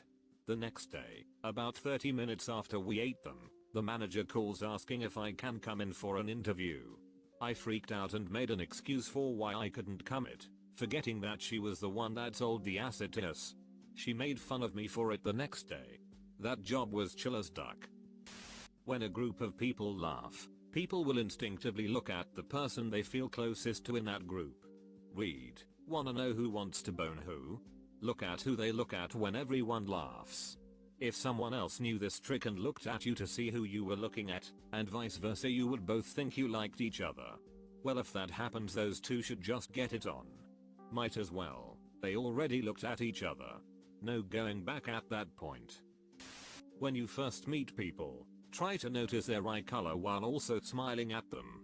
It might be because you look for a second or two longer, but all I can tell you is that people really respond to it. Every one of these, that's pretty good. I keep imagining a socially awkward Reddit user just completely ducking it up. Wow, what are you doing? Just staring at your eyes. They are blue. False attribution of arousal. When you take somebody out on a first date, take them somewhere exciting that will get their heart beating.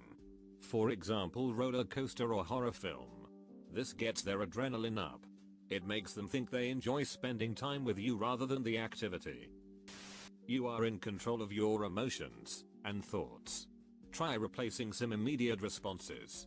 Tell yourself you're happy about something, or you're excited. Eventually your brain will end up believing it. That's the same for being down, and that's why you should never try to diagnose yourself. Saying you're depressed or have social anxiety would end up with you being more anxious and more depressed. You won't notice it at first, but over a few months it will have a pretty noticeable effect on your personality. I remember the last time this thread showed up, someone posted that if you ask someone to do you a small favor, cognitive dissonance will make them believe that because they did that favor, they therefore must like you. After all, why would they help someone they disliked? I don't have a source unfortunately, but I believe the original comment did, if anyone can find the previous thread. The best one I ever heard was, apparently, if you have a warm hand when you shake somebody's hand, you immediately become a more desirable person to get along with. Lesson: warm your hand in your pants before shaking hands with someone. When I worked in retail, I had a tendency to get real curt with rude customers. When I realized I was just taking the bait, I decided to be super nice even when they would get openly hostile.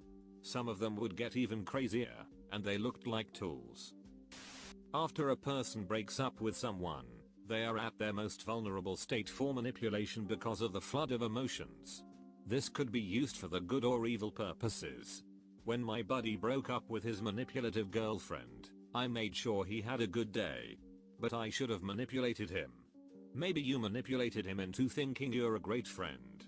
No, I was genuine back then, but nowadays I don't trust him, hence my comment. Stand up straight, no slouching, hands out of pockets, and head held up high.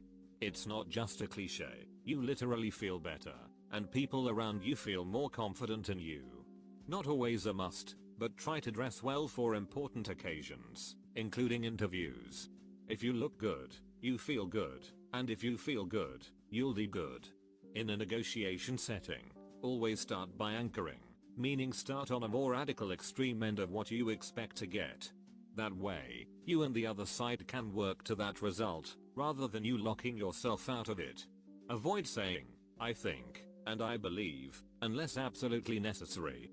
These are phrases that do not evoke confidence, and will literally do you no good.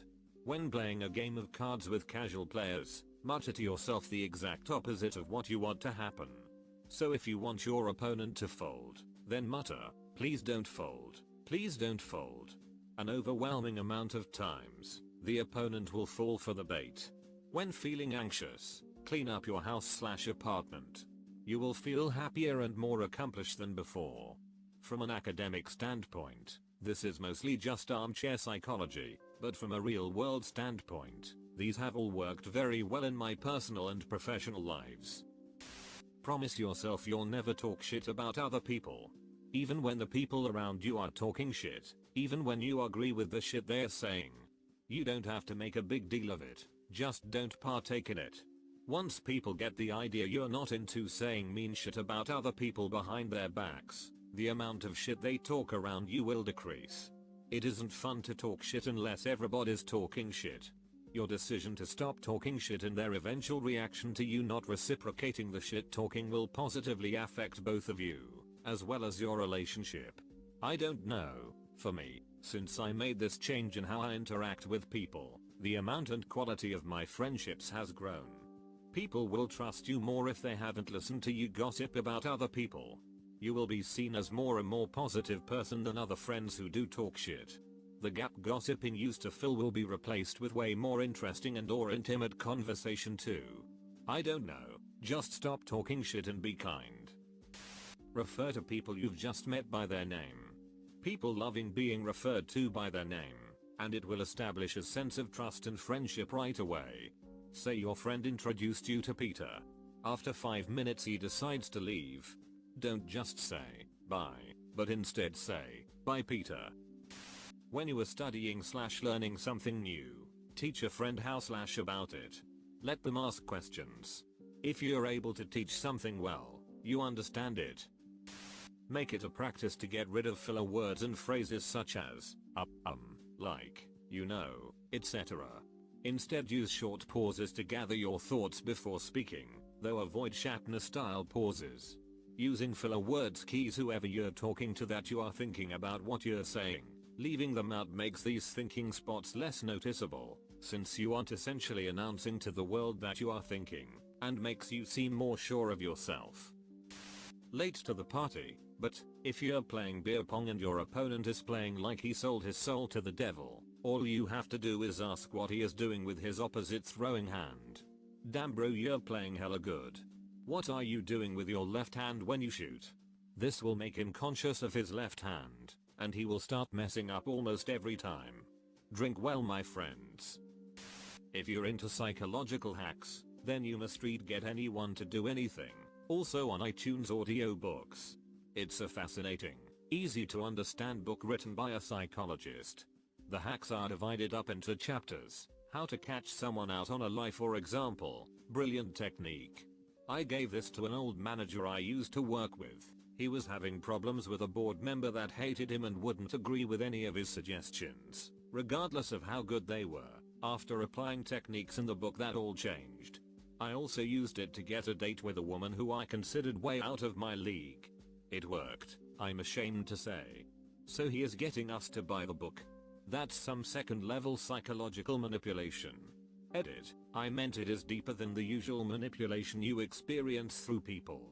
Also, I probably should have written next instead of second, but English is my second language.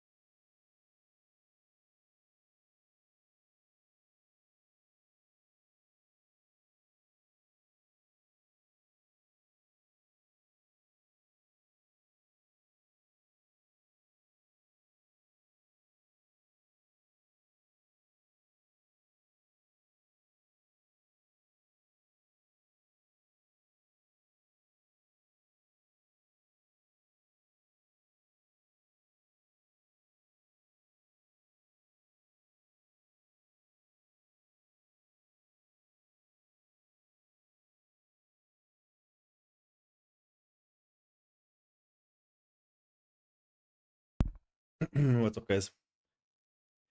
Saturday night, 9 p.m. I feel like I could keep playing, but I shouldn't.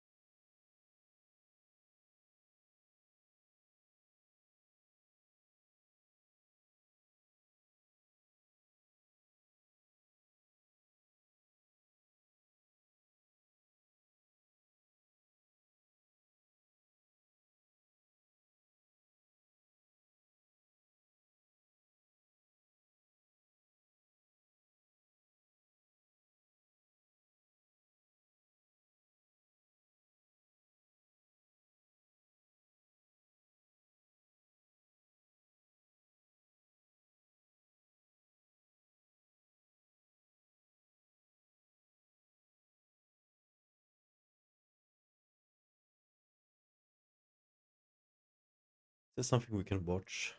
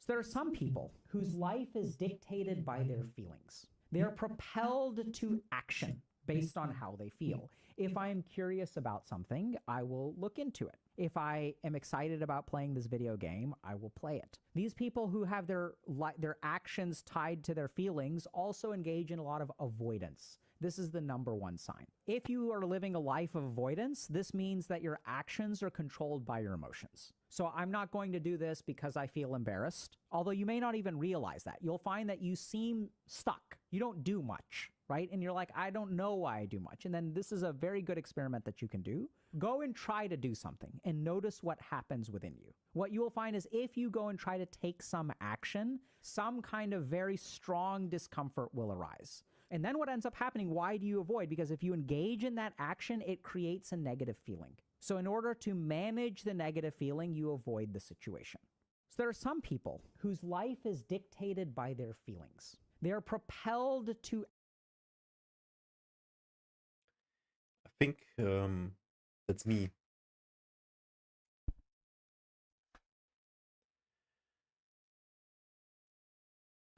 The last thing...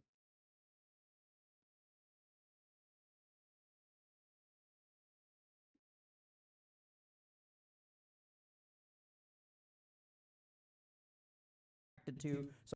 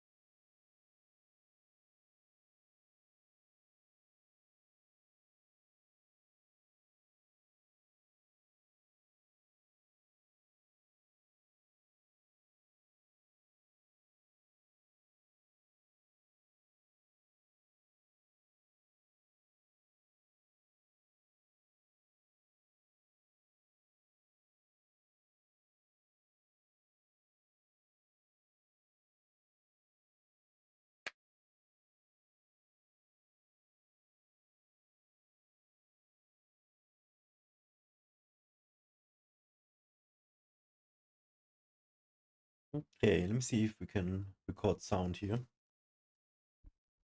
What are some psychological life hacks you can do to give you an advantage in situations? I learned this one here a few years ago. For any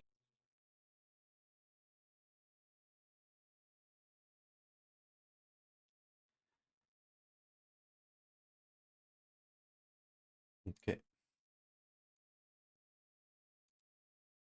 So it seems to me like more and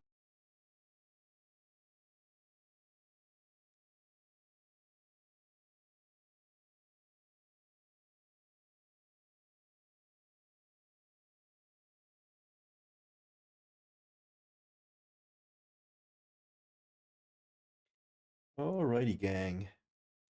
We are about to watch more of the video called This is Your Brain on Trauma by Healthy Gamer GG.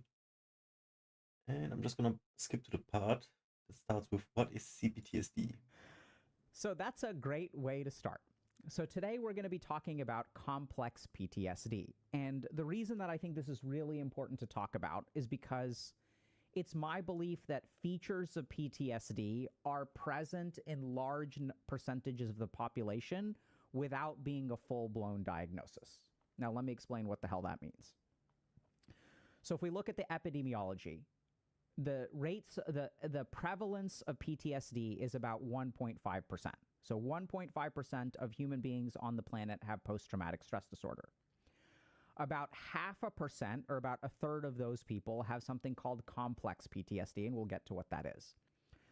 So the interesting thing is, if you look at what separates PTSD and CPTSD, if you remove the PTSD component, what is left over, I think, is actually quite common in our society today. That's why, despite the fact that only 1 out of 200 people has a diagnosis of CPTSD, it is my firm belief that understanding that component will be very helpful to a lot of the people in our community and in the world.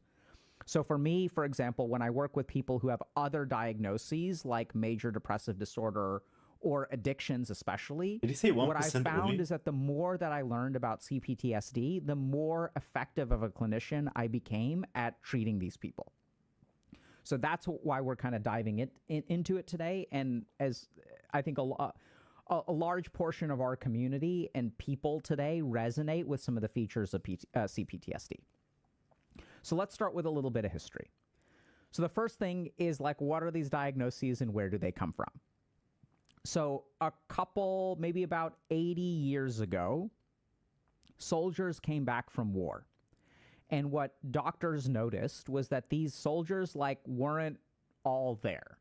So they seem to have, like, this brain fog. They have difficulty concentrating. They're, like, having, like, emotional problems. They drink more. They can't incorporate back into society. So the first round of doctors said, oh, this is something called shell shock. And so what they thought happened is that even though this person doesn't have an actual physical injury, the concussive blast of an explosion must have hit their brain in some way and caused damage. So, okay, the original form of PTSD was born, and we called it shell-shocked. It's because a bomb went off like very close to you. You didn't actually get hurt, and then, but there was some kind of vibration or concussive blast that affected your brain. That's the injury. It's not like shrapnel or anything like that.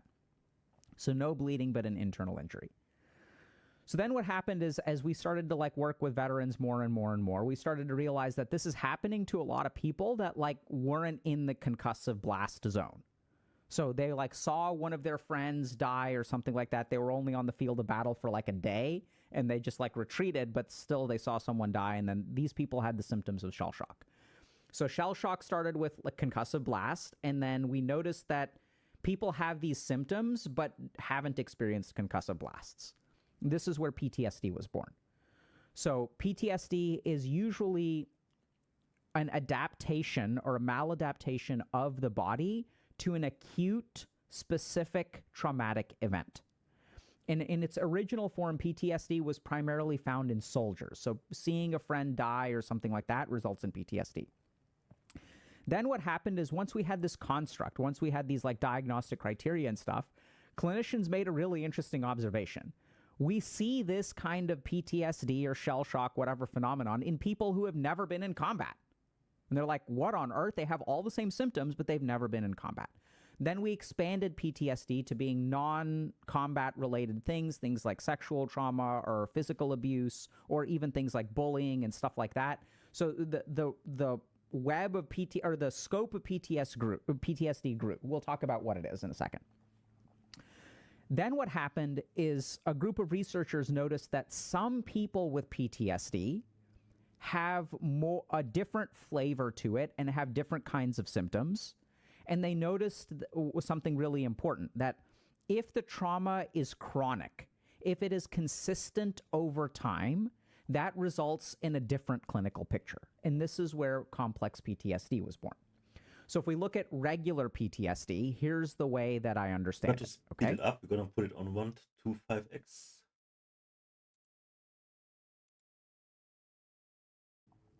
So first of all, it has 3 core features. So one is re-experiencing, the second is avoidance, and the third is, I'm blanking, I can't believe I'm blanking on this. So there's lots of diagnostic criteria, but they get lumped into 3 things: re-experiencing, avoidance, hypervigilance, maybe. Hold on, I will figure this out. Give me a second, chat. The joys of Avata memory. Okay. Oh, hypervigilance. Hyperarousal is the word that they use. Okay. So basically, PTSD has 3 core clusters of symptoms: hypervigilance or hyperarousal, re-experiencing, and avoidance. So let's understand what PTSD is. So we start off with a human being who is relatively well-formed and healthy. And then some kind of traumatic event happens to them. And then their physiology, their brain, their being adapts to try to survive that thing. The problem is the way that we adapt to survive that one instance creates maladaptations or problems going forward. So let's use a very simple example.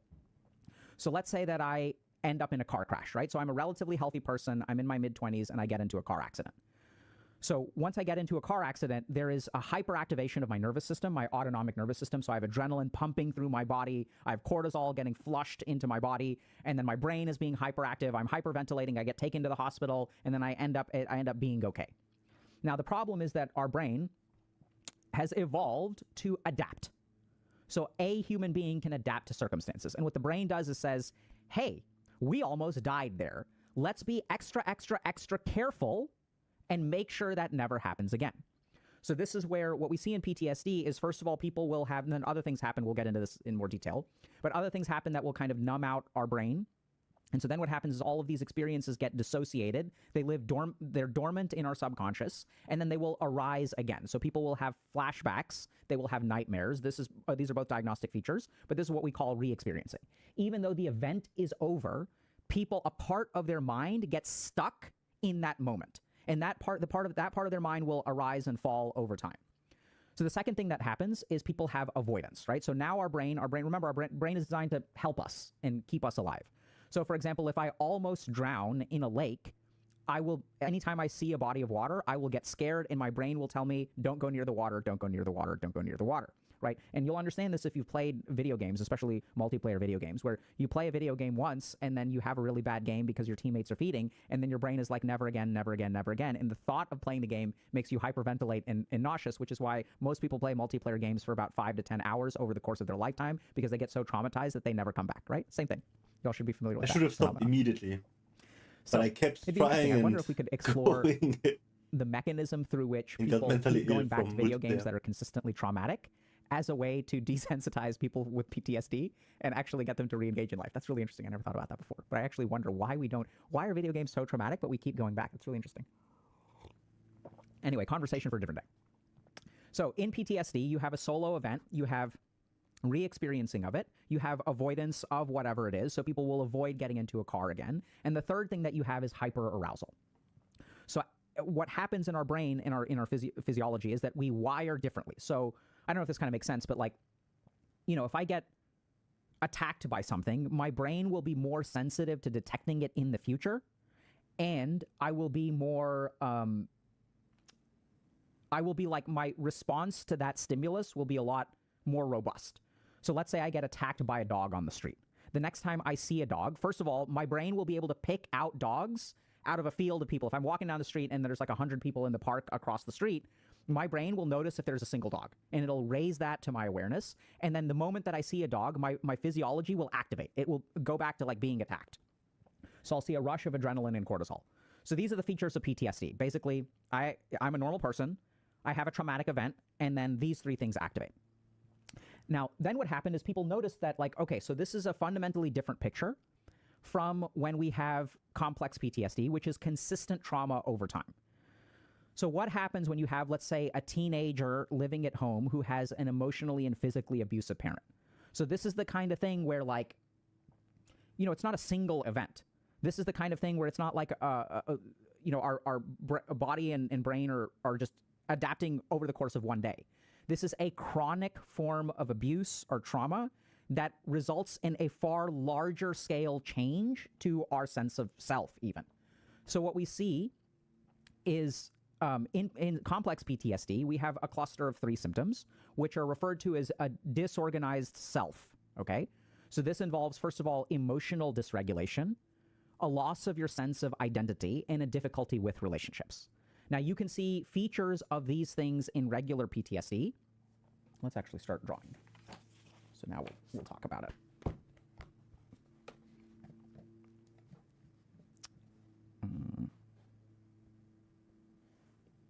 Easier if I...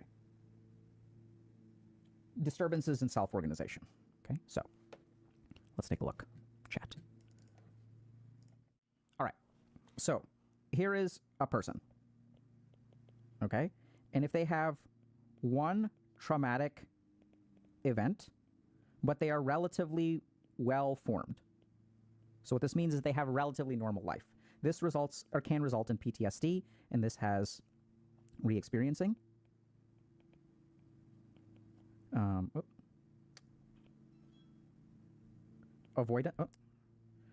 Avoidance and hyperarousal. And we'll get into all these, okay? Now, let's say that the trauma is chronic. So then what happens is that this person is not usually well-formed, so it changes their sense of self. And this is what we call disturbances in self-organization. So if you kind of look at this, those are the way I understand it. If you have PTSD, PTSD is happening to you. This is an adaptation, but you are sort of separate from the traumatic event. When the trauma is more constant, and when it happens earlier, so we'll get to this in a second in a little bit more detail, it changes who you are. It changes, so it's not something that happens to you. The trauma becomes a part of you. So this is what disturbances in self-organization mean. So what this means is that there's emotional dysregulation. There is disturbances in a sense of identity, and there are difficulties in relationships. He said only 1% of people. Okay, so let's take a quick look at something else. More. So I think this. So predictors of complex PTSD, the role of trauma characteristics, dissociation, and comorbid psychopathology. Been through when you were little. Findings largely confirm earlier research suggesting that CPTSD is associated with traumatic events that start earlier in life and are perpetrated by acquaintances. Okay? So if we look at CPTSD, how is this different? What this means is that, remember, we're well-formed in PTSD. So we have, like, you know, like a random, like if I get mugged by a random person, I can get PTSD. But I have no relationship with that person. What leads to CPTSD is, first of all, it happens earlier, so our sense of self is not well crafted. And furthermore, it oftentimes relates to having someone that is close to us in life. So our sense of self really gets messed up when our parents are abusive. And that results in this symptom cluster, okay? Now let's take a second to look at the original paper on CPTSD. And by the way, if you guys want to read about trauma, the two references I would recommend is this one. So Judith Herman was the one who coined the term. And this is an excellent paper. Excellent paper. Okay? So we're going to just quickly look at this. The current diagnostic formulation of PTSD derives primarily from observations of survivors of relatively circumscribed traumatic events, right? So she's saying basically PTSD is talking about, it relates to people who have single events or, like, you know, circumscribed. So you can draw a circle around them. This formulation fails to capture the protean sequelae of prolonged, repeated trauma. So now Dr. Herman is saying this is a different thing if the trauma happens all the time. In contrast to a single traumatic event, prolonged repeated trauma can occur only where the victim is in a state of captivity under the control of the perpetrator. The psychological impact of subordination to coercive control has many common features, whether it occurs within the public sphere of politics or within the private sphere of sexual and domestic relations. So what Dr. Herman basically noticed is that we have a group of people who are put in situations where they no longer have control over their life. And this has a different kind of effect on the psyche, right? So like if I get into a car accident, that doesn't fundamentally change like what I'm capable of doing tomorrow. So Dr. Herman was looking a lot at people like prisoners of war, where these people this isn't just a single, military conflict on a single day. This is someone who day after day is abused, and it changes the way that they function. So today we're going to be talking about that. Since then, things have evolved a lot. By the way, the other reference on trauma that I would highly recommend, we're just going to flash to it real quick, is this. So The Body Keeps the Score is a great book on trauma, but I think y'all can get a lot of this summarized in Bessel van der Kolk's awesome paper from Dialogues in Clinical Neuroscience. So this talks a lot about stuff. Dr. K, 2024. Okay? So now what we're going to do is dig into what happens in trauma. So when we built this trauma guide, what we basically have, so we did a trauma workshop a couple months ago, maybe about a year ago now. And the trauma workshop was like incredibly successful. So like basically there were 200 spots. It sold out in 24 hours. And then we increased it to 250 spots. And so a lot of people were super confused, like, hey, like, are you going to do this again? Why aren't you doing it again? We realized that the demand was so high and there's no way that we can get to everyone that we actually decided to just build a guide instead. So we took the trauma workshop, which was about 8 or 9 hours, and we expanded it to like 15, 16 hours of stuff. I think maybe that's the last, I don't know what the actual video size is, but we built this guide. And the guide also has meditations and exercises and stuff like that. So today what we're going to go through is some of the core features that we explained in the guide. Obviously, they're in more detail there. And we're going to focus on the features of complex PTSD. So let's try to understand what happens in trauma. Okay? Now, so we're going to start with the body. So the first thing that happens when we get traumatized is we get hyperarousal. Okay? So our nervous system changes. Our nervous system changes to be jittery. So what does this mean? This means I'm walking along and I see oh God, I can't draw a dog. Okay, I see a dog. And normally, like when I see a dog, I don't have a robust physiologic response. But once I have PTSD, what starts to happen is even benign stimuli will trigger a very strong sympathetic nervous system response. So we have this part of our nervous system called the autonomic nervous system, or ANS. And the autonomic nervous system is divided into the sympathetic nervous system and the parasympathetic nervous system. Okay? So the sympathetic nervous system governs fight or flight. The parasympathetic nervous system governs rest and digest. And the simplest way to understand that is when I was in college, I used to talk to my friends. We used to have this phrase called being owned. And it's like, I just ate this gigantic sandwich. I am now owned. I can't do anything. I'm GG'd. GG. And there are other times before you eat a gigantic sandwich where you feel active, you feel energetic, you feel, you feel like optimistic about the future or whatever. So our body has periods of activity, and then it has periods of rest and digest. So I don't know if you guys after you have a meal, what happens is our parasympathetic nervous system activates. So when the parasympathetic nervous system activates, and it's triggered by things like food in your stomach, and then our stomach sends signals to our brain that's like, hey, we've got a bunch of food coming in. We need to divert blood flow from our skeletal muscles, like our arms and our legs and our brain, to our digestive system. Our liver needs blood, our GI system needs blood, our stomach needs blood, intestines need blood, our gallbladder needs blood. This is where we need all of our blood flow. So we'll feel sleepy. We'll feel like sitting around, we'll digest things. And then there are other times like when I'm walking down the street and I get attacked by a thief, so if someone's trying to mug me, then my sympathetic nervous system will activate. I'll get a surge of adrenaline and cortisol, and then I will fight or I will run away. Now, if we look at diseases like anxiety disorders or panic attacks, what we see is that in these disorders, we have a hyperactivation of the sympathetic nervous system. In our society today, we have a very high stress state. And the reason for that is that generally speaking, the sympathetic nervous system was something that was supposed to turn on and off, right? So this evolved in like deer. So if you think about a deer, like a deer doesn't worry about paying mortgage at the end of the month. They don't worry about GPA. They don't worry about being alone for the rest of their life. The deer is basically chilling. and then responds to its environment. If it sees like a wolf, it runs away, and then it kind of calms down. So in most animals, if we look at a 30-day period, they may have an activation of sympathetic nervous system here or here. Oh, I see a deer that I'm sexually attracted to, so I get a spike of it. What happens in human beings is we get prolonged activation. Because if I have a test in 2 weeks, I don't stress about that in 2 weeks. I start stressing today, and I stay stressed.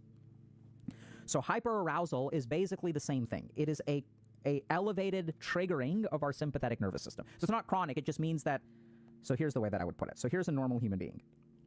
And let's say that I need a danger signal that is this high. So if my danger signal hits this point,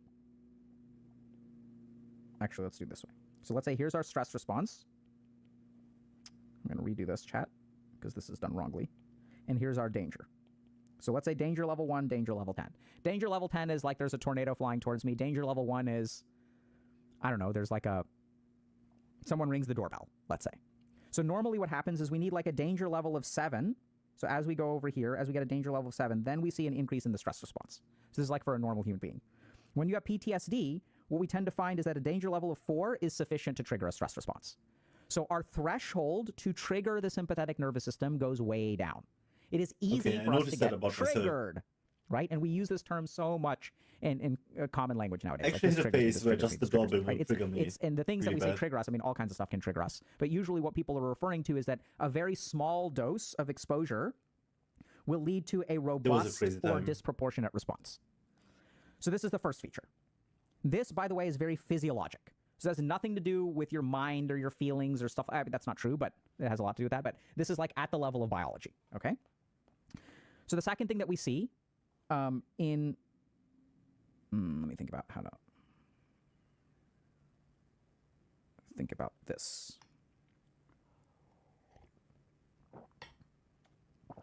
So this is hyperarousal. Okay? Now, hyperarousal will result in things like avoidance. We'll kind of get to those in a little bit. But now what we're going to talk about is the second level that we're going to focus on is emotions. So the other thing that we see in PTSD is that, in complex PTSD, is that people have a tendency to dissociate. So we've explained this concept before, but it's really important to understand. So our brain has two hemispheres, the right hemisphere and the left hemisphere. The right hemisphere governs a lot of our emotions, and the left hemisphere governs a lot of our analytical capability. Now, this is an oversimplification because we also know that the dorsoparietal area and the amygdala and the limbic system, we have emotional structures on both sides of our brain. So like there's like other ways that this is not really that accurate, but it sort of is. So what van der Kolk, he's a great trauma researcher. I think this was van der Kolk's research. What he noticed is that he basically dug into how people dissociate.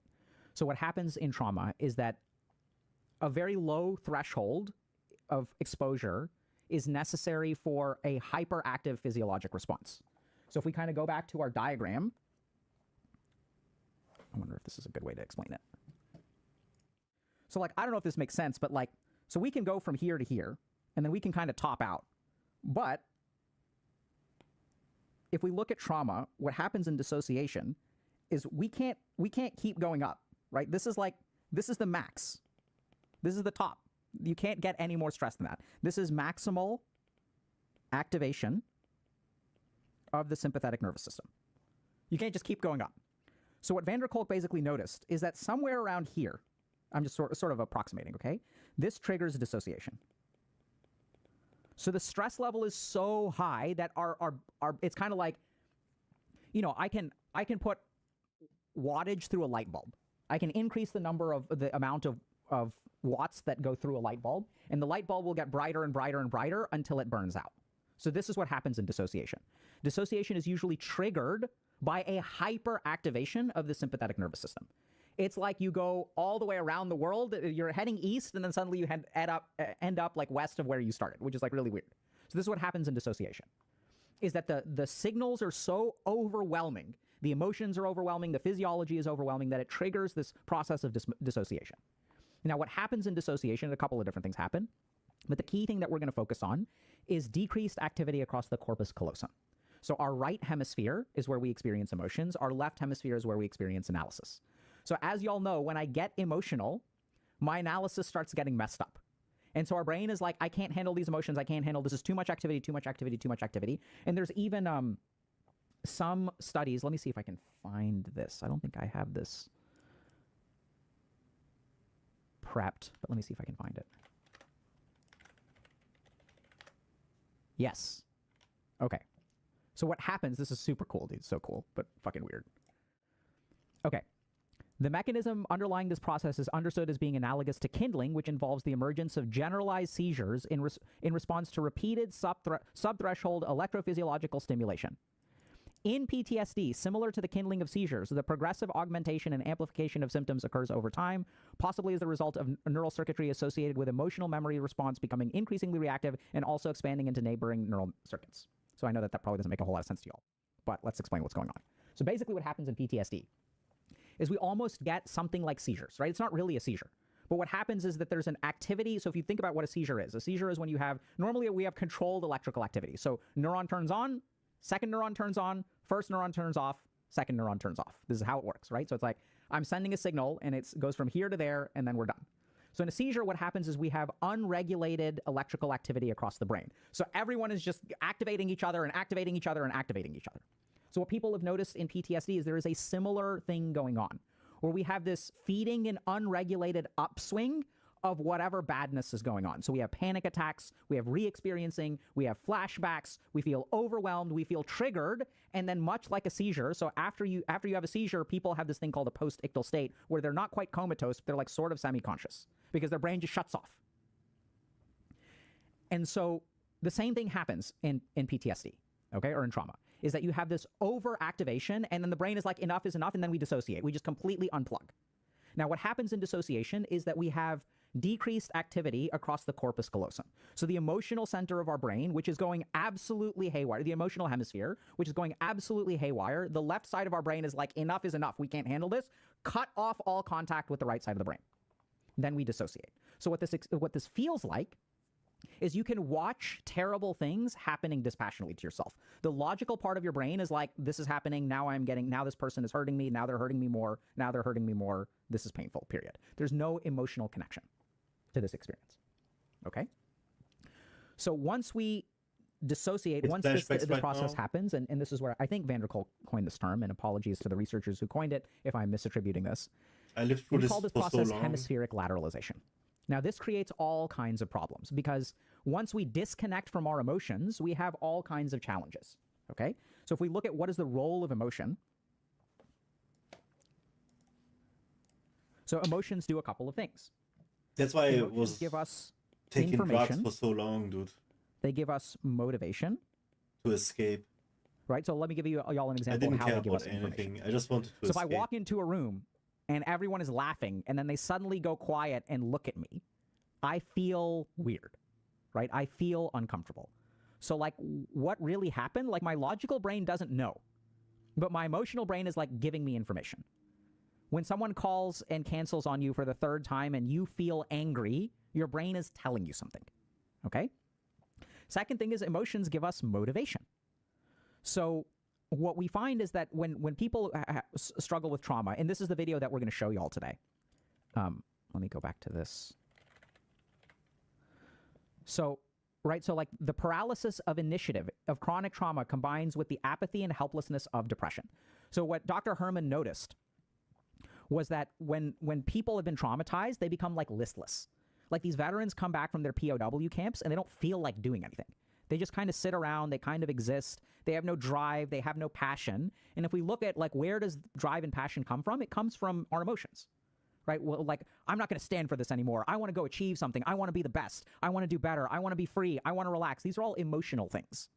The whole problem that a lot of people see in our generation, we're talking like millennials, Gen Z, Gen Alpha, is that we're told that we should do a certain thing. So our logical brain is like, I should study for this test instead of playing a video game. But my emotional brain is not motivated to do it. I'm motivated to do something else.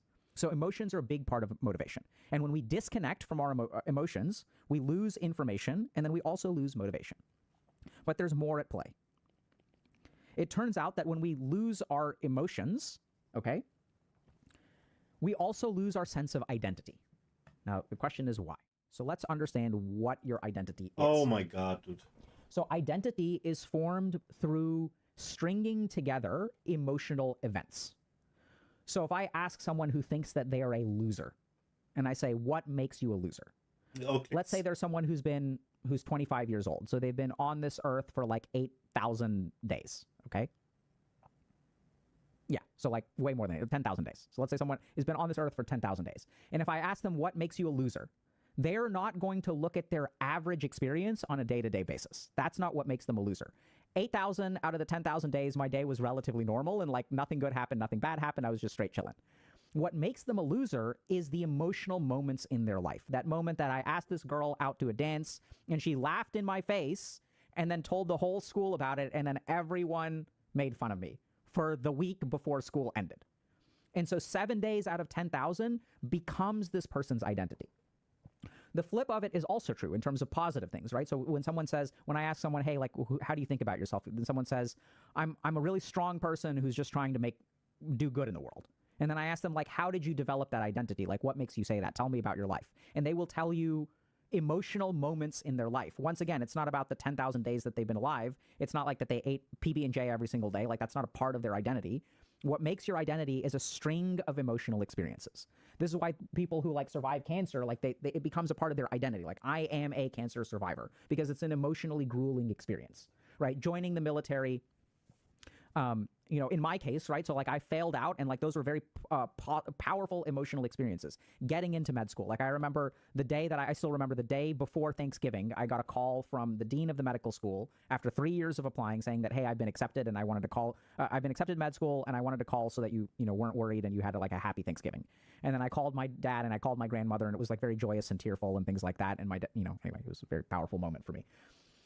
We can go into more detail if you all want. But my point is that if we look at what makes our sense of identity, it is like strings of emotional experiences. This breakup, this marriage, the birth of this child, landing this job, surviving a shark attack, like these are the moments, getting this award. It's emotional experiences that create our sense of identity. So the moment that you start dissociating, you lose your sense of identity. Then you're simply existing. You're not living. So what we see in complex PTSD is disturbances of self-organization, and it starts with emotional dysregulation. So when your emotions are dysregulated, when you can't control them, you can't really make sense of the world, right? So like there are times where your emotions get out of control and then you end up triggering dissociation. So now it's like hyperactive emotion followed by dissociation. There's no way to make sense of that. It's just like it's like someone is like, there's a difference between like painting a painting and taking a bucket of paint, throwing it on a canvas, and then burning the canvas. This is the best analogy that I can come up with in this moment of the difference between emotional dysregulation and disorganization. There's no order to it. It's just emotions out of whack followed by unplugging the whole experience. So when we have this process, then we lose our sense of identity. And this is what we see in CPTSD. So if we look at diseases like, or diagnoses like borderline personality disorder or narcissistic personality disorder, what we find in these diagnoses is a disturbed sense of self. So in someone with BPD, they do not have a stable sense of self. So what does this mean? So what this means is that if I'm walking down the street and someone insults me and says, hey, Dr. K, you're bad at games, their opinion of me, whatever it is, or I'm great at games. They're saying I'm the best human being on the planet and I'm so good at video games. Whatever their opinion of me is, their opinion exists out here. And my opinion of me exists in here. And as they say one thing and I say another thing, these two things conflict. So if enough people say this to me, then my sense of self will change. So if you have like this entitled little prick of a kid, how do they become entitled? Because too many times their parents or the people around them are telling them over and over, they're getting signals from the outside world, you can do whatever you want. You can do whatever you want. You can do whatever you want. So you internalize this. And on the flip side, if you get told the opposite, if you have someone who has low self-esteem because they're told you're a piece of shit, you're a piece of shit, you're a piece of shit, then that becomes internalized. So you have a stable sense of self, and then you have the outside world's opinion of you. So what happens in borderline personality disorder is that their stable sense of self disappears. It's not stably high or stably low. So remember that people like who have, let's say, a mood disorder like major depressive disorder, they may have a stably low sense of self. But in BPD, the sense of self is absent. So what that sort of means, not absent, but it's not well formed. So what that sort of means is if people are treating me well, I feel great. I am a good person if people are treating me well. And if they're treating me poorly, then I'm a shitty person. This is an unstable sense of self. And now if you sort of think a little bit about complex PTSD, and BPD, so this is kind of where... So many things just click. So we know that if you have BPD, you have a unstable sense of self. Which, by the way, if y'all haven't seen our video on BPD, apparently it's really good. So like I was just like, someone told me recently that has a ton of views and we've gotten really positive feedback about it. So watch it. We've got PTSD over here with our arousal, vigilance, and avoidance. And then we have CPTSD, which is these plus this DSO, which is disturbed self-organization. So emotional dysregulation.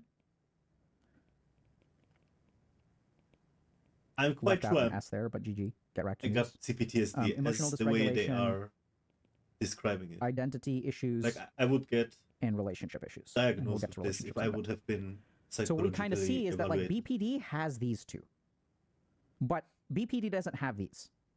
So BPD, so now like this is really important to understand. CPTSD is this plus this. BPD is just this without this and then maybe some additional stuff. Does that make sense? So we know that trauma can cause this if it's one time. If it's chronic, causes this. And if it's chronic, causes this.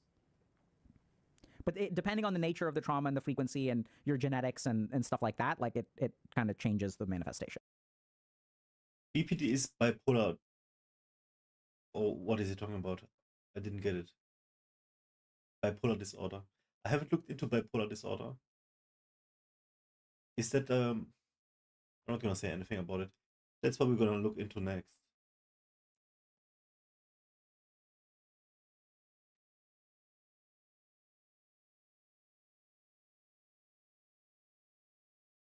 I wasted so many years. But as I'm listening to this, I'm thinking I wasted time, and then at the same time I think it was not a waste, it was just my escape, and I couldn't have coped any other way. I was gonna unalive for all of my life since I was 10. This is why.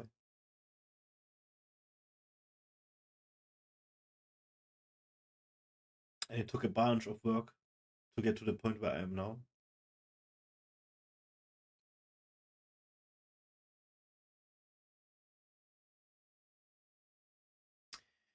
You know how many other factors are going in there as well? With my heritage and racism, experiencing racism since I can think. And still am. It's always the same.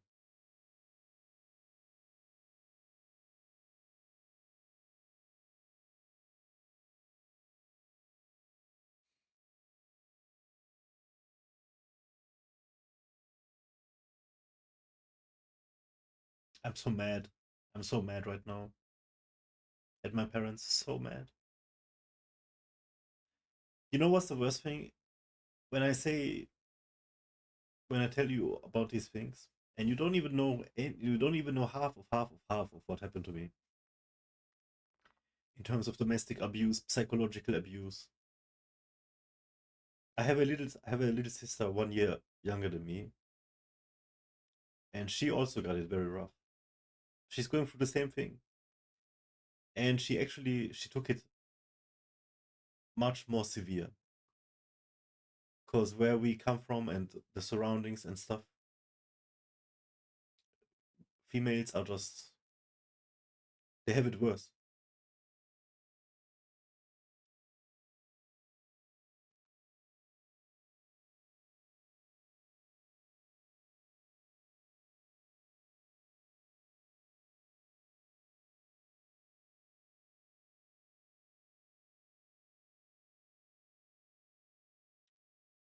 Right now I want to scream and cry.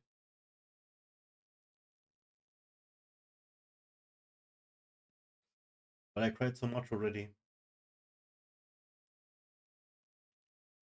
There's nothing I can change about it. All that I can do is like understand it more, and I'm getting closer every day. Getting madder every day. Mad at my parents, mad at how unfair.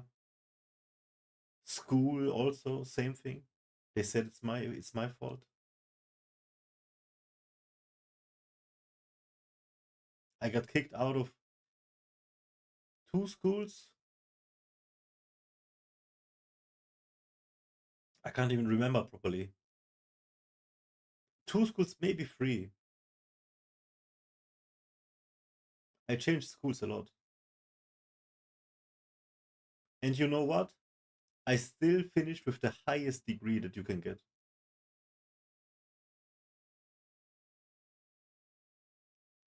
But it took time. I had to get kicked out and then do nothing for a year or two.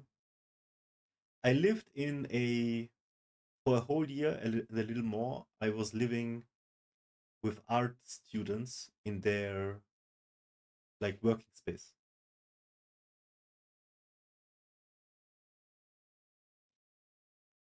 And then more shit happened after that, and then eventually I would pick up school again. From my own strength, dude. And I finished with the highest degree.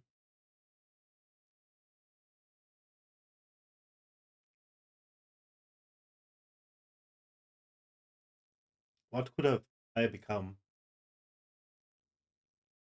if I had a better childhood? Just a little better.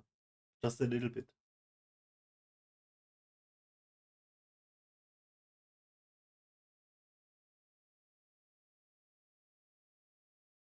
This makes me so angry.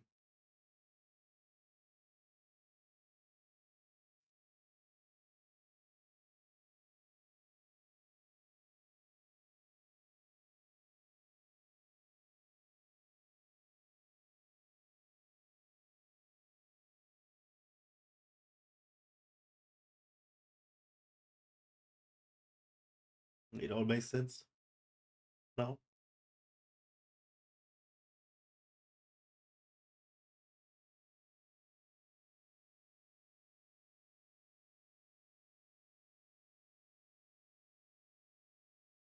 From A to Z, everything is just clicks. That's why this, that's why that.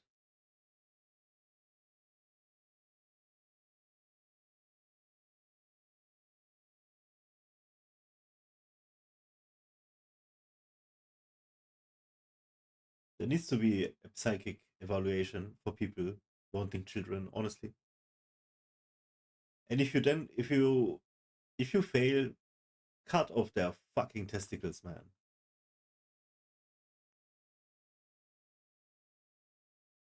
Cut them off. Same goes for women. Tie the tubes. I'm so angry right now. I'm so mad. I got tears in my eyes.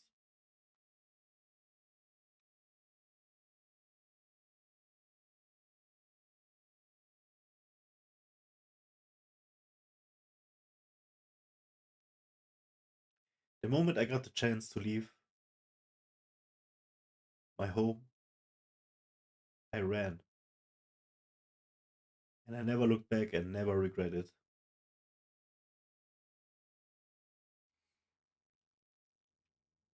I think I was like 19 or 20. So 15 years ago.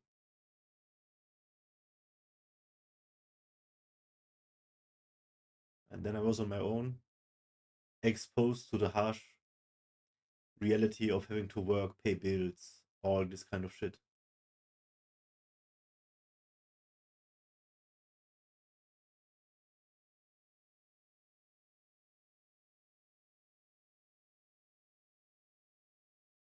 All the while I was just disassociated.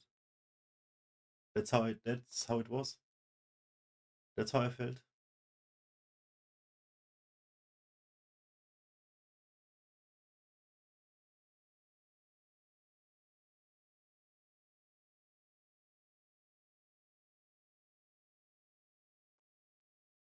There's just anger. Just anger. Everything is whatever I think about now, every interaction where I would get the bad end of the stick, I'm just so angry. It's so unfair. Any interaction, relationship, evaluation, school, jobs, love, everything is so unfair. I didn't know better.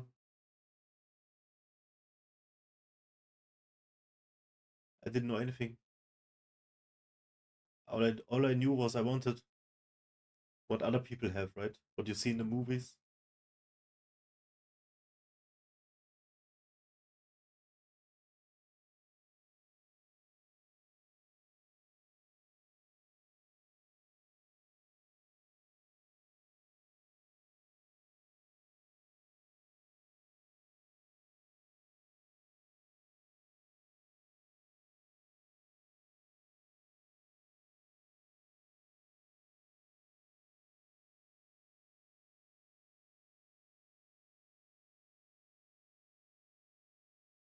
The way I survived was just video games and drugs.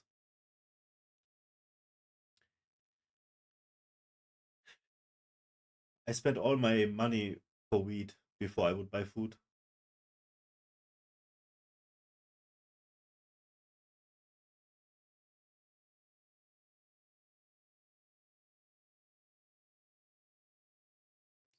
Weed and alcohol. And whenever I was going outside with, of course, you get the wrong friends doing that. Whenever we would go outside, I was the first one to take more than whatever there was available. The most ludicrous shit.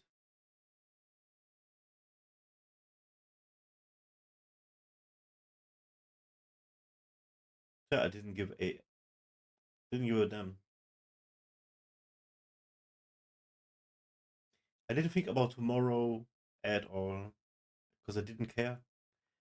Because I was on the way to unalive anyways, right?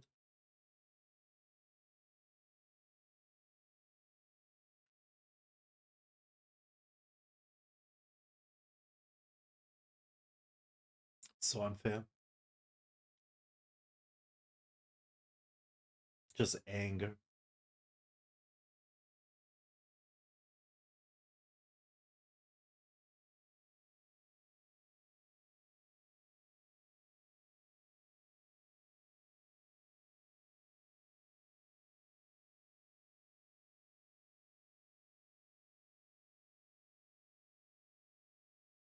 I don't know. I'm so angry.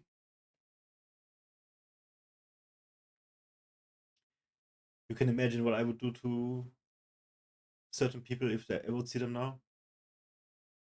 But lucky for them, they are hiding in another country. You know who I'm talking about? I'm not saying more because I don't want anything to be on record.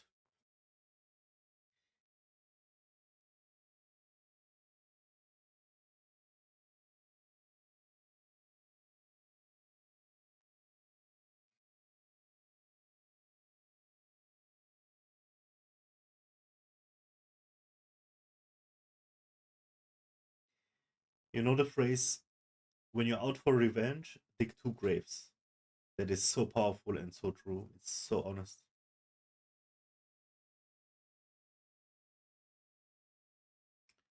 I'm very proud of myself because the way I went through life was always with honor.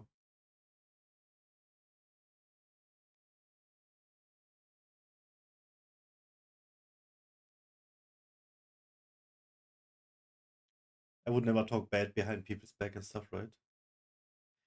Langer Schlange, was geht? I would always be honest in relationships, never cheat. There were a few occasions where I would know they have a boyfriend and I didn't care, but because I was gonna be their boyfriend, so just mentioning for full transparency in regard of how my honor system was working.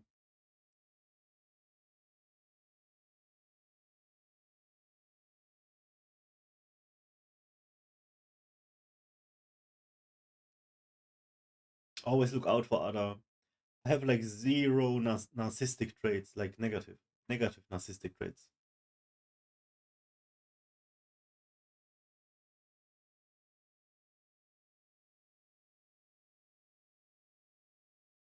if people owe me money, it could take a while, but I'll give back.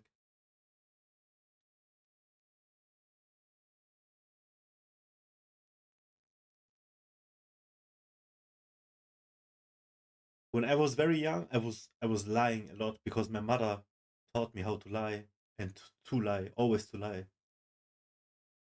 Ridiculous, imagine. And at some point, I stopped lying forever. Never have, and not even like white lies. My white lies are like white lies. Never. So that's why I'm so proud of myself.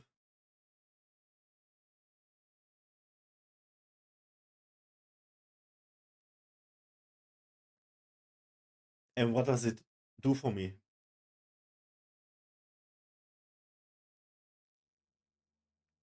The little people I have left in my life, I do value them a lot. And I do believe they value me too. So that's my price.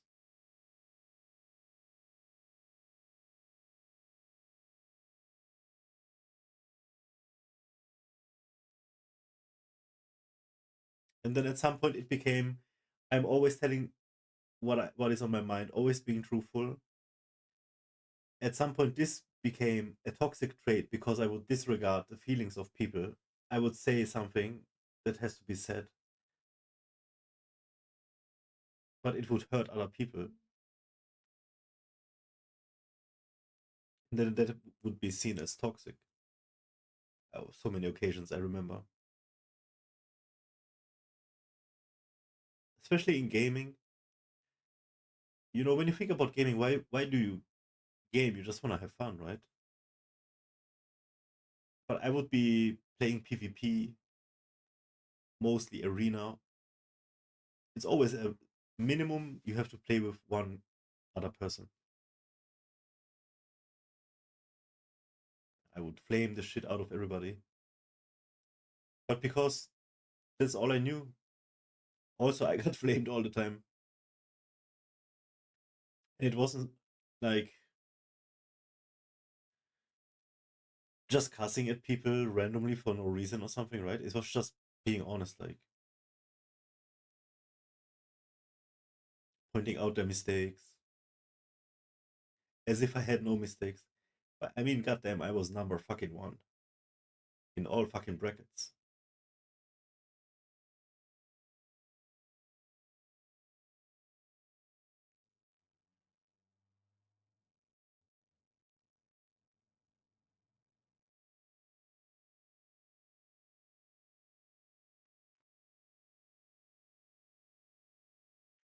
Langer Schlangen. Was geht ab? Was machst du? Warum kämpfen wir nicht?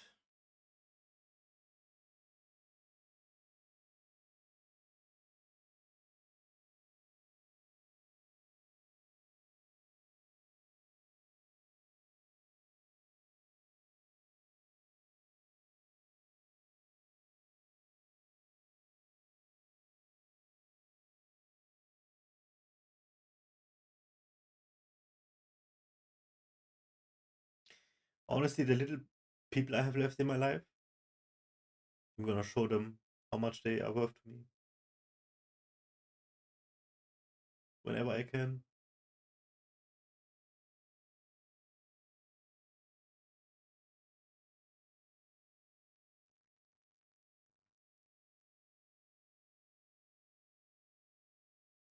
Life is too short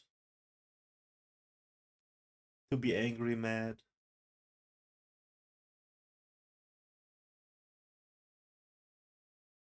To have fake honor. Not to forgive if somebody is asking to be forgiven.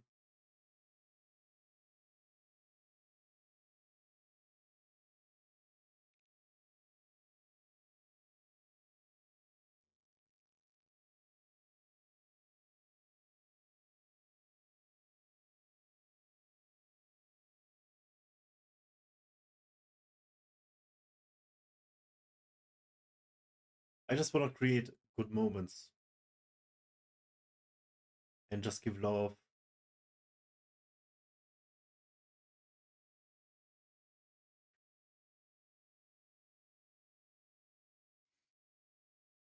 I want to make other people feel special, feel good about themselves. I would never want to hurt anybody ever again.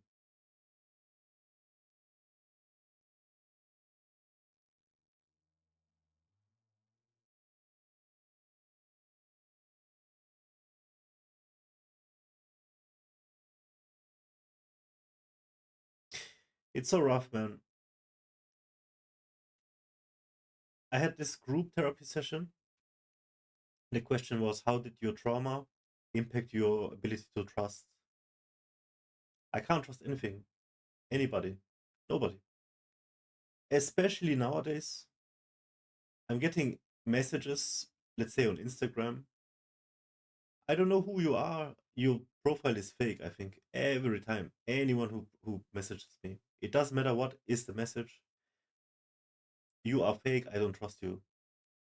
And you cannot prove me wrong unless you have like some big online presence and are live so that I can see you, you know, whatever, like shoe on head kind of thing.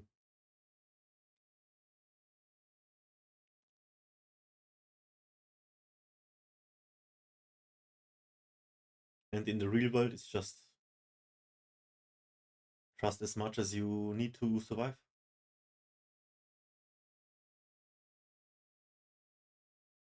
And then there is so many other factors. In my workspace, it is a dog eat dog world. Very rough. In finance, oh my god.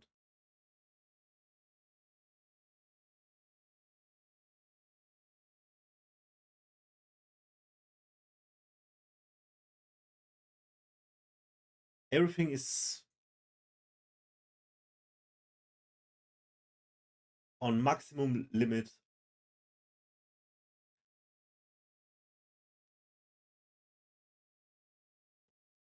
Of its, how do I say? Everything is just cranked to the max, dude.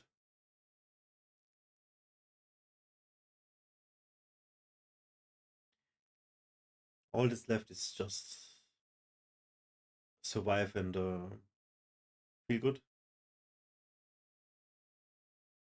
And be able to sleep with your knowing what you've done and therefore being a good person, right?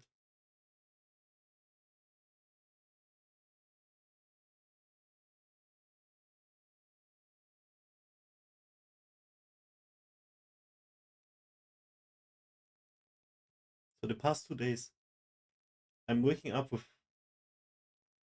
a still depressed mood, but I'm going to bed with a smile on my face.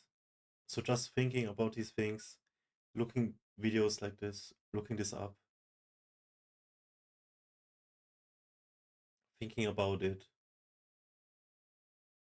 it's helping for sure. Just understanding is helping a lot.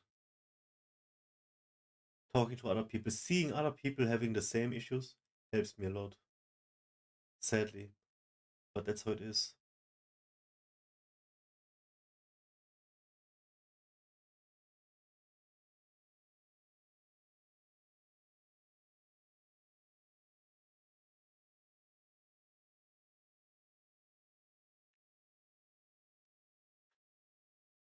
This is all exhausting as fuck.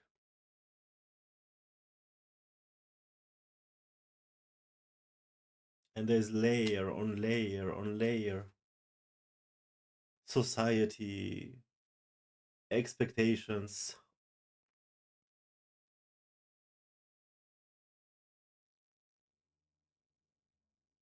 And depending on what gender you are and what culture you're from, you have it even worse.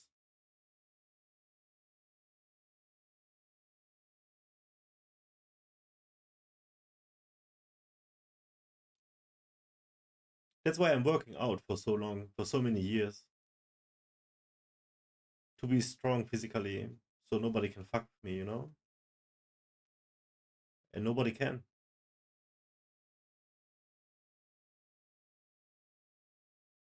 But it's never enough.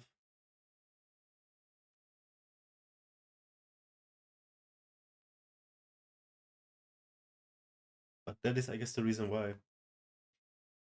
Next to the sense of wanting to be just healthy and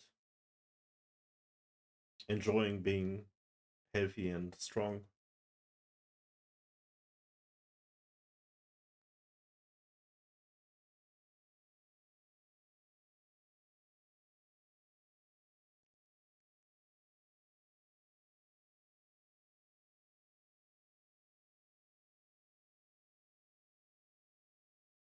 I think I'll get myself a dog. Like an emotional support animal. Dog is your best friend. Maybe I can give love.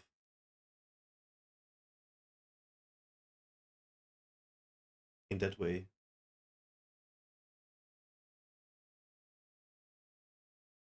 Could be an idea.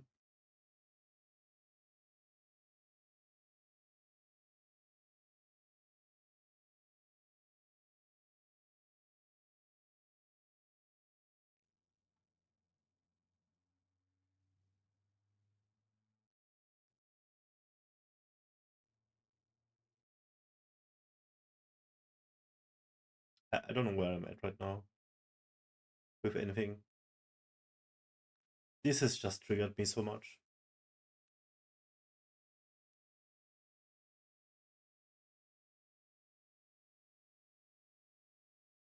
It's the truth.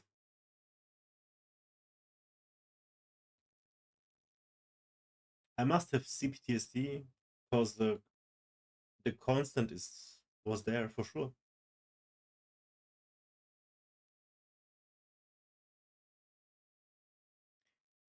At the time, since I can think, I became my trauma, like he says.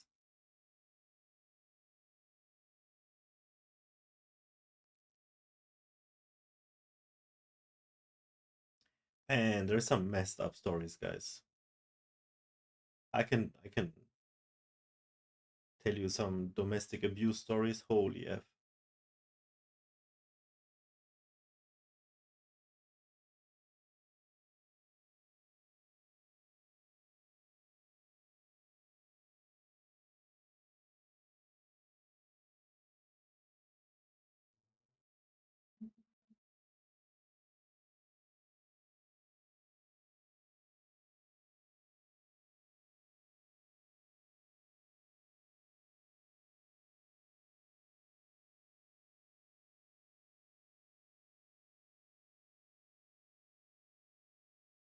When you try to make people understand,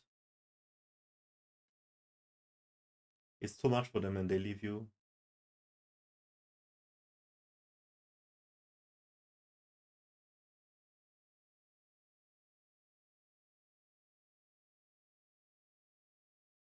Who can blame them?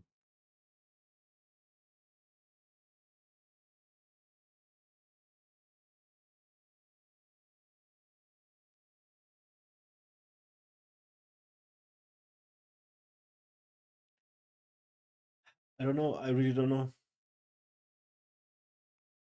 Right now, I just feel a void and anger. You know, when I was younger and didn't have this neck condition as severe as it is right now, I was able to do martial arts, and I was doing martial arts like judo, taekwondo, MMA since I don't know, like since I'm 7 or 8 years old.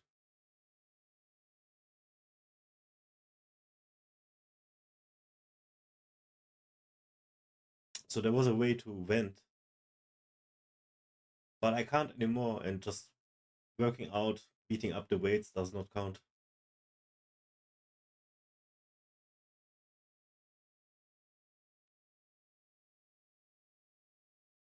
So I'm thinking, what can I do?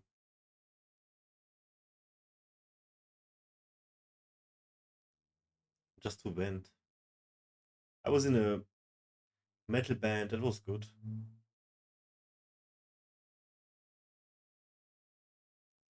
Same thing, you vent your anger.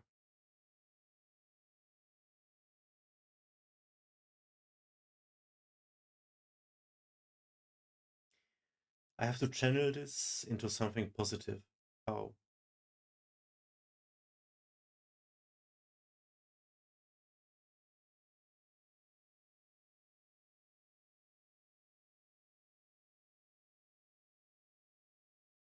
What could I have become, man?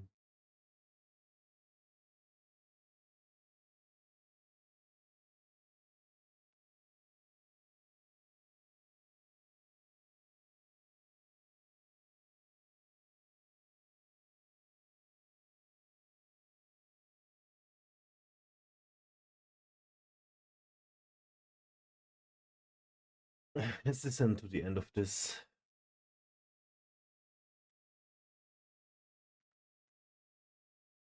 So he's gonna go about treatment and recovery.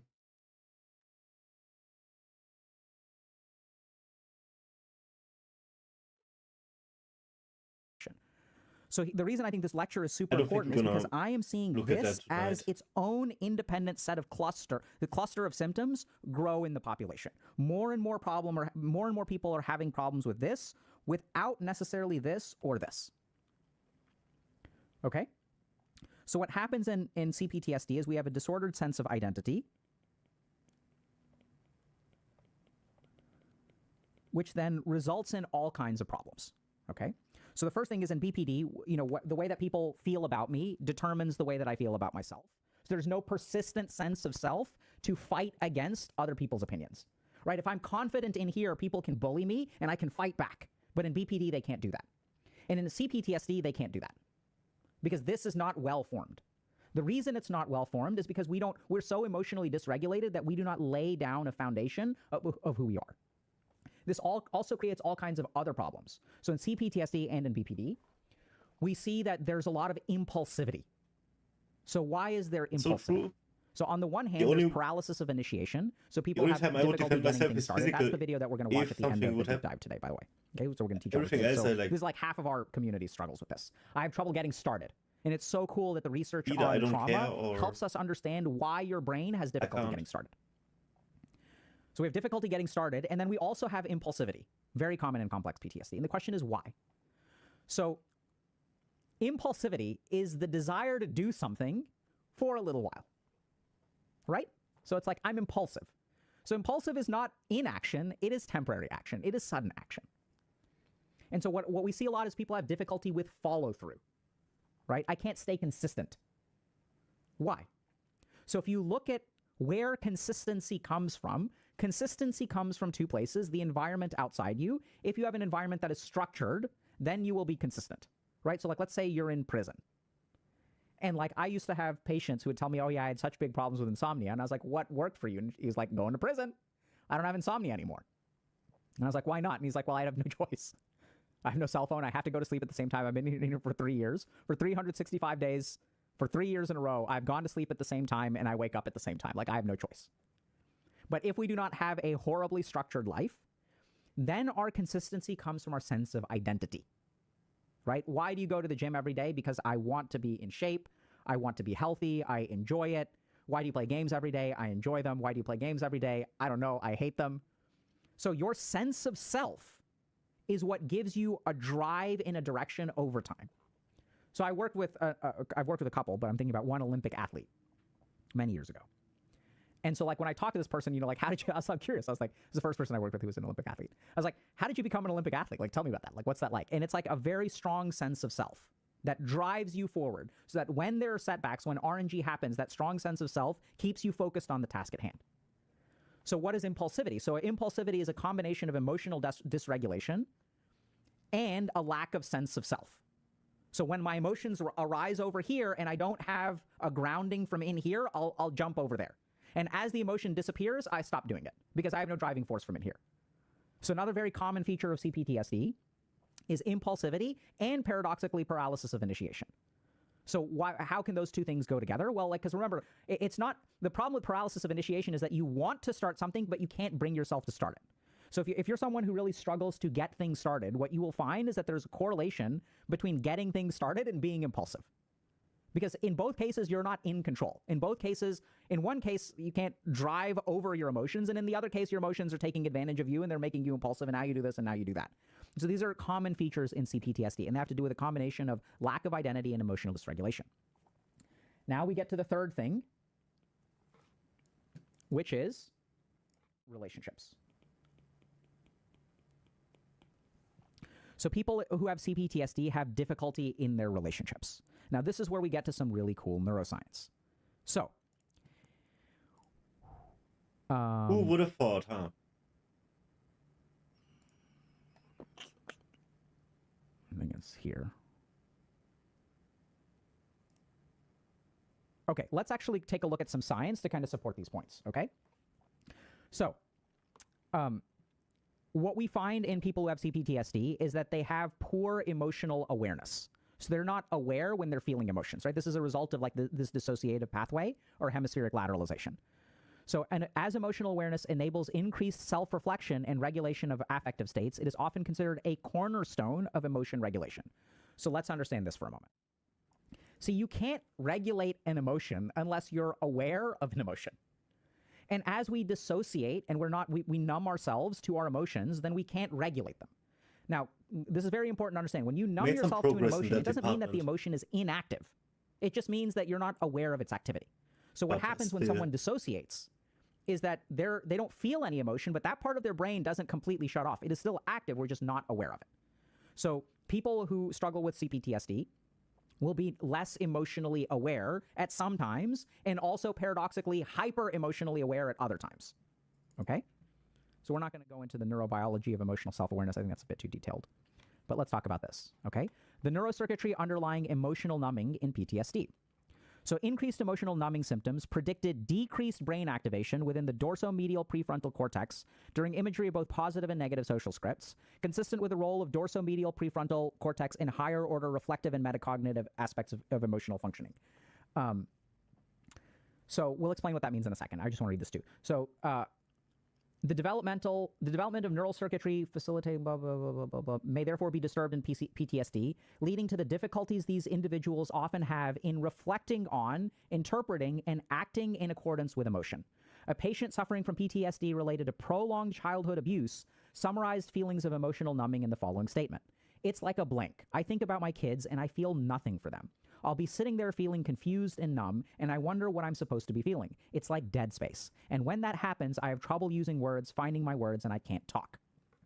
So let's understand how you can have numbness and feel emotionally dysregulated. This is what we mean by dysregulated. Dysregulation doesn't just mean hyperaction. It also hyperactivity. It also means low levels of activity and high levels of activity at the same time. And this is where the neuroscience becomes important. So as we look at the neuroscience of CPTSD versus PTSD, we find that there's actually different places that emotions come from in the brain. And it turns out that the CPTSD affects different regions. Okay, so now we're going to get into the neuroscience. So we have our amygdala, and then we have this dorsomedial prefrontal cortex. Now remember, as we looked at this paper, we saw that decreased activation within the dorsomedial prefrontal cortex, okay? So this is like a different region. So most of the time when we talk about emotions, what most people, especially pop neuroscientists like myself, will talk about is the amygdala. This is the fear center, the survival center, the anxiety center of the brain. Fear, anxiety, survival. And what we find in people with PTSD is that this is hyperactive. So like think about how fucked this is, okay? I want you to think about this. This is so fucked. Pardon my language. So here we have, presumably a man or woman, I'm not sure, who is emotionally dysregulated, so has like panic attacks and stuff like that, has hyperarousal, and then when they look at their kids, they feel confused and numb. So this is not fair. So we feel confused and numb to our positive emotions, but we have a hyperactivity of our negative emotions. Like, how is that fair? Panic and anxiety and fear we can feel normally or even at hyperactive levels, because remember in PTSD we're aroused.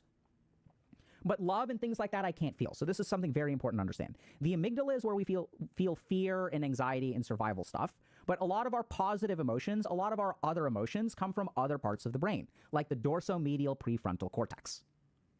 And so what we see in complex PTSD is specifically a deactivation of those parts of the brain. We see a deactivation of the positive emotional circuits of the brain, which is actually the dorsomedial prefrontal cortex. While we see a hyperactivation of the amygdala, which is our fear center.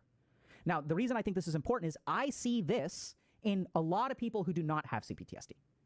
I see a hyperactivation of our fear for the future. The world is going to hell. I'm screwed. I'm going to be alone. Today is Friday, so we have a bunch of posts on our subreddit about how everyone is hopeless.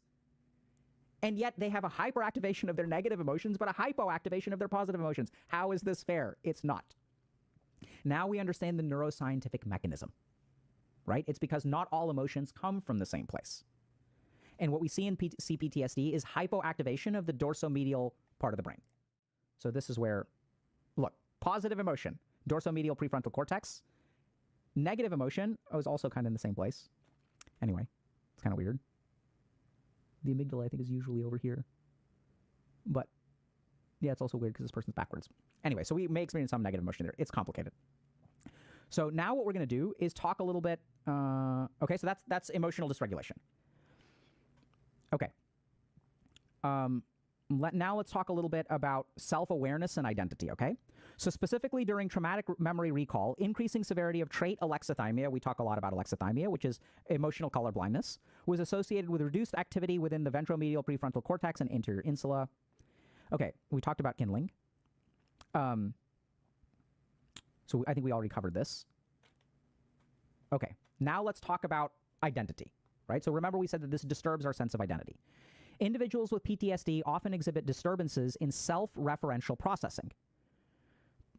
Johnson et al. Proposed that the ability to reflect upon oneself requires a robust sense of self, which has been described as a collection of schemata regarding one's abilities, traits, and attitudes that guides our behaviors, choices, and social interactions. So we kind of already explained this, but does this make sense? Like the sense of self is a collection of ideas, they use schemata because it's not quite an idea, about your abilities, your traits, and your attitudes. I like tacos. I don't like hot dogs. I'm good at this game. I'm bad at studying. I'm a dog person. I'm a cat person.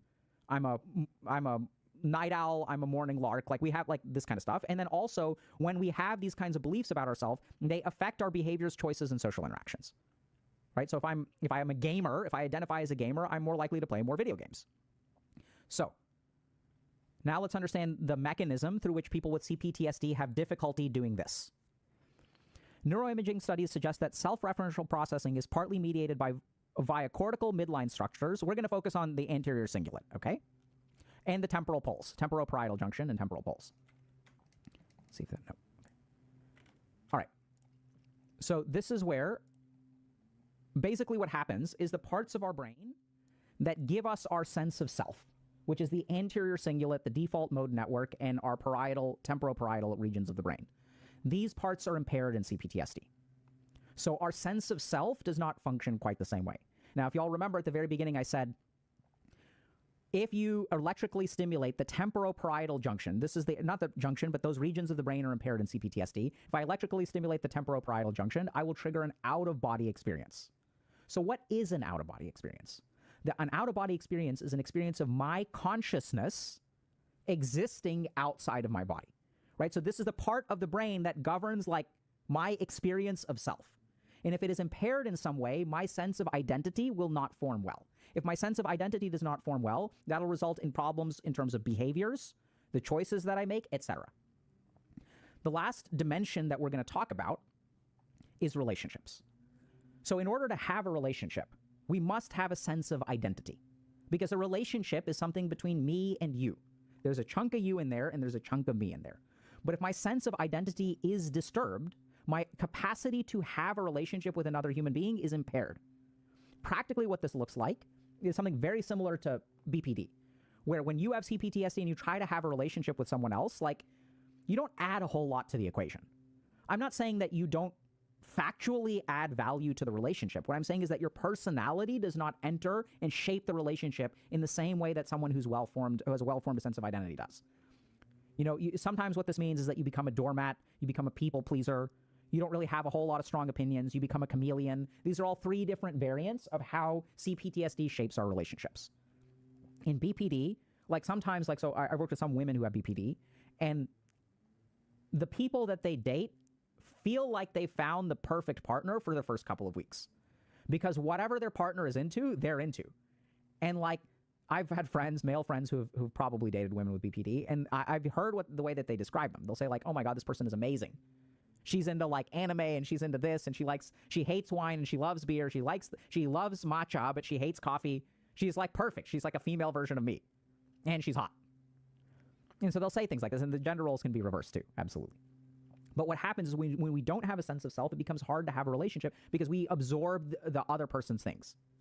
So in BPD, it's more about absorption of the other person. In CPTSD, it doesn't have to be that way. We can see doormat, we can see people pleaser, because I don't have a sense of identity. And once we have these doormat and people pleaser tendencies, we also open ourselves up for more toxicity in relationships because I don't advocate for myself. Right? Because you're better than I am. I don't have a sense when you treat me like crap. I do not have something in here that instinctively rebels. So if you have a well-formed sense of identity and someone treats you like crap, you recognize that you deserve better. And that idea that you deserve better, where does that idea comes from? It comes from a sense of self. Just think about the mechanics of this, okay? Think about the language that I'm using. When I say I deserve better, there is a stable conception of what this quantity of I deserves. I don't deserve $10 million. I don't deserve $0. I deserve $100. That is based on your identity. Now, in the case of narcissism, that identity is too high. So what that means is if anyone, remember this, root of narcissism is actually insecurity. So if anyone gives you even 1% less than you deserve, you become prickly like a porcupine. And you're like, I deserve better. And it's like, bro, like you got what you deserve. This is crazy. Like I did everything that I could for you. And the opposite is also true, where when you don't deserve any, like when you don't have a sense of self, then how can you deserve if you have no no stable sense of self and what you deserve? So this creates all kinds of problems in relationships, and we see that in CPTSD, right? So the disturbances of self-organization result in emotional dysregulation, hyperactivity using something like a kindling mechanism, especially in the negative emotional regions of the brain, where you have this sub-threshold electrical activity that then activates. It's like you're just going about your day, and then suddenly you feel intensely sad, and you're like, what the fuck, right? You don't actually think that way, because it's normal for you, but people outside of you look at you, and they're like, I don't understand why this person just gets so upset so randomly. And they do what they can to help. And if you know people in your life who do this, right, they just go into funks for like very intensely for a day, and you're like, what's wrong? And they're like, I don't know, or nothing. And then if you're like a normal person, right? I don't mean that in a judgmental way. I mean that if you have a brain that is not developed like this, you look at this and you say, tell me what's wrong. And they say nothing's wrong. And they're fucking crying their eyes out. And you're like, what the fuck? Because, and the thing is, in their case, they're right. Nothing is wrong. This is what's wild about trauma.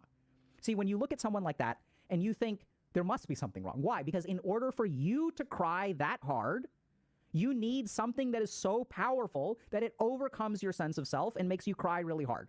In their case, they have a fucking seizure-like activity in their amygdala that just dysregulates their emotion, and they're crying for no reason.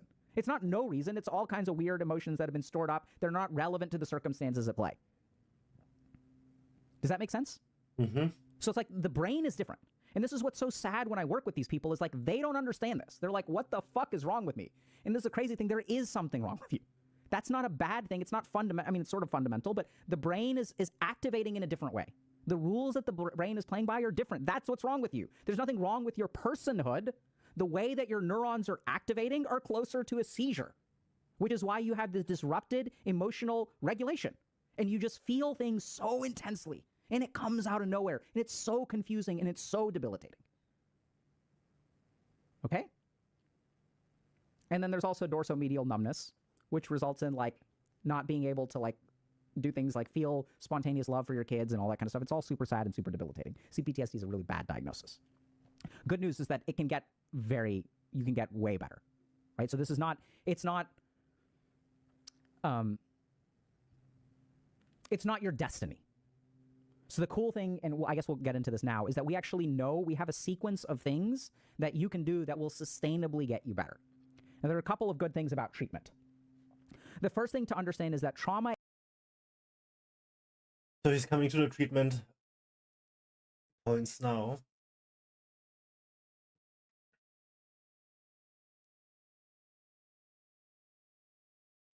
I've done so much work. It's crazy. That's why I'm here still on this planet. And I do feel like I have a sense of identity by now. It's just completely messed up. But I do know what I want and who I am and what I deserve, I believe.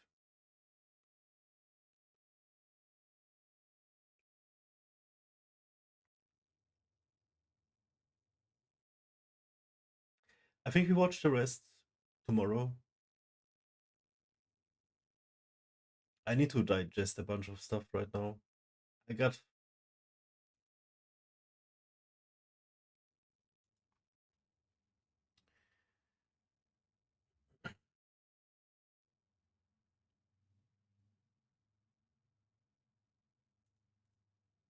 check.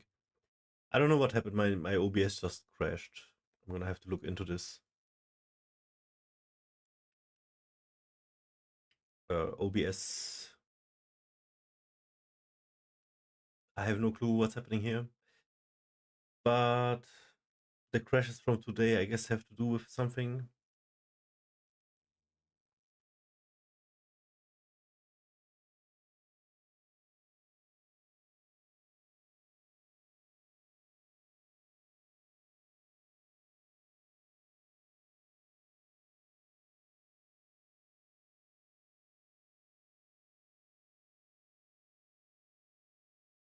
So I don't know if you guys can hear me. I'm just gonna go offline now. And maybe come back later. I'm not sure.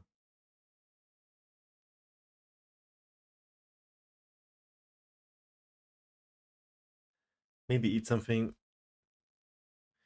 I gotta calm down a little bit, guys. I really don't know if you can hear me right now, so this is all messed up.